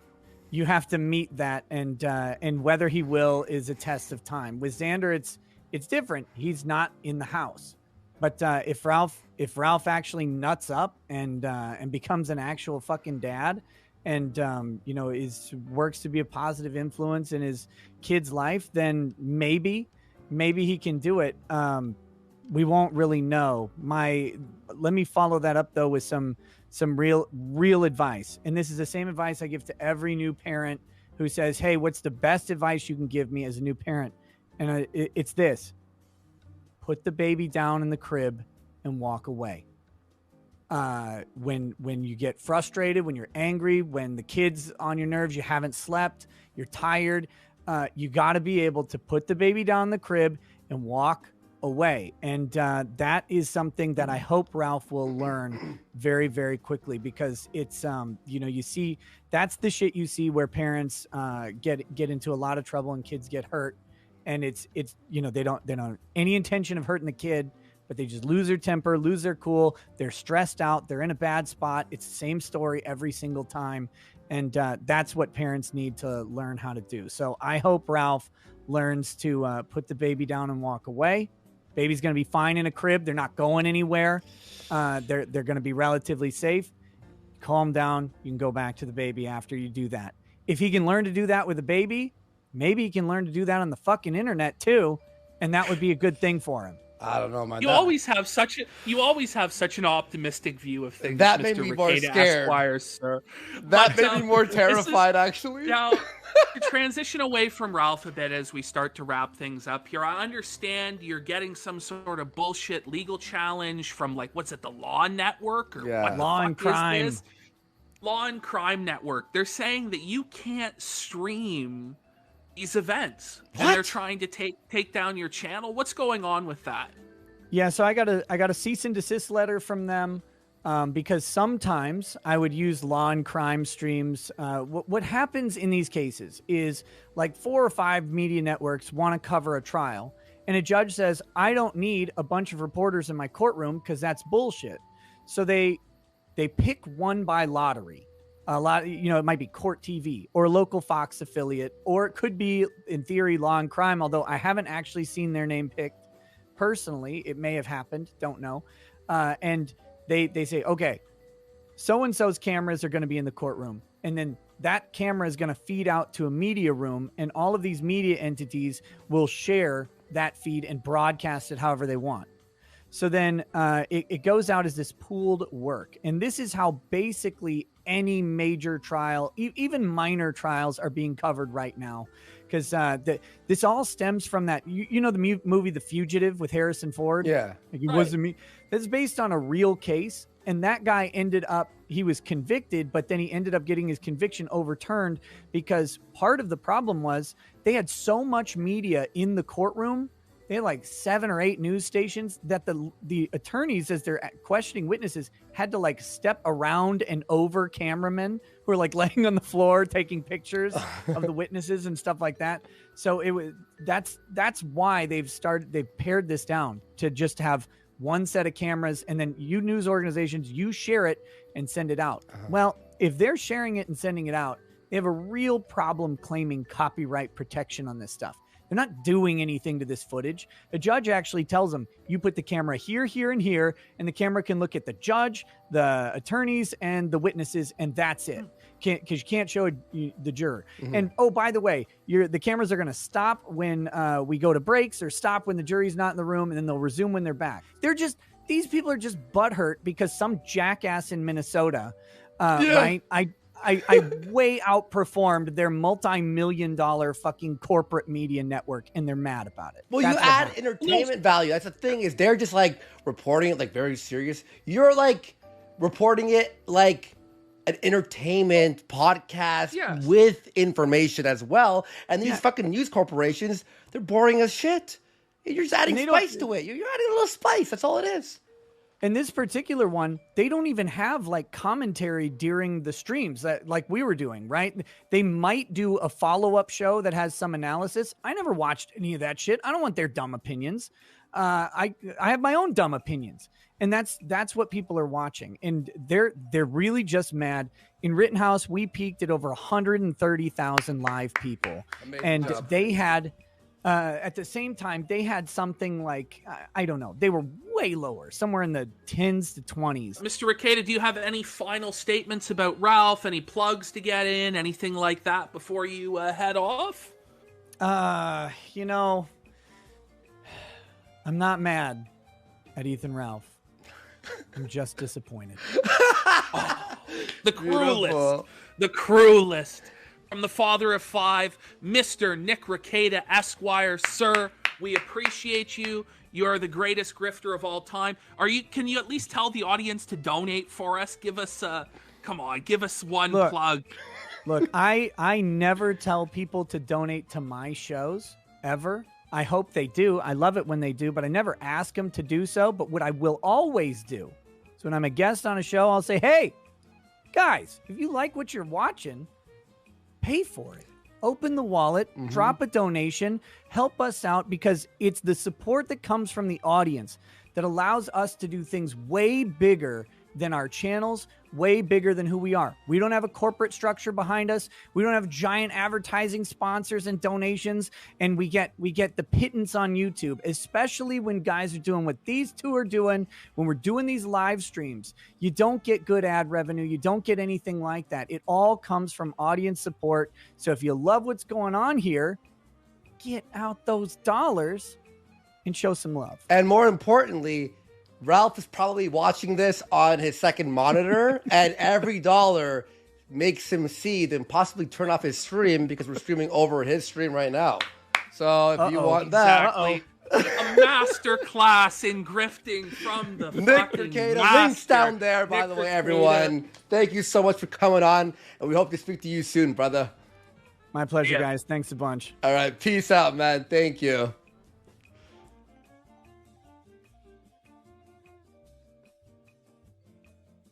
Okay, we are back, ladies and gentlemen and gentlemen. We hope you enjoyed that segment with Nick Rekieta. Nick was humble enough to have us around. Okay, before we even just go into that, thank you, Nick. Everyone, you know who Nick is. Ralph is seething about the diaper thing, saying that my pregnant girl was. You want to know why we're doing this, by the way? You know what he did? I didn't want to go into this. He literally said he's going to buy plane tickets to Portugal and find my sister who lives there and then proceed to rape her, and that she better watch out. Did he not say that, Ashton, around Tuesday, Monday? He absolutely did. No, he absolutely did. He said he was going to print out pictures of your sister and masturbate on them. But let's be honest. Then find her house. Better watch out. She better watch out. Listen, even the stuff that Ralph's done, he has no claim to any sort of moral high ground. He assaulted a fucking police officer, which is far worse than anything Jesse fucking did. He released revenge porn of his 18-year-old fiancée as a registered sex offender in the state of fucking Virginia. Or at least a convicted sex offender. I think you gotta get 3 to be a registered sex offender. This guy has doxed constantly throughout his entire career. Doxed his ex-girlfriend, Adrienne Blair, got her fired from her job, got King of Pole fired from his job. I mean, this guy it's honestly, he cries out in pain as he strikes you. Every single fucking time. He loves to utilize dirty, disgusting fucking tactics at every fucking turn. And as soon as he gets a taste of his own medicine, which, let's face it, was nothing but a fucking harmless prank with diapers, he tries to turn it into the biggest fucking cry fest of all time. Yeah. Oh, my pedophile fiance was scared. Oh, well, you know what? Maybe she shouldn't masturbate to children then. Have you thought about that, Ralph? By the way, have you thought about maybe you shouldn't be a doxing fucking scumbag? Have you thought about maybe you shouldn't be a revenge pornographer? Have you thought maybe you should just quit the internet and get a real job, and then you wouldn't have Pod Awful show up to your house with fucking diapers? Have you thought about maybe you could pay for your child's diapers by yourself so Jesse doesn't have to bring them to you? Have you thought about maybe fucking nickel and dime you get on spiteful bullshit like the spite flight to fly out to Portugal and threaten Andy's sister? Maybe you should have thought about that before you get up on your fucking moral high horse. And so far as trying to bring in Augie or Nick Rekieta, they had no idea what Jesse was going to do, and neither did we really. But to be honest with you, I encourage what Jesse did. There's nothing wrong with what Jesse did. Jesse didn't break any laws. Jesse had every right to even ring his doorbell and make that pig come to the door. And we just watched some accountability for his actions. And we just watched the video of him breaking into someone's house and then assault the person in their own fucking house. Yes. So, and then by the way, I don't give a fuck. You can make fun of me, like do all your streams and threaten and make fun. I don't care. But what I care about is you now on Twitter going, like he called the cops. Oh, he left diapers on my door. Shut the fuck up. I don't care what you do. Like, you can say whatever you want. You said the most heinous things about me, not only to my to my face in front of like on your show, behind the scenes. You don't think I know what's going on behind the scenes? The shit that you guys don't even know is so disgusting. I don't even want to repeat it. But I don't care. Like, do whatever you want, Ralph, because you're a fucking psychopath. Do whatever you want, but don't cry now. Do not cry, you little bitch. You little fucking faggot. Like getting a taste of his own medicine. That's what it is. He cries out in pain. He's allowed to dox everybody. He's allowed to show up to Adrian Blair's house with signs and hold fucking festivals outside of her house. He's allowed to threaten to do all of this shit. He's allowed to be a menace to society. But the moment it comes to his fucking doorstep, what he brings to other people's doorsteps, he cries out in pain. I have absolutely zero guilt for that. My only wish is that Jesse went further.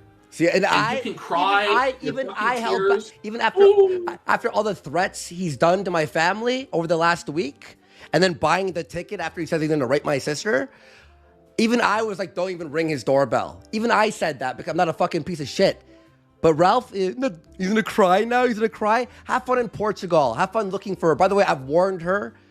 They have weapons ready for when you show up at their door. So if you fucking go on their property, you're going to fucking die. If you're going to rape her, if you like fucking send threats out like that. So eat a fucking dick, Ralph. I don't care. And to the 2 or 3 people on Twitter who are like, Andy, what the fuck? You watched his show all week. You've seen what he said all week.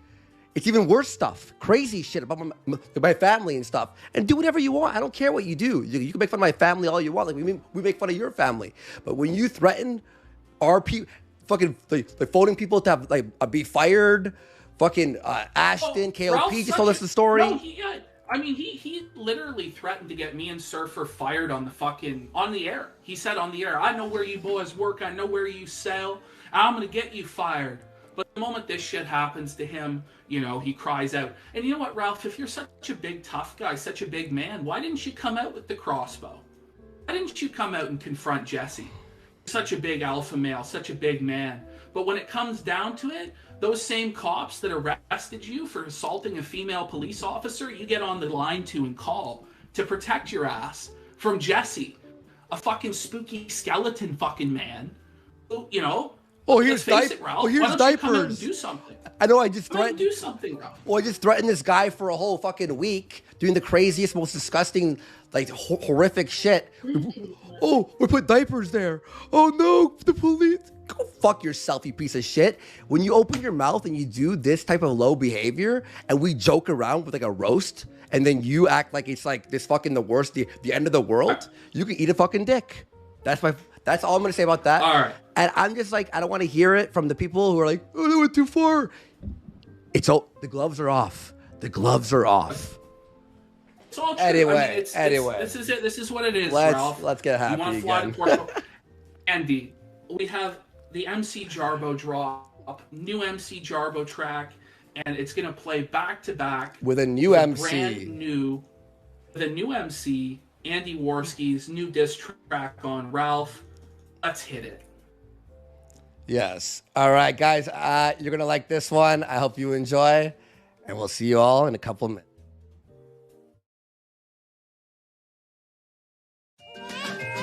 Hello and welcome to Uncle Ralph's Daycare Center. Please leave a review if you have a chance. It would be much appreciated.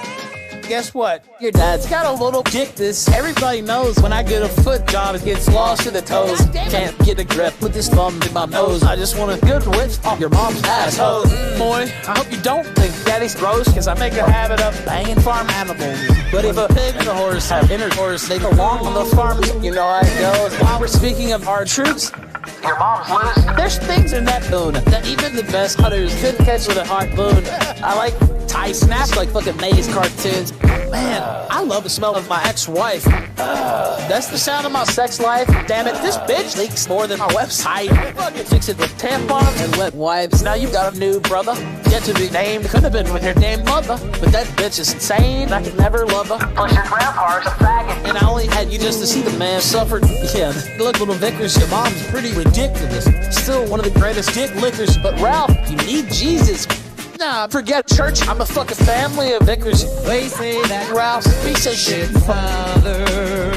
So I just say, isn't so. No, it's not true. But if you put me down for another bastard child, I'll know, believe me, I'll know.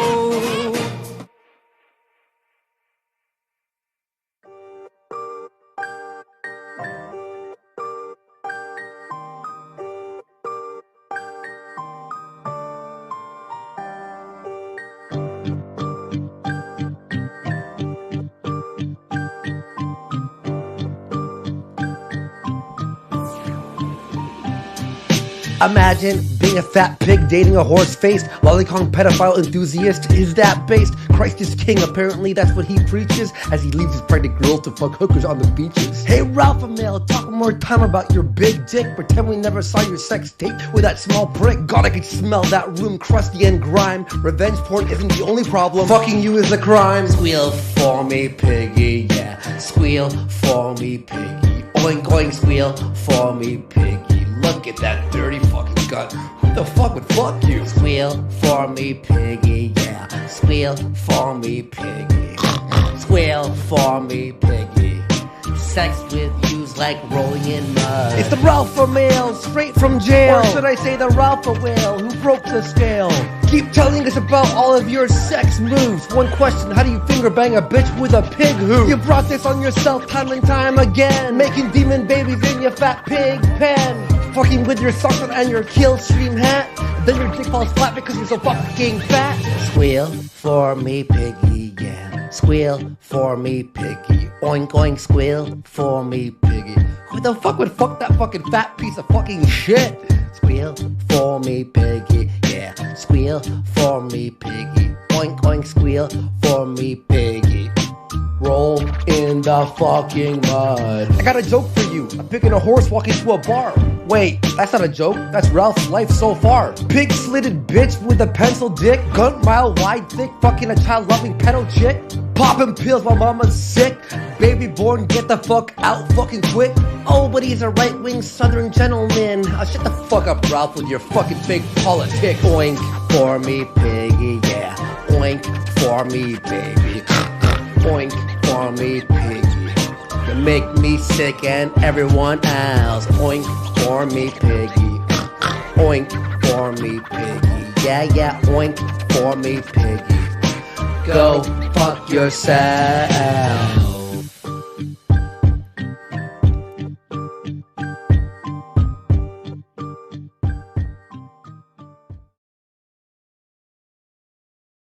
Okay, everyone, that was Squeal for Me Piggy by MC Stay Back, or should I say... And World's Best Dad 2 by MC Jarbo, let's not forget that. Yes, back to back. Excellent shit there. Yeah. Excellent shit there. Now look, folks, you know, there's a lot of talk about going too far. Oh my God, we're going too far. Well, you know what? I've actually contacted Ralph's father. We've got Ralph's father who's going to come on to deliver a message to Ralph. A lot of people think that, you know, Ralph's father, Ronnie, died. He was melted into the couch, his body rotten with maggots infesting it because he had a bad relationship with Ralph because he hated him and he never talked and he was found rotting, stinking corpse in the fucking trailer 2 weeks after he died. But that's not true. Ronnie actually faked his death in a life insurance scam, got a kickback from Ralph, And Ronnie is here to deliver us a message to Ralph about what he thinks of him today. And then following that, we're going to have an excellent track from Mr. Five Finger Full Price, The Total Eclipse of the Shark. Let's hit it, Worski. Here's the message from old Ronnie there. All right. Here we go. All right, Ronnie, hit it. Dear Ethan, this is your father, Ronnie. I know you think you found me half rotten and melted into the couch 2 weeks after I died because we hated each other and never talked ever since you raped your mother, passed out on pills, and soiled yourself. By God, the smell of it. But I'm actually alive and well in a Canadian trailer park. My insurance scam worked well, son. And let me tell you, the welfare system up here is to die for. All I had to do was say I was Syrian. Everything's free. Anyway, son, I'm writing you here because you're now approaching the same age I was when I had you. You've got a son with one baby mama, a daughter coming up with another baby mama, and I can't tell you how proud I am that you're doing it the Ralph family way, just like me.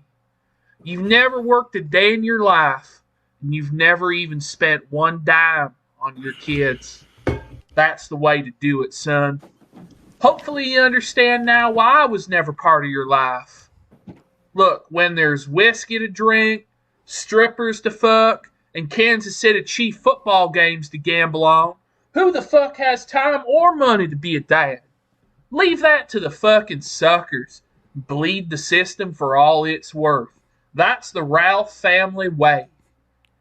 Anyway, son, I really used to hate you. I wasn't proud of you growing up because you were never good at any sports and you played video games all day like some sort of pussy queer faggot. Probably the only good moment of bonding father-son like we ever had was when we killed those dogs together. That fucking kid, when his doggy was hung up from the neck, he cried and cried. That was funny as shit, son. But that aside, when I saw you drop that sex tape and humiliate that whole Vickers family while dodging child support, it couldn't help but bring a smile to old Ronnie's face. Finally, my son knows what it is to be a man. Remember, son, a Ralph never works. He just loafs and leeches, makes life miserable for everyone around him. Never forget that, son. Never let anyone shame you for being a lazy, alcoholic, deadbeat dad, criminal felon. It's what makes Ralphs who we are. I love you, son. And make sure to leak the sex tape of Pantsu for old Ronnie so I can have some new masturbation material. You know how I love bestiality, son. Those dogs were mighty tasty, weren't they, son? Anyway, this is with love, your dad, Ronnie. That was a real serious and heartfelt message from Ralph's father. I hope he really enjoyed that message of support and love from dog-killing father who put puppies in the oven. All right, now we have up next, it's Total Eclipse of the Shark. This is a fantastic song, and I hope you all enjoy it.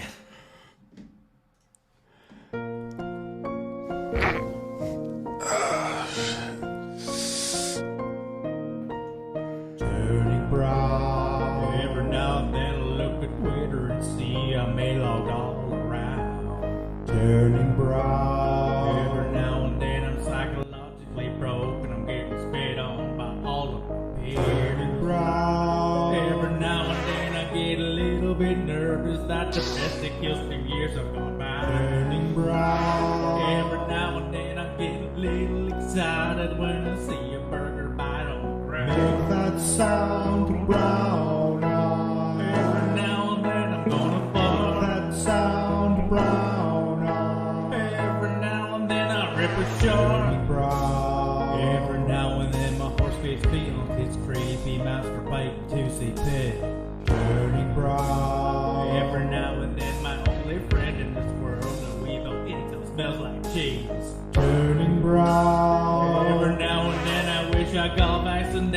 death instead of mama dying alone. Turning brown. Every now and then I wish I wasn't a midget with a drinking problem and keeping stoned. That sound brown. Every now and then I'm gonna fuck. That sound brown. Every now and then I rip a short, and I pushed you hard that night, and I pushed as hard as ever, and I had my pants too tight. It's on the internet forever, and the halos will never forget. Josh Moon always is wrong. I'll burn every fucking bridge far and wide. Even bastardize my son just to spite the child bride. The child bride. Don't know what to do. I'm always ripping shards. An alcoholic powder keg my assholes to spar. I'm really stealing tonight. Ricada's gonna start a fight. Draxel's gonna fuck his wife. Once upon a time, Jim called into my show. Halos Vedic perfect marks. Since Ronnie's turned me gay, whenever I'm tipsy, I shark.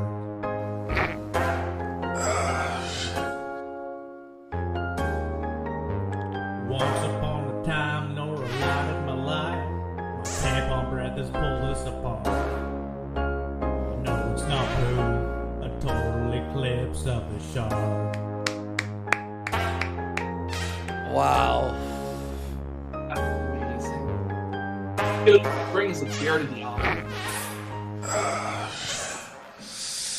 By the way, an update on Ralph Seething. He's now threatening Augie on Twitter. Oh, I'm sure that's really going to work well for him. It's the downward spiral. There we go. The downward spiral of Ralph. That's it. Fuck you, Yeah. Ralph. Yeah. Fuck you, you piece of shit. Go after people's families and their jobs. And then we throw diapers on your fucking thing and you see it. Go. And then you're threatening Augie on Twitter. Keep crying, bitch.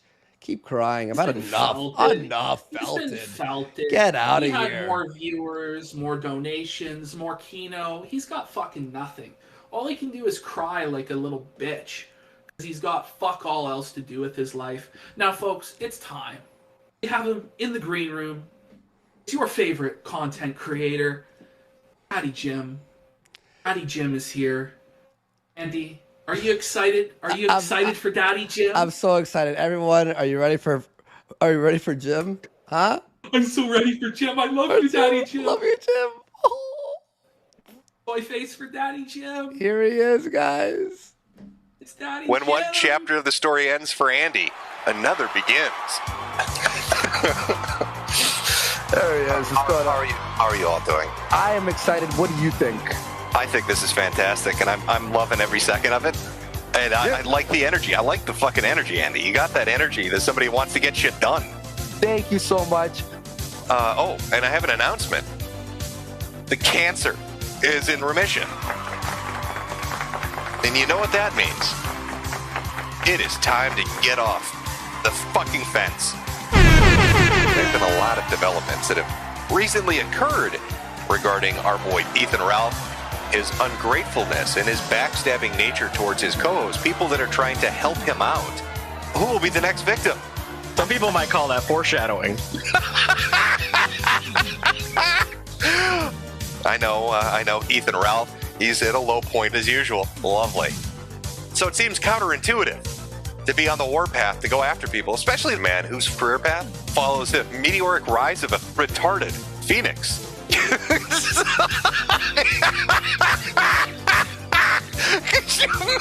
I think we're entering the year of the A-Log. 2022 will be the year of the final Gunt implosion. I think it's our time, butts. We're taking it back.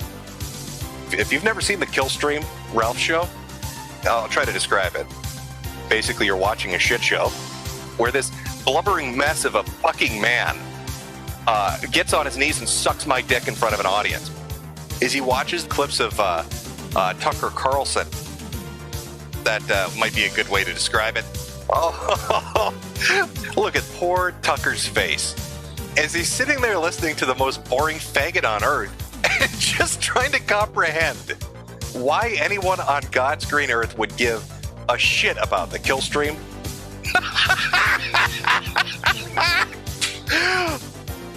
Painful. Painful to watch. Nobody's watching him anymore. But he still does his show for some reason. It's all become so stale and sanitized and unfunny and unentertaining. He's now sitting on streams of less than 1,000 people while the people he used to make fun of, the people he used to shit on and use as a gimmick for content, are bringing in thousands and thousands of people on their own. Really, what it comes down to is it's far more fun to fuck with Ethan Ralph than it is to watch his show. Well, don't feel bad for him. Ethan Ralph is an obnoxious, thin-skinned, and soy-filled bitch.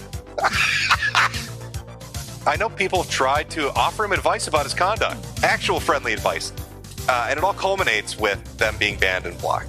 I myself have given him lots of genuine advice. He didn't listen to me. Well, you know what? Shift gears here for a second. I've got a bit of a surprise coming up. We've got a special guest joining us. Gator, thanks for joining me. Mr. Medicare, how you doing, Jim? How you doing? I didn't put that on my soundboard. Jesus Christ.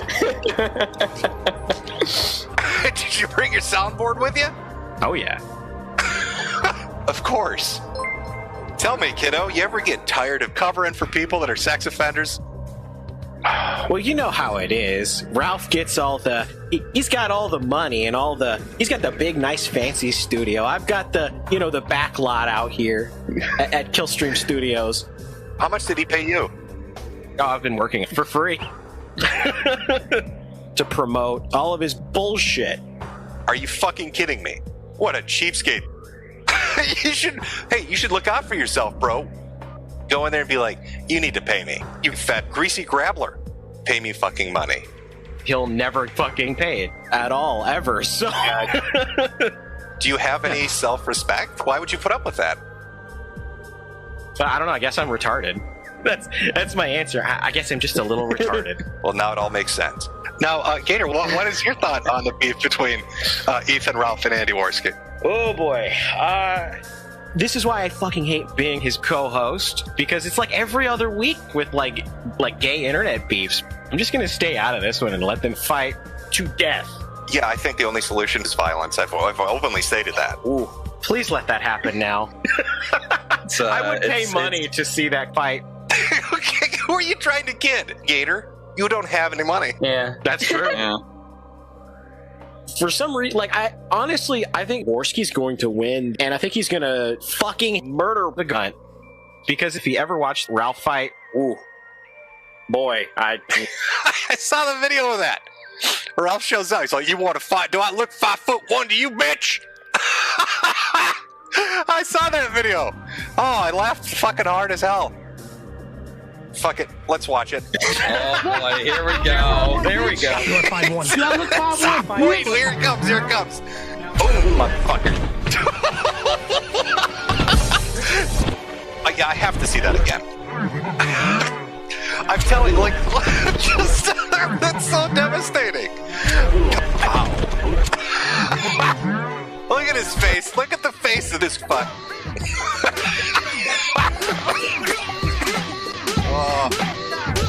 Oh boy. Ralph, you're a faggot. What a fucking loser Ralph turned out to be. And he did it all to himself. Shit on his community. He did everything wrong. Ethan Ralph did everything wrong. Well, he wanted to pick a fight with literally everyone. He wanted to make himself like the top dog, and to do that, he decided, you know what would help me? Getting in a stupid internet fight with Andy Worski. And at the end of the day, he just destroyed himself. That's all that happened. Oh, holy shit. Yeah. Well, Gator, I'm going to have to wrap it up here. Do you have any words you'd like to share, perhaps, for people? Ethan Ralph, it's me, Gator. Tonight, I'm getting paid. Yeah, you got that money. Truer words have never been spoken. Yeah, you were welcome. Well, there you go. Gator, I think going forward, you're going to need a little You know? Oh, yeah. Hello. Maminko's here. How you doing, Maminko? I got my. I can't hear Are you doing good? Oh gosh. Oh my God, Maminko, I can't. Are you there? Maybe it's too hot outside. I can't hear you. Oh God, shit. Well, Maminko, it's not true. It's not true. Let me join in on the fun here, guys. Come on now. There we go. Now we all have pill bottles. I'm gonna trade in the super berries for zany berries. Yes. Fun times. Love you, Jim. Thanks, Gator. Glad I could help. Hold on a second. So there you have it, chat. The whole world is dabbing on Ralph's gunt. I'm dabbing over you. I'm dabbing. How embarrassing. But I would be dishonest if I did not admit that I find this pretty fucking funny. Here's an idea. Why don't you try sucking my cock like you usually do? Maybe people will watch your shit again after you've banned them and blocked them, lashed out at them, and turned them all into A-logs. Go ahead. You go do that. See how that works out for you. See if that works out well for you in the end. You know what, you stupid fuck? If you're that fucking stupid, you maybe deserve the reaction you're going to get. Everybody fucking hates you, Ralph. They all want to see me destroy you. And nothing, absolutely nothing, no amount of appearances by Mr. Medicare or anyone else will ever change that. Seriously, listen very, very closely. I'm coming for you, Ralph. I'm going to bury you, Ralph. But I don't have to abort the gun retort. Okay? You don't need any help from me here. You're going to abort yourself. And when that inevitably happens, I'm going to go live. And I'm going to pull out my fucking dick. And I am going to piss all over the gunt. Literally. You hear that, you fat fucking retard? When the sun sets on the Ralph retort, I'm going to go live on the air. And I'm going to pull out my fucking dick. And I'm going to piss all over the fucking gunt. Well, thank you, Jim, for that. Guys, we told you we had Jim on. That is the Jim. That was good. Daddy Jim, we bow to your greatness. Our daddy, our internet daddy, Jim. Mr. Soy Medic. faces for Jim. Yeah, there it is. And also the video was edited also by Akil Alpedos, KOP. You all know him, right? KAP, rather. The excellent Jim threw out his voice there, his true feelings. Gator chimed in. I don't think he knew how intense this roast would be, but I can't believe Gator snaked on Ralph as well. But, Jim, we want to thank you, and we really hope you're recovering. Well, he said he's recovering. He's in remission, right? He's in remission, guys, so hopefully we get some more amazing keynote from Jim dabbing on Ralph's fucking grave. But look, folks, this burial of Ralph isn't complete yet. Not by a fucking long shot. You think, oh fuck, they've gone on for 5 hours, 6 hours. Look, we're gonna keep fucking going. There's with our more. Next segment. But first, we should probably read some donos. Let's read some donos here. We got 333 from Spider Fox 88. This is the best damn casino ever. Keep up the good work, gentlemen. Thank you so much. Skylar 951 for 690 saying great show. F Ralph. We got, hang on 1 second. Here we go. Sean, the audio engineer, friend of the show, for 5. Thank you so much. Saying, Gunt be looking out his window like Pot Awful is back, baby, and the earth is flat, not round.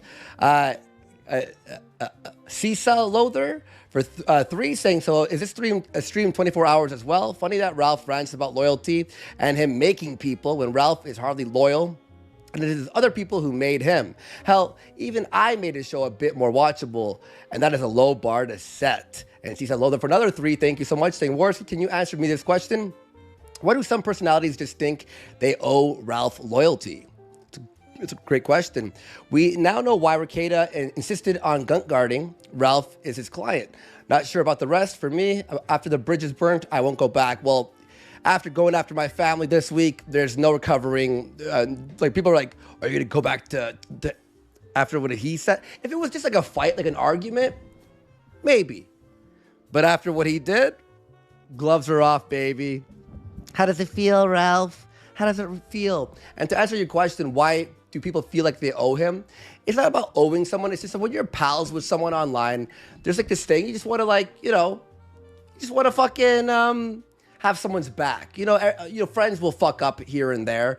And if you were to stop being their friend after one fuck up, but when it's like the 25th one, and when they go after you for doing nothing and they expect you to walk on eggshells for them, but they won't walk on eggshells for you, not that I'm asking and I don't want to, I'm fine with him hanging out with people who hated me.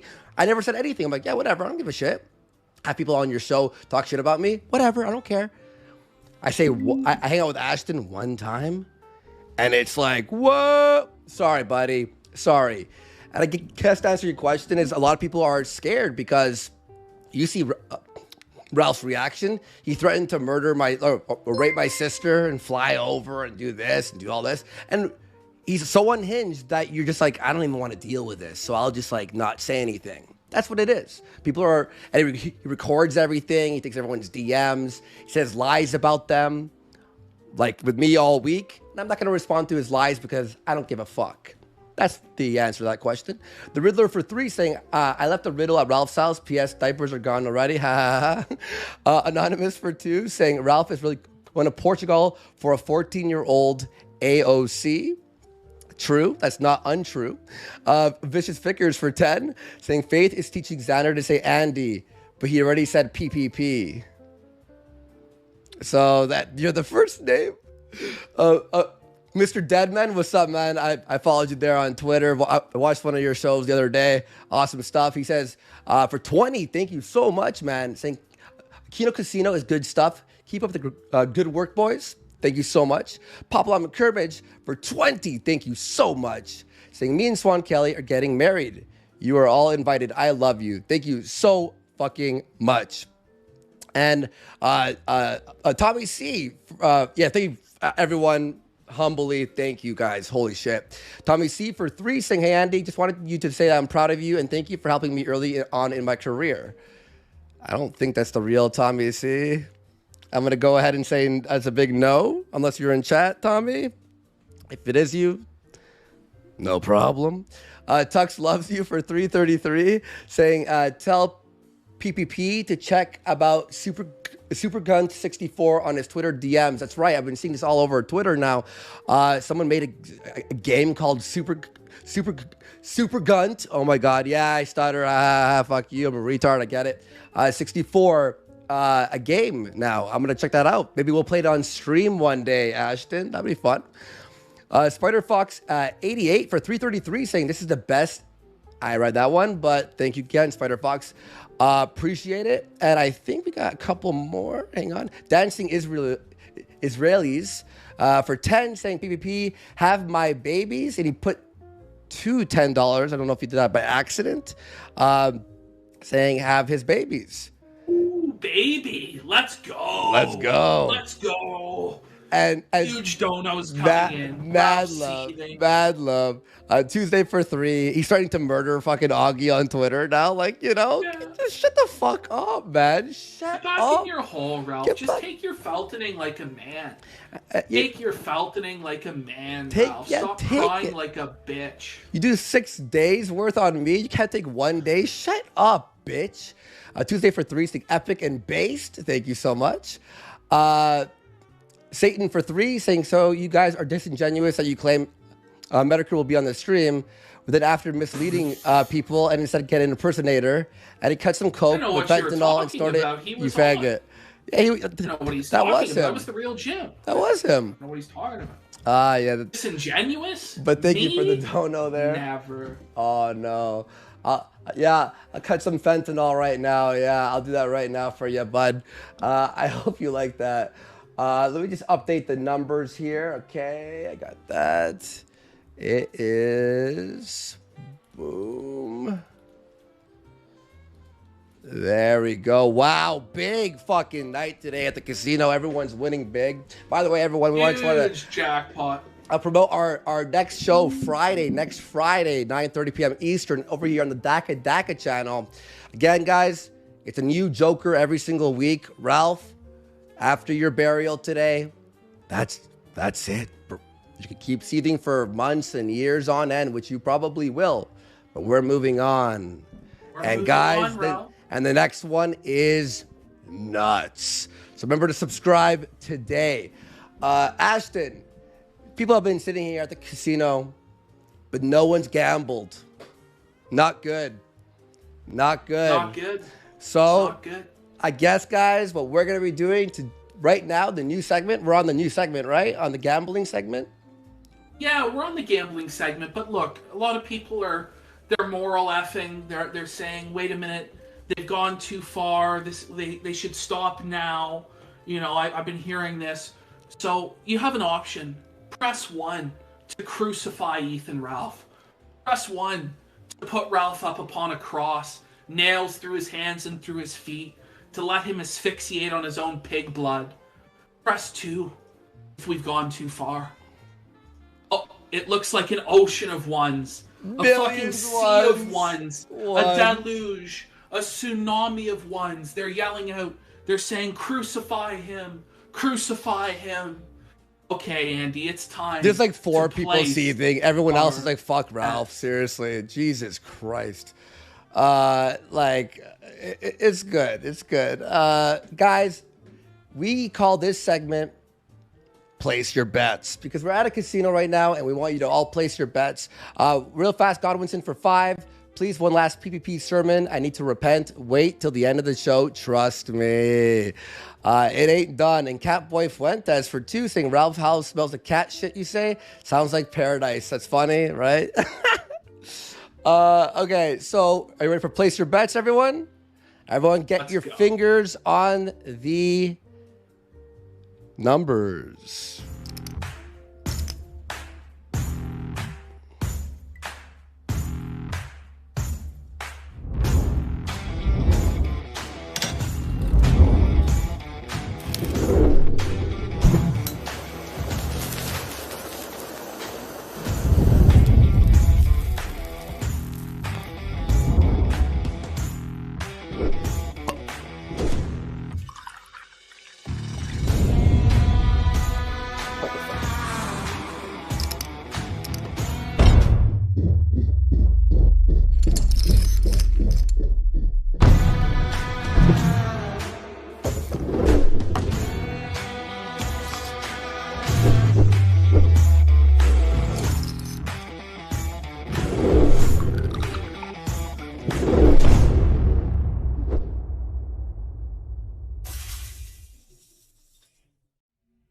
Okay, so we're going to be watching those 3 sections there. Hang on, guys. We have so many scenes here.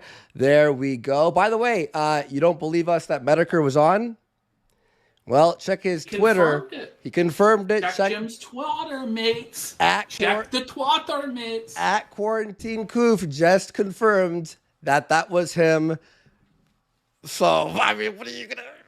Go fuck yourself. All right. So what was the first one there, Ralph? Sorry, Ralph. I'm sorry. I'm so mad right now. I want to just piss on him. So that's what I'm thinking. Well, it was the corn harvest. They're all labeled in the drive. Yeah. Okay. Order. So, corn harvest, and this was on Dick Masterson's show, if I remember correctly. Am I right?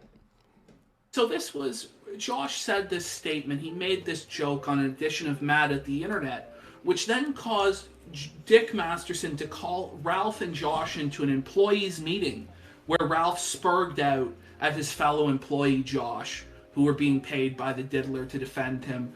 Anyway, let's continue. Let's play this one. This is Ralph spiraling about the corn. Here we go. Let's put our faces back on screen there. All right, here we go.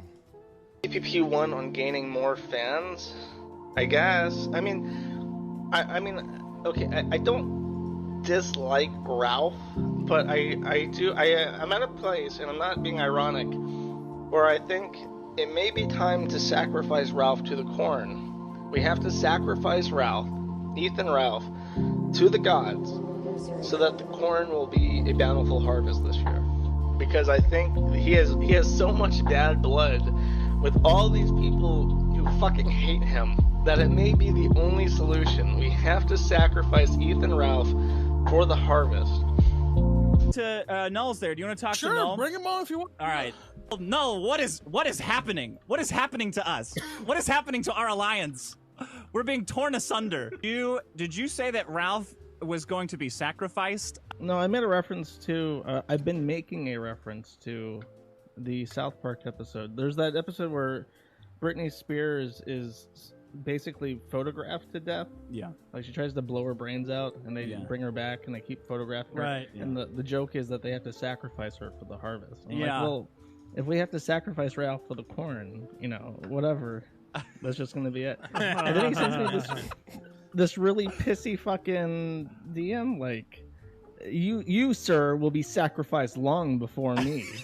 I'm like, That's exactly true. By the way, first off, he makes this analogy on his show, and then he goes, "I'm not joking. This is not a joke. I'm dead serious. Ralph needs to be sacrificed so I can stop being picked on by my own board every single day, and they can stop calling me a child molester again every single day." So he's trying to turn the heat back on me. Then he goes like a woman and leaks the DMs to his Discord because that's the kind of dude he is. That's Josh for you. I don't know what to say. Very, very eloquent. Being called a child molester by my own board, so you don't have to accuse me of being a child molester, but you can throw it out there without the board eating said it. That, not me, That- Josh. I don't know. I think that's what a woman does. It's so bad. Somebody He just sent me gets this destroyed hat. by Joshua Josh. Connor. It's so bad. That's Connor what Moon a woman is a- does, Ralph. And then he gets so tilted by all of this, he gets out and puts on the Joshua Connor Moon as a kid diddler hat, the ultimate cell phone. And from this moment, he's just been self-destructing. He's been spiraling ever since. A lot of people have placed their bets on number one. But there are two others. Let's continue, though, with this clip. Someone sent me that to the P.O. box. Here. Award at the end of Tequila Sunrise earlier, which you can see on Killstream.tv. Oh, no. Wow, the corn. So the corn one, that's number one, ladies and gentlemen. What ruined Ralph's career? Number two is the pill stream. This is an infamous stream in which Ralph was hammered and taking pills. That's the whole shaking of the pills thing. And he thought he ended the stream, but did it end for real, Ashton? No, we all got to witness the hot mic of Ralph just humiliating himself while fucked up on liquor and pills, as he always does. Nathan. What? Get up.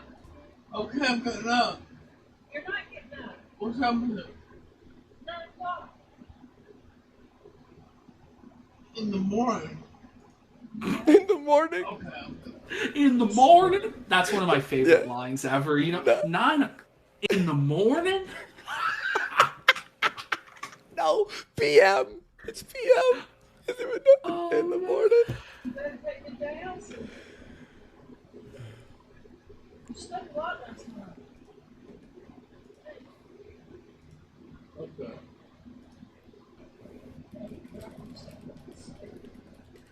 I'm not going back to shit. You sober? Yes. What? Yep.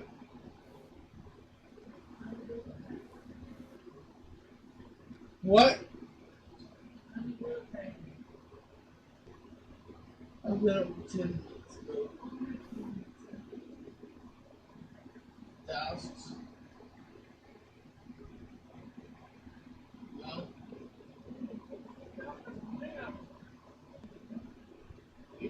Yeah. Give me a problem.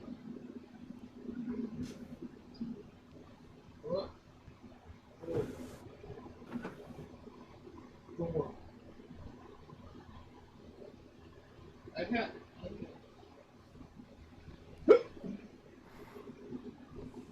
What?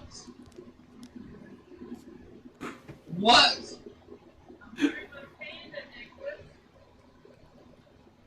You're wearing your pants. Well, it's good. Good. I had about 2 minutes more to sleep. Yeah, I did. This fucking image, like, I don't even want to look at this. Like, get off my screen, you know? What a noise. It's not true. It's not even human. It's not true. What?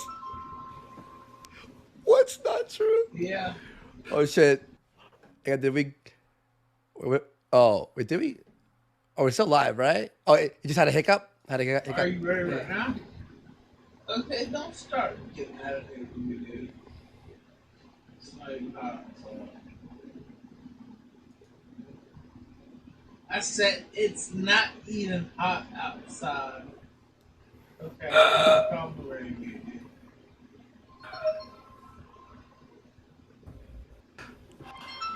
Phone's ringing, you know? Yeah.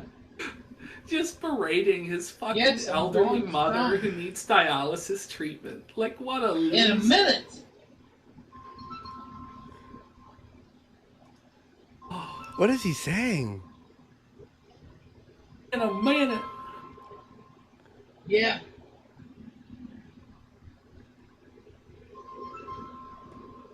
Okay, dude, I'm gonna take this off the screen. This is Yeah. disgusting. God damn it.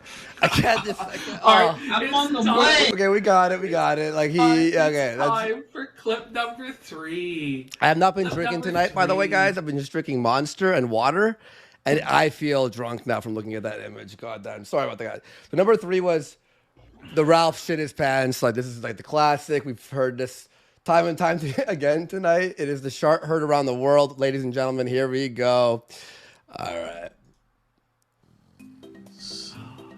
By Augie RFC, his Banjo-Kazooie Augie's music. version. Yeah, the Banjo-Kazooie music. Really makes it, doesn't it?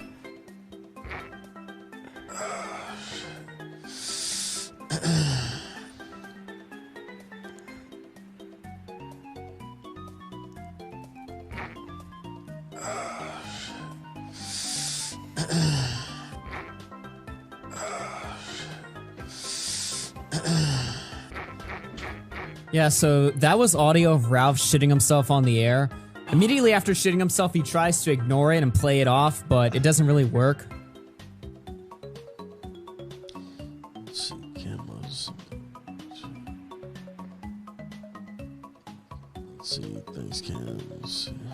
All right, we don't have to watch the whole thing. All right. We know Look, that. But, Yeah. So we have 1, 2, and 3. But honestly, Andy, doesn't Ralph have a lot more You know what? embarrassing moments than that? Guys, hold your bets. Don't bet yet. Not 1, 2, and 3. Because you know what, guys? We don't do this quite often here on Kino Casino. I know it's our second episode only, but you know what? I think we're going to get back to the betting table. Everyone, place your bets.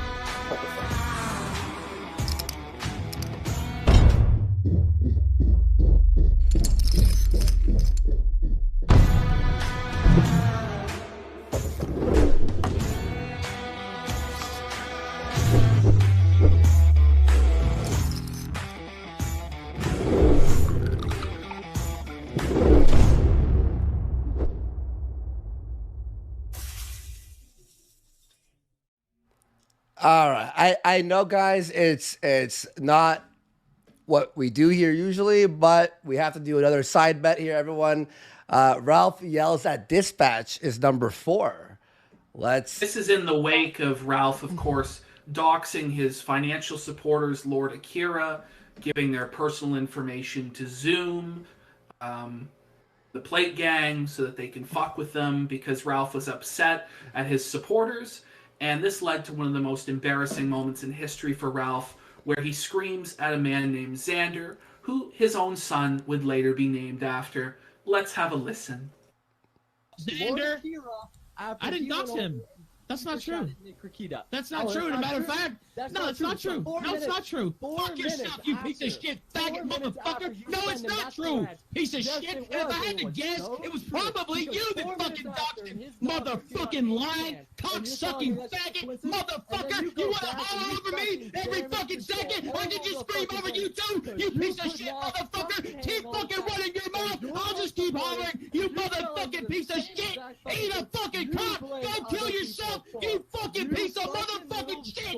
I fucking goddamn! Oh, we can just holler over each other all fucking day!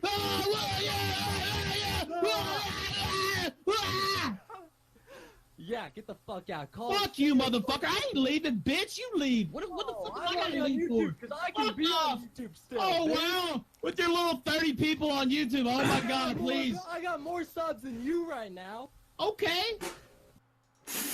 Okay, there we go. Wow. Holy What devastation. Just destroyed, bros. Just destroyed. All right, it's time for number 5. And this doesn't have. This is not. All right, cool. It's censored. Okay. So this is Ralph sending his sex tape, folks. So for those of you who are unaware, Mr. Ethan Oliver Ralph created a sex tape with an 18-year-old child bride. He impregnated this child bride and filmed the impregnation of his child bride on video and sent it to her ex-boyfriend, the guy who had never even met her in real life, to own him. And so this here shows Ralph sending the sex tape and just a little brief excerpt of Ralph's gunt from the sex tape. We can't show it to you on YouTube. If you go to my Odyssey or my BitChute, you can find a frame-by-frame review of Ethan Ralph's sex tape uncensored if you want that. But here, let's just play it here. Ralph sending the sex tape to Chris Kerr.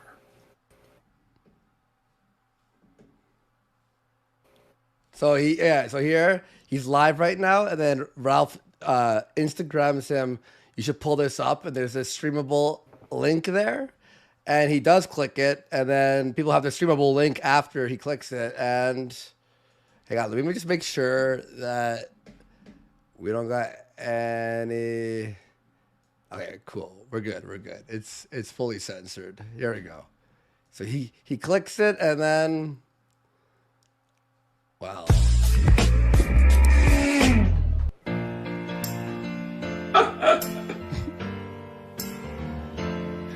Oh.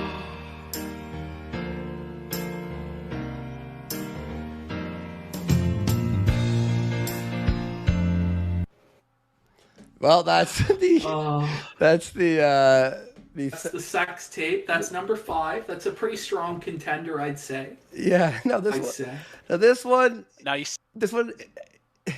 There's something like more of a deeper message here. It's more of like a message of someone's entire life here. This is the infamous Trash Burger on the way to Miami from Virginia. Me, AG, I think was SoCal? Me, AG, and SoCal and Ralph took a trip to Miami, and on the way we stopped by a 7-Eleven food mart type thing and grabbed some hot dogs or whatever. But at a certain point, Ralph, he came out with nothing, right? But then all of a sudden he had something in his hand. Let's check it out. See this green light right here? There's a bathroom over here. And as you can clearly see, from here all the way through here, there's not a single door to get into the place. Burger, but he didn't finish it because he didn't like it. So he put it in the trash. And we saw SoCal Chris throw it in the trash. It battles over. Watch his hand. Watch this hand right here.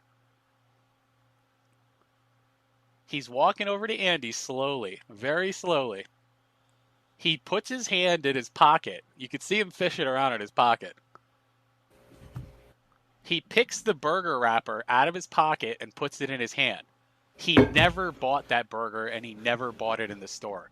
The Trash Burger, ladies and gentlemen. The Wow. Burger. No. He ate a burger from the trash, folks. So everyone, so it's 1 for Corn, 2 for Pillstream, 3 for Shits' Pants, 4 for Dispatch Yelling, 5 is the sex statement, 6 is the Trash Burger. Place your... Wait a minute. You know Andy, what? That doesn't seem right. No. Like, it seems like there'd be more moments, right? I think there would be. Everyone, hold your bets for 1 second. Let's go.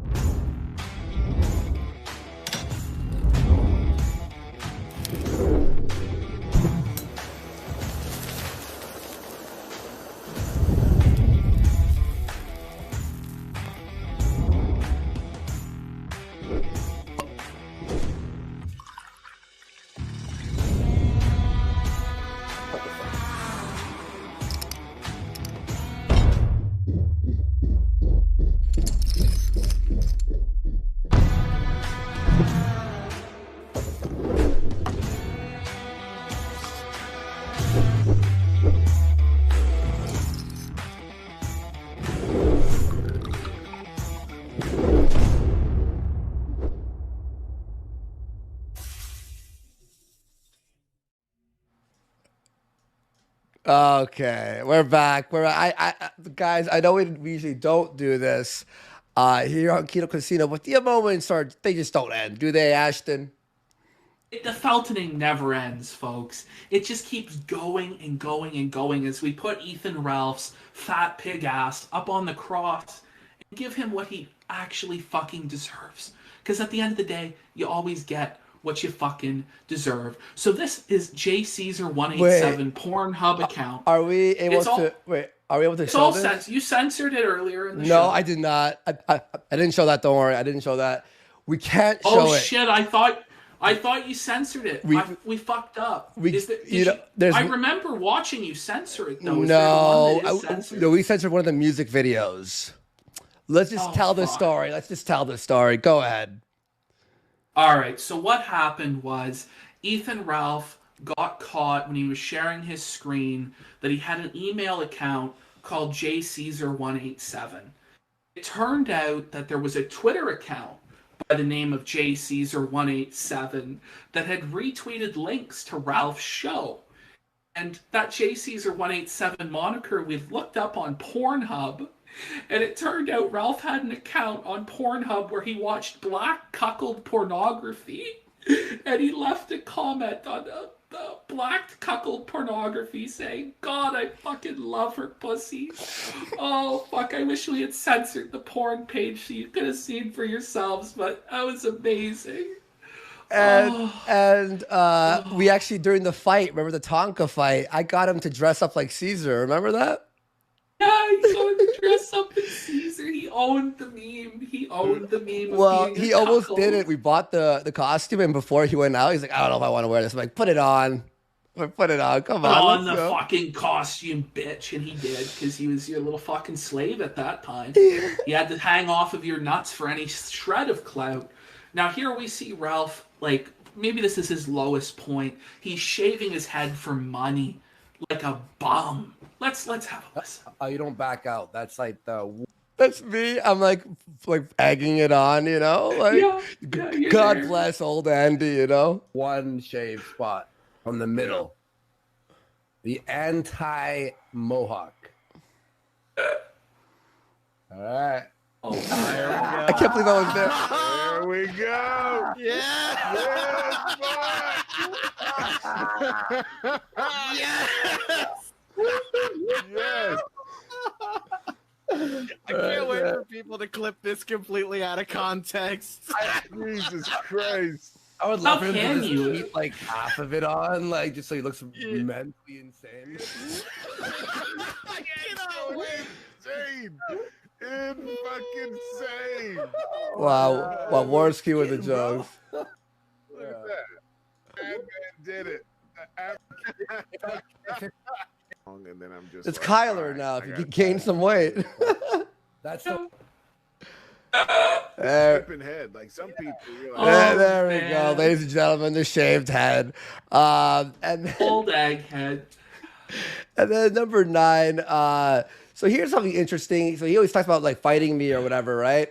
Well, in Knoxville, there's some not seen footage by many people. Not many people have seen this footage, but it was a push-up contest between Ralph and I. Here we go, ladies and gentlemen. It speaks for itself. Here we go.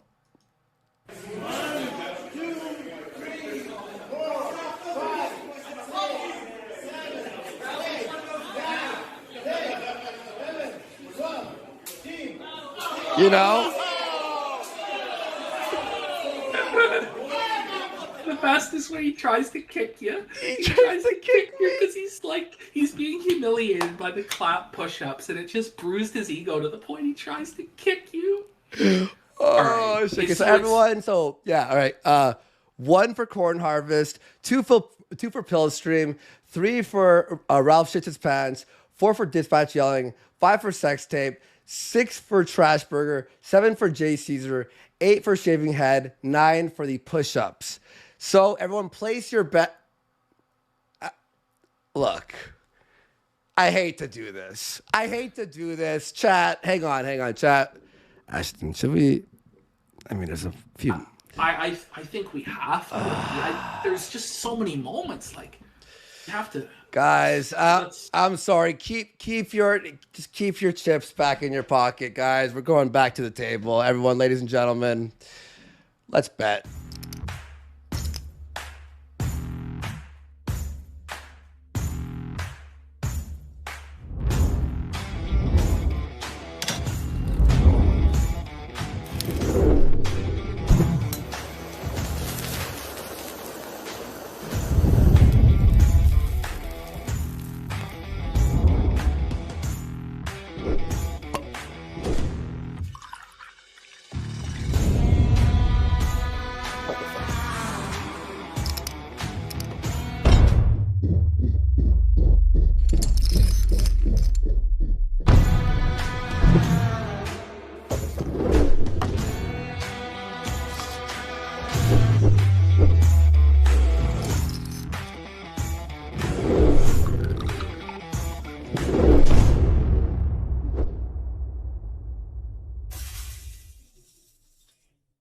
All right. Look, guys, I know you're probably thinking this is getting a little bit ridiculous, and I wouldn't disagree. Remember, Ralph himself is fucking ridiculous. So let's have a look here. This is Ethan Ralph talking about bringing a 13-year-old girl onto the kill stream, which he then did. He brought a 13-year-old girl, a child, onto a very adult show. And the comments he makes about her are really creepy. Because of the way he interacted with her on the show, the comments he made here, Ralph then gets caught on a hot mic in video footage that we're going to show, where he's looking up pictures of Soph, and most people believe that Ralph was going to masturbate to pictures of this 13-year-old girl. So let's have a look through these clips, and you guys can judge for yourself. What do you think is going on? Why have I never heard of this person before? Looking through, she's quite the catalog here. How have I never seen this kid? I'm kind of disappointed in myself at this point. We have to watch another one. I mean, somebody else would replace Ralph with her. I mean, I would be out of a job quick if she was the host. I mean, it would be over. I mean, I know she's not of drinking age, so she probably won't be able to sit on here and get drunk, but I don't think she needs alcohol. Maybe give her a... this child might be all right for some time to come. If you're talking about her compared to Sargon, I mean, this kid's a legend. I don't give a fuck who's writing it. She's delivering it. It's not my kid. I think it's funny. Actually, Amanda in chat says the perfect thing. Because she's a child. You know? I mean, I think you guys know me well enough to know that I would bring her on the show, right? I don't know if that's bad. They're saying she wants on. Here we go. There's the tweet right there. I said follow back so I can DM. And we'll see. Oh, God.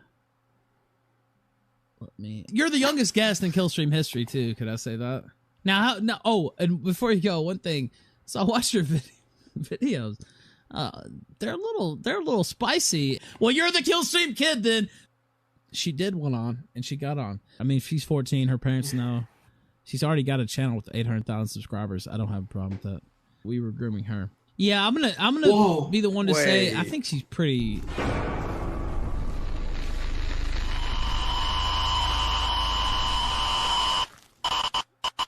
Slenderman noises. And now this is Ralph. He's off the air, and he at least he thinks he's off the air, but he's still broadcasting. He's looking up pictures of his 13-year-old guest that he just had on. You just scroll through it. No. And there was originally audio of this. It seems the audio has been lost to the sands of time. But in the audio throughout this selection where Ralph is Googling these pictures of Soph, there was some weird grunting noises that he was making. And so a lot of people think, especially with how creepy he was, saying he was grooming her and she was pretty, that he was masturbating her. But anyway, I still think, regardless of whether or not he was jerking it to Soph, it was really unethical and slimy to bring a 13-year-old girl onto the kill stream. Wouldn't you fucking say? Anyway, next up, we have Ralph versus Vosh. Ralph versus Vosh. This is on The Drunken Peasants about a year and a half ago or so. Let's see what happens here. Would you even understand what I have to say? Nigger. I mean, excuse me. Oh, damn! You know what? That's Not bad. I don't give a fuck. So, by the way, he said that after about 7 minutes of talking about or explaining why he's not racist. Just gonna. I don't care though. I mean, I don't care, but I'm just saying. You felt yourself. Neighbor, exactly. So if you have a consistent governance, like, it's not gonna work. Please won't you be my neighbor? Bring her. She's in a different time zone. Yeah. She's on a plane. We don't know. We don't care. It doesn't- She's it on really a doesn't- plane. So Vosh here is he's saying something about Nora, and he's like, "Oh, bring Nora on the show. Bring Nora on the show." And then this is what happens. She's dead. Anything. Like, nasty ass bitch. So you want to talk shit? Yeah. You know what? I'll make your fucking bitch famous. Dude, I just want your girlfriend, your fucking ex-wife. I will do that. I will make this bitch famous. Is that what you want? I just want your ex-wife to call me a faggot. Why can't your ex-wife just call me a Beverly faggot? Hills champagne socialist? Is that what you want? For me to make your nasty ass fucking bitch famous? Are you threatening to Because I dox my will. girlfriend? And I will, and I will laugh about Dude, it. I think he's So legitimately talking all just this threatening shit, to dox my and girlfriend. So you know what? Talk that shit. You threatening to dox my girlfriend? Yeah. No. Yeah. Oh. Really? I will put her name out. I don't give a fuck about you or anybody else listening to this stream. Yeah, go there. Go there. Fuck with my ex-wife. And you'll see what happens. I'm not fucking I with think your we should ex-wife. leave You everybody's said. girlfriends out of this. Do it! It doesn't bother me. This It's is not why fair to me. You think I'm joking? I think bother me. you're a Like, pal. You alcoholic, failure of man. Shit and die. You fucker. said you'd bring her. I don't give a fuck about. Doctor. Yeah, I will. So I mean, what else is there to see on that scene right there? It's just you know? amazing. All right, the final one, and this is the one that I'm placing my bet on, is Guntgate. This is when Ralph was caught with his gunt exposed, and from this point on, he spiraled and seethed and coped. So here we have big man Tyrone to point and laugh at Mr. Ralph's gunt, just to represent what Guntgate was. There were so many memes. It was so amazing. Ralph's never been the same.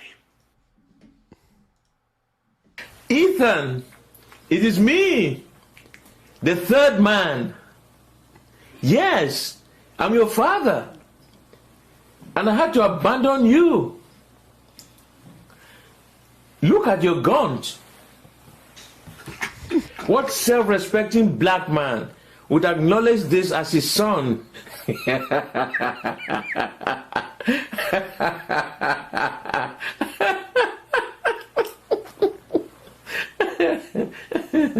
And don't get me started on your girlfriend, Shannon.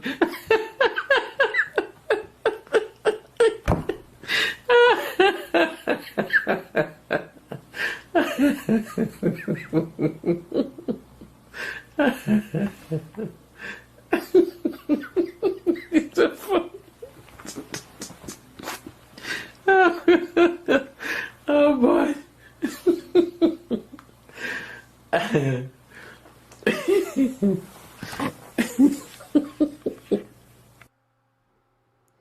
Wow. All right, folks. Now, everyone, for real, this time, that is it. Like, for real, this time? That is it. That is it. Who fucking knows?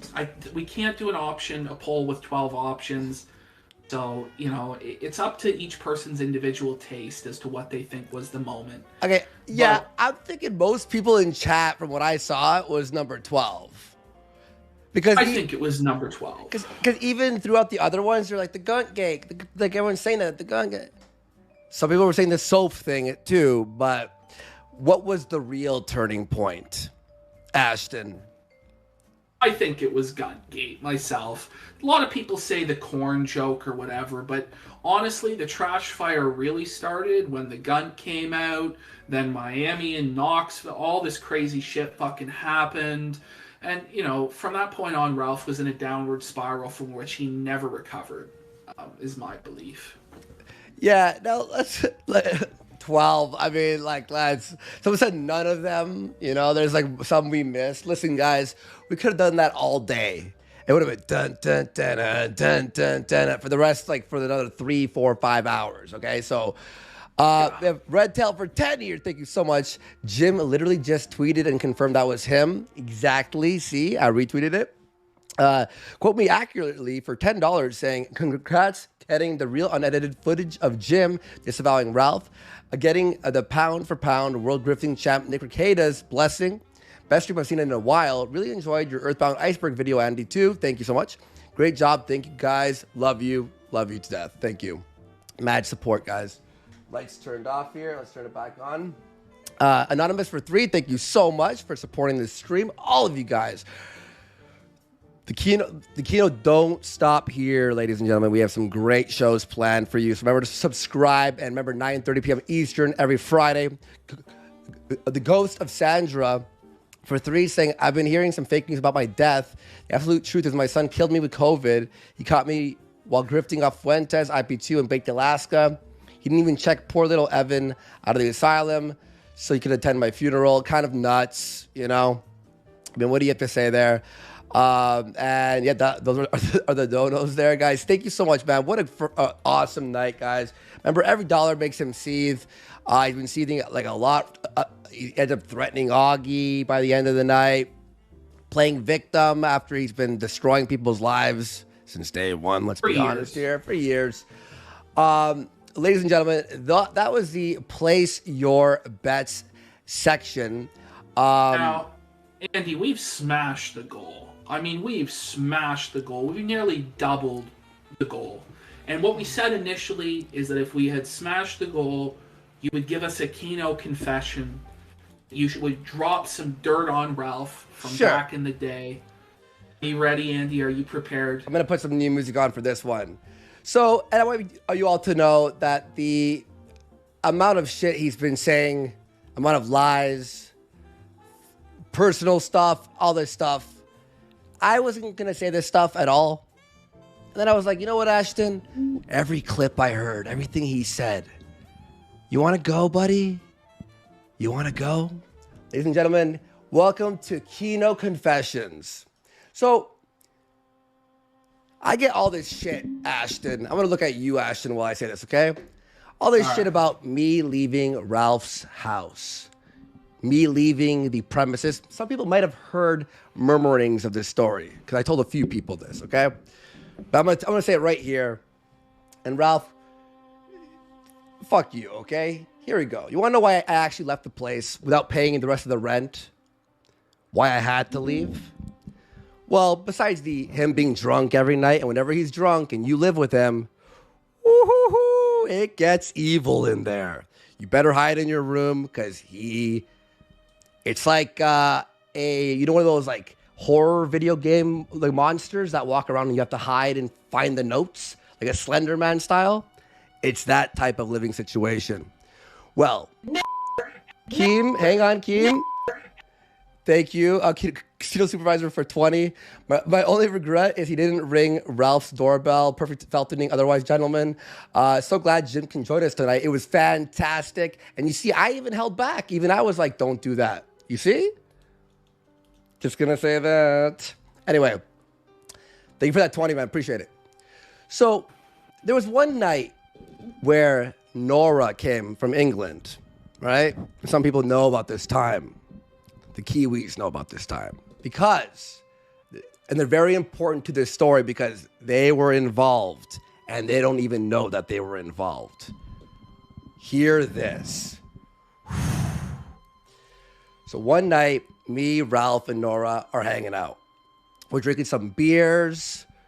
I bought a bottle of vodka. We're taking shots, having an amazing night, fun times, laughs all around.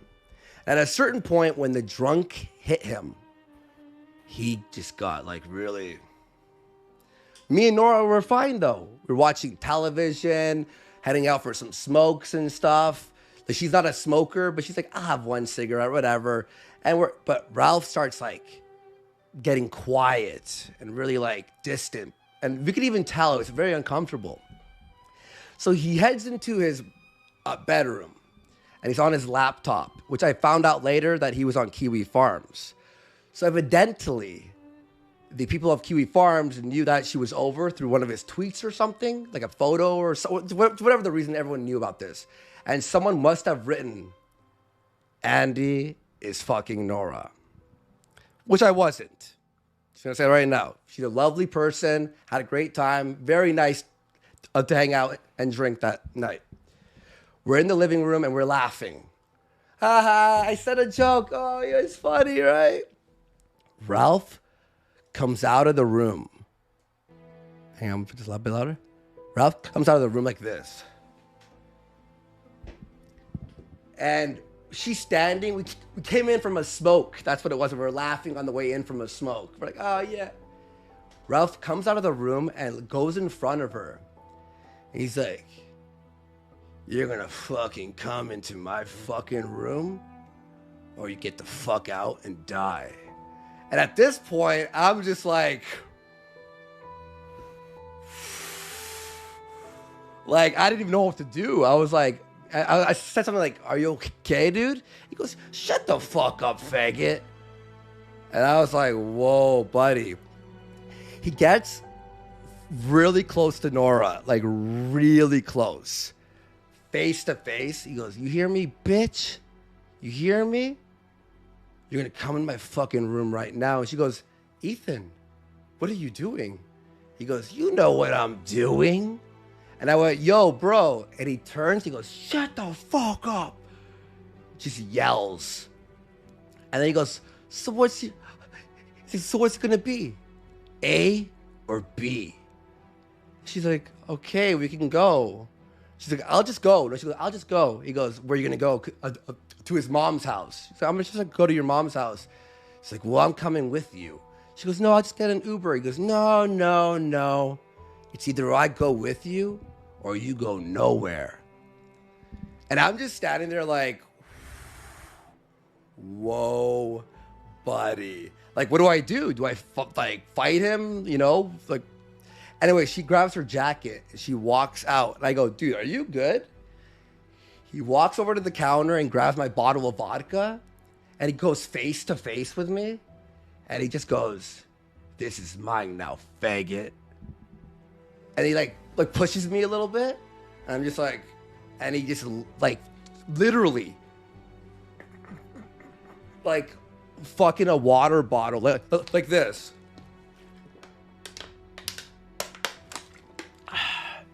And I'm looking at him and I'm just like, he's like, what are you looking at, faggot? And I'm just like, all right, whatever. And then he fucking just leaves. Her and him leave. This song's not appropriate for this part. So you know what I did? Why I left? I literally grabbed a duffel bag, opened up and just shoved in a bunch of clothes. I left my PS4, my Syntrex drawing pad, that's like $2,000. Left my Mac, left like a bunch of other shit too, right? And I just I phone failure and I just go, hey man, I'm hopping on a bus right now, like in the morning. Like Ralph's gone. I explained what happened to failure. And he goes, yeah, meet me over in Florida, whatever. And I just fucking start looking for tickets and stuff. And I had no money at this point. I was broke as fuck. And I ended up doing a stream in the morning. If people remember this, you see me doing a stream in the morning and I'm raising money just to get some money just for a fucking bus ticket to get the fuck out of there. And that's when the IRL streaming phase started. And then he tells people on his show, and I've bit my tongue for years about this. And he like walked out. Guys, it was demonic in there. It was horrific. And this was like the 5th or 6th crazy part. And but that last one was like, this cannot be fixed. This cannot be fixed. And if you're wondering, Andy, hey, Andy, well, you have your PS4 and your Syntrax pad back in your back, right? Well, when I moved back here, I've asked him for it 3 times, and he never gave it back. Ever. Thank God he didn't, because I didn't give him my address. He doesn't have my address or my number or anything. And I'm like, you know what? It's like a divorce at this point. You know, like I lost out in the divorce type thing. I'd rather just like move on with my fucking life. Not to be gay or anything, but that's what it felt like. Sort of just like, you know what? I lost like $2,900 worth of stuff. That's it. So he probably sold it. I mean, so that was that moment. Now, another thing. Let's change the music for this one. We'll go into a new song here.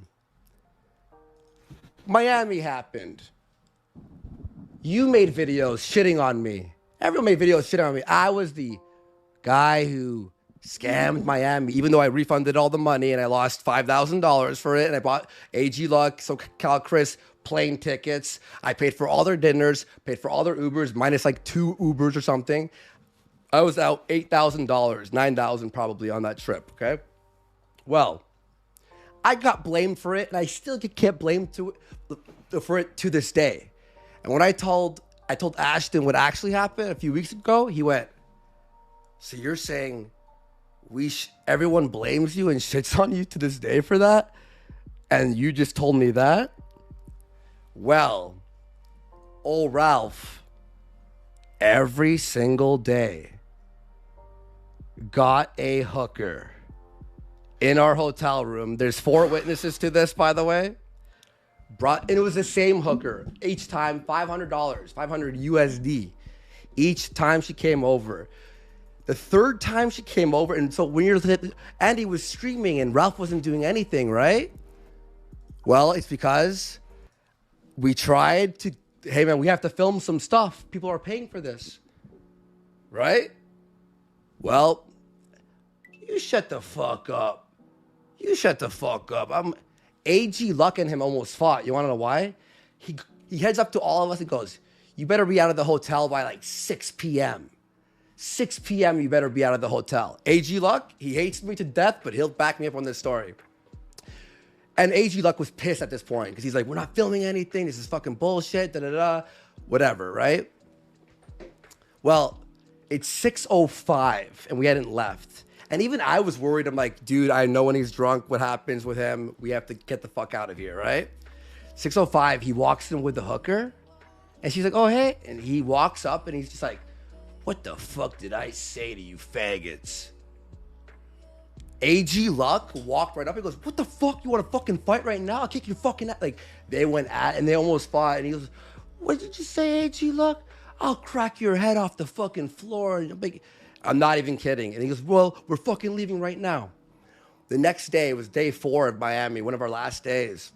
You're thinking, we should film that day, right? We should film that day? What does he do? Gets a hotel. So when you see him tweet, he tweeted a new hotel, and he's like, I'm on a new hotel. Because we were like, you're not going back to the hotel with the hooker anymore. So he rented an entire hotel for a single day to fuck that same hooker there. So I got blamed for it, and I never said anything. You've been threatening my family. You've been saying all these lies about me, saying personal stuff that's true, but like I don't want people knowing that stuff. But whatever, you can say whatever the fuck you want. I don't give a shit. Go ahead, make more lies. Say all my fucking dirty laundry. I don't care at this point because I've grown as a person, and you haven't. You know, because I was willing to forgive all these past transgressions if you had grown as a person, because we all make fucking mistakes, Ralph. But that's why I've just had a fucking enough of you. I've had a fucking enough of you. And why do I care? Oh, you threw fucking diapers on my... You fucking ruined so many people's fucking lives. We've all had to shut our fucking mouths because of these threats. These doxing threats, the physical violence threats. You're going to slit my throat. You're going to shoot me in the back of the head. You're going to fly to Portugal and rape my sister. and I have to feel bad. I feel bad about a little joke we did on a fucking roast stream. When 10 hours a day, Ask Ashton. I couldn't even listen to what he was saying because I was getting so fucking... I was like, all right, look, dude. I'm ready to roast him, but this is making me, like, mad beyond that level. So that's why I don't fucking care. That's why I don't fucking care. Now, there's one more story. What was the story? The last one I told you? It was the Nora, it was the Miami, and there was one more big one that people wanted to know about. I'm trying to remember. I'm just like so much fucking memories of just like this fucking bullshit just running through my head. And how the fuck, actually, you know what? How the fuck did I, like, seriously, about loyalty? I've held this in for years. Took the blame, the downfall for every fucking thing. That whole Miami thing at the end, by the way, remember when I had to, like, escaping from Ralph in that hotel room where I curled up in a ball? I didn't curl up in a ball. I was standing there and I just yelled in his face as loud as possible because I didn't want to fight. I don't want violence. I'm not a fighter. Like, I can fight if I have to, but I yelled in his face because I just knew he was just like that blackout drunk that I knew a yell would make everyone aware and come in the room before a fight actually broke out, because I didn't want to hurt him because he was just so drunk that I don't want to punch him, and now I'm like in jail in America, you know, for fighting and shit. And whose stories, you know, it's all like his word against mine type thing. Losing thousands of dollars over this guy, doing my streams, my Twisted Mind streams. Oh yeah, I'll promote your streams. Start streaming over my streams, like for hours, starting his streams when my stream started, like doing all this fucking shit, which I didn't say anything. I bit my tongue and I went, fine, you know what? I'm gonna move on from this show, from Killstream. And I tried to fucking bite my tongue and just move the fuck on. And I'm like, I'm sorry, I like Pot Awful. I like Ashton. I like these guys. They've done stupid shit to me and made videos about me. And I don't go like, you have fucking a video talking shit about me? Like, all this fucking bullshit. You know what? You want to know something? Being his friend was like the worst. It was the worst experience in my entire life. It was horrible. Him going, someone's not being loyal. It was like, Ask Ashton. We were, me and him were on a Discord call at the time. I'm like, you know what? You want to go, buddy? And what did he do? All I said was, like, well, how about you being disloyal? Brings up my family, all this stuff, my past, all this shit, then makes up lies and starts. And I have to just sit here and take it? I gotta feel bad? Take the high ground, Andy. I did for 3 years. Enough. I mean, look, I just am so fucking pissed off with Ralph, with what he's able to get away with, and that people enabled him for so long. And a lot of the people on this stream enabled Ralph's behavior for so long. And a lot of people knew. And it is fucking disgusting. I do condemn it. When people are saying, oh, that so-and-so was too harsh, so-and-so came on, and this stream, Pot Awful, went to Ralph's house, and this, that. It's never enough. It's never enough punishment for Ralph. The idea that these people are wrong to fucking shit on Ralph right now is fucking laughable. A lot of these motherfuckers have a lot of work to do shitting on Ralph because they enabled him for the longest fucking time. And you know what? I'm just glad that Andy came to the fucking light on this, that he's brought up the truth about Ralph, that he's helped me do this show, that he's helped me bring on a lot of people to fucking bury Ralph, to kill him, to crucify this motherfucker. And you know, they told the story about Ralph choking Faith and going, you know who I am?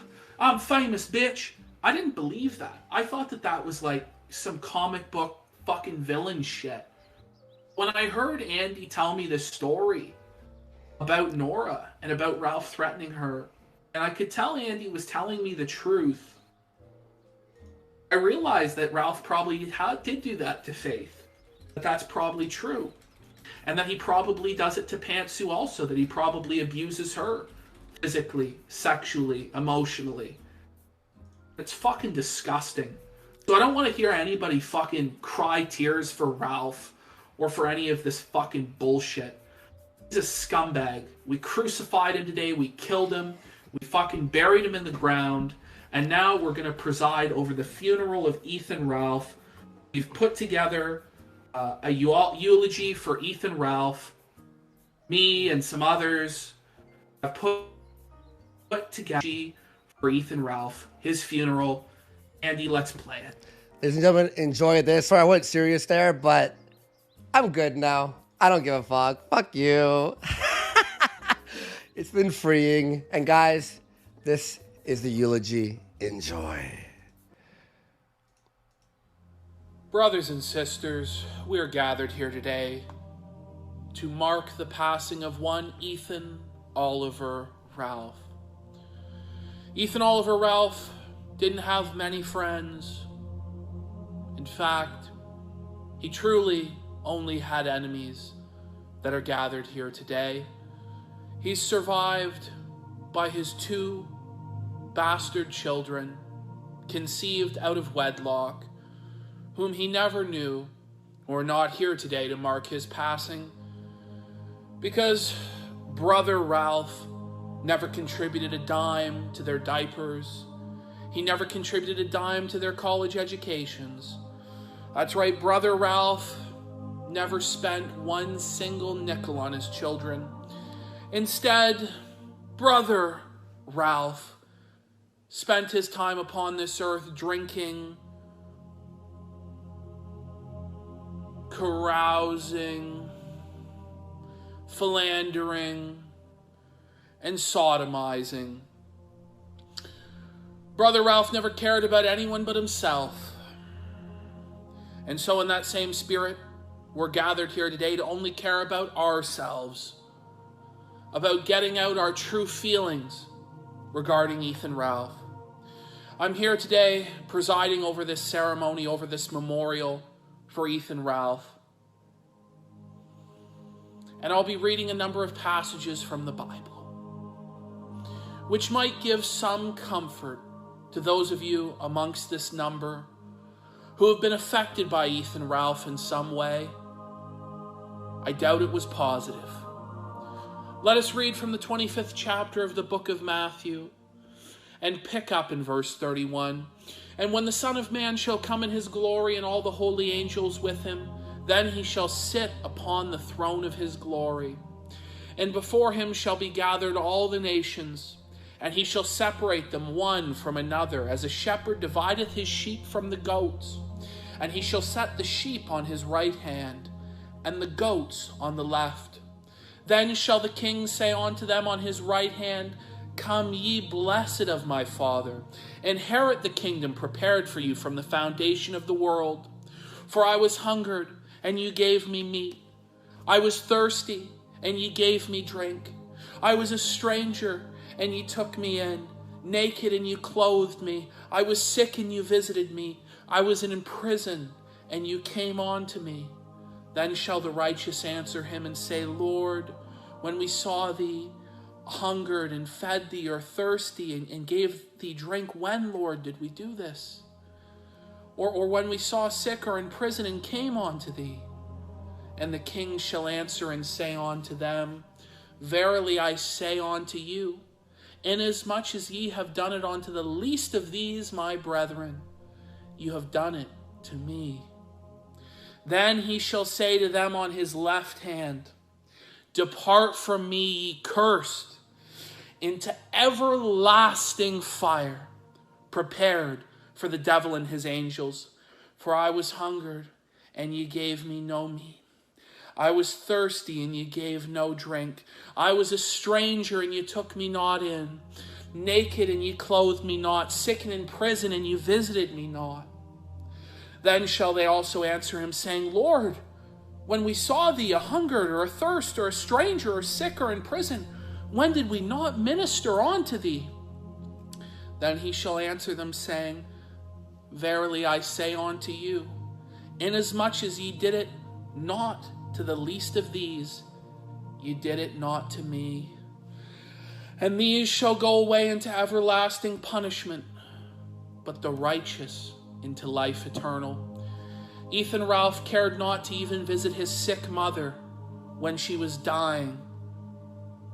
He wasn't there for her in her moment of need. His mother, who had fed him, clothed him, raised him, kept him under her roof as he worked no job. She suffered and died alone because Brother Ralph was selfish. He needed to drink Maker's Mark. Brother Ralph never, not once, cared for his children. He did not seek out custody for his children, nor any means to pay for them or help them in this world. They came into this world alone, to single mothers who struggled. His one child was molested by a horse, and yet he offered the molested child no comfort. He sired that bastard spawn with that horse, knowing that his daughter would be molested, and he did nothing to stop it. Brother Ralph never donated to charity once in his life. He was always a selfish man. He never laid up or saved a single penny. He spent it all on drugs and drink. An abominable drunkard. And his place, as is written here, will be in the lake of fire where he belongs. An eternal fire, a scorching fire where the worm never dies, where the pain never ends. Separated from the grace and the glory of God, separated from all that's good. A suffering that will never end, like the suffering he inflicted upon his children, upon his own mother, upon his ex-wife Nora, who he cheated upon with strippers, with whores in Miami, the ladies of the night, the harlots that he frequented. Let us read in Matthew chapter 19, the Pharisees came to him, that being Jesus, and said to him, "Is it lawful for a man to divorce his wife for just any reason?" And Jesus answered and said to them, "Have you not read that he who made them at the beginning made them male and female, and said, for this reason a man shall leave his father and mother and be joined to his wife, and the two shall become one flesh. So then they are no longer two, but one flesh. Therefore, what God has joined together, let not man separate." And they said to him, "Why then did Moses give command for a certificate of divorce?" And Jesus said, "Moses, because of the hardness of your hearts, permitted you to divorce your wives, but from the beginning it was not so. And I say to you, whoever divorces his wife, except for sexual immorality, and marries another, commits adultery. And whoever marries her who is divorced commits adultery."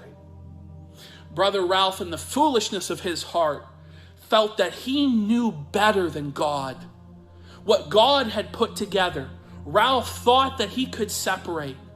He divorced his wife Nora, though she had committed no sexual immorality, and laid with an 18-year-old child, fresh from the cradle, still in her prom dress, with her Disney backpack and her methamphetamine-riddled teeth.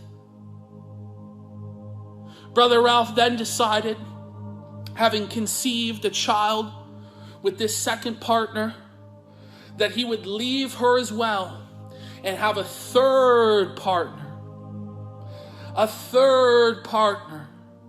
an adulterous marriage that he had no right to. He had no rights to these partners. He had broke God's natural law and commandments regarding marriage because Ralph thought he knew better than God.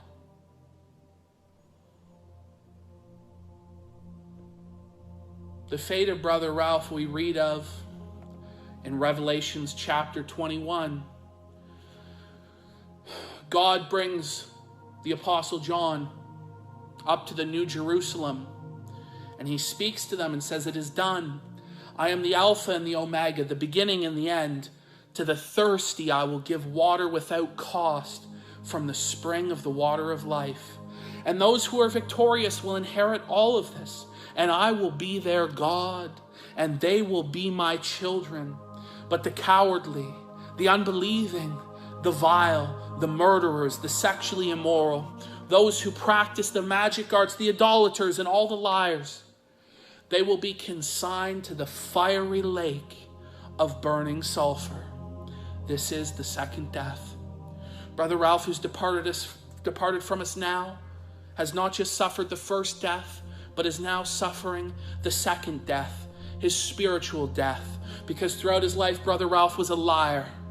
Every word from his mouth was gossip and slander against his fellow brothers and man. Brother Ralph was an idolater. He made liquor his god. He made gambling his god. He made sexual immorality his god. He was sexually immoral. He was vile. He was vile. He was cowardly. And his place is in the second death. These words can only bring us so much comfort because Ralph inflicted so much pain upon all those who knew him in his life, upon his mother, upon his father, upon his developmentally disabled brother Evan, upon his children, and upon those he called friends. Some of those whom he called friends are here today, men that Ralph stabbed in the back through his vile cowardice and treachery. And we're going to hear from each of these men in turn, as they tell you their experiences with Ralph, the words that they wish to communicate to Ralph. And may their words echo throughout Ralph's eternal punishment in hell as he suffers for the many sins that he inflicted upon the world. Amen. Friends, enemies, fellow A-Logs, we are here today to say goodbye to Ethan Ralph. His mother finally sent an Uber to come pick him up and deliver him back to her. All the faces here, present to see our long-time friend go. Except for Jim, in case you wonder where he is. The priest kicked him from this temple because he wouldn't stop selling shirts. We all share many experiences with Ralph, much amusement, much entertainment. Except for the Vickers family here, they unfortunately are burdened with sharing his genes. My condolences to you. We can seek comfort in these memories. The first pill stream, the second, the third, the fourth, the fifth, the sixth, the seventh, the eighth, the ninth, the 10th. I lost count how many there were, each without a doubt greater and more memorable than the previous. The sight of the discombobulated flesh wobbling ever more disturbingly through our screens, or occasionally peeking cheekily through the undersized shirts as if to remind him and us gently over who was actually running this show. Let us not forget, as we stand here before this 5'1" coffin, that with the manlet also died the flesh that consumed him, and by doing so, entertained us all.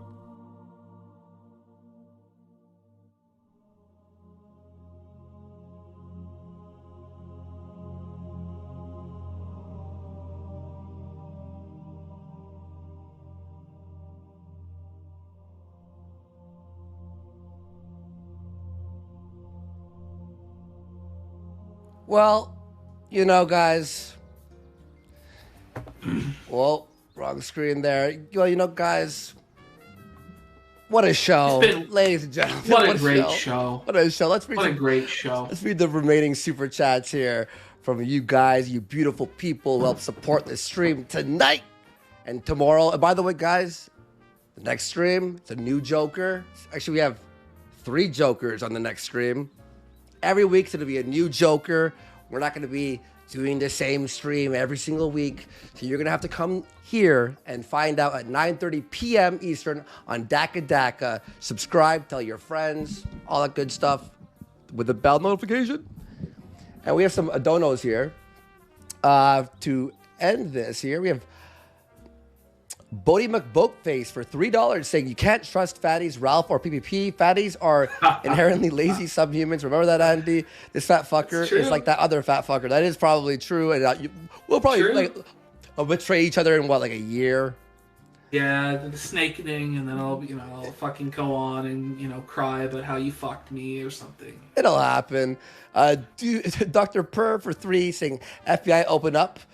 We have a warrant for the arrest of the hug of Ethan Oliver Ralph.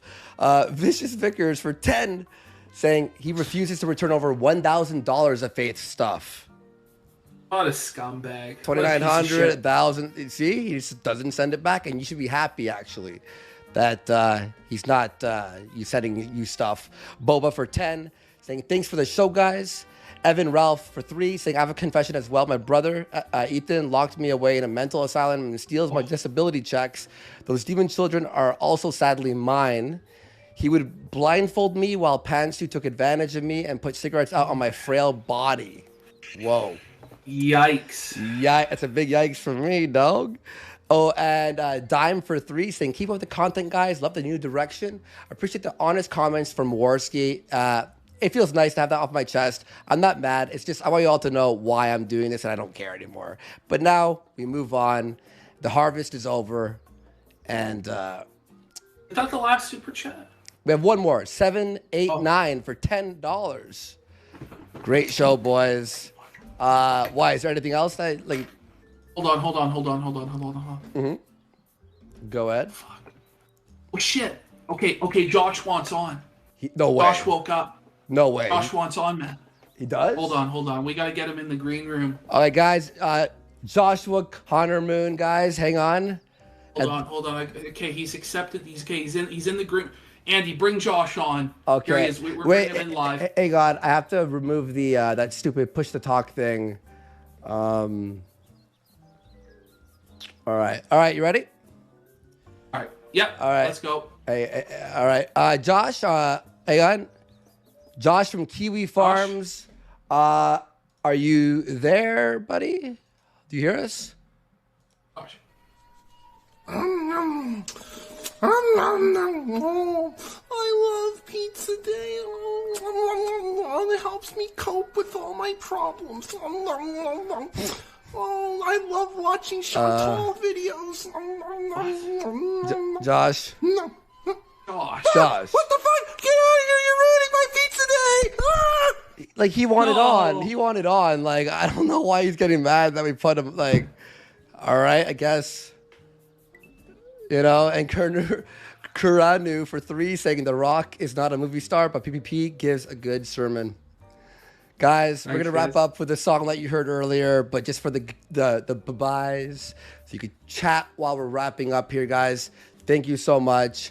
We're going to play Friends Never one last time, so you could all leave and say bye to each other. We'll see you all next week at 9:30 p.m. Eastern. Follow me at Andy Warski on Twitter. We're going to link everyone who was on the show in the links down below. After the show's done, we highly recommend that you subscribe to them. Follow Ashton at Power of the Truth on Twitter. Power of the Truth. Guys, a lot of fun. 5 hours and 44 minutes. Are you shocked? Are you shocked? No. Bye, everyone. Bye.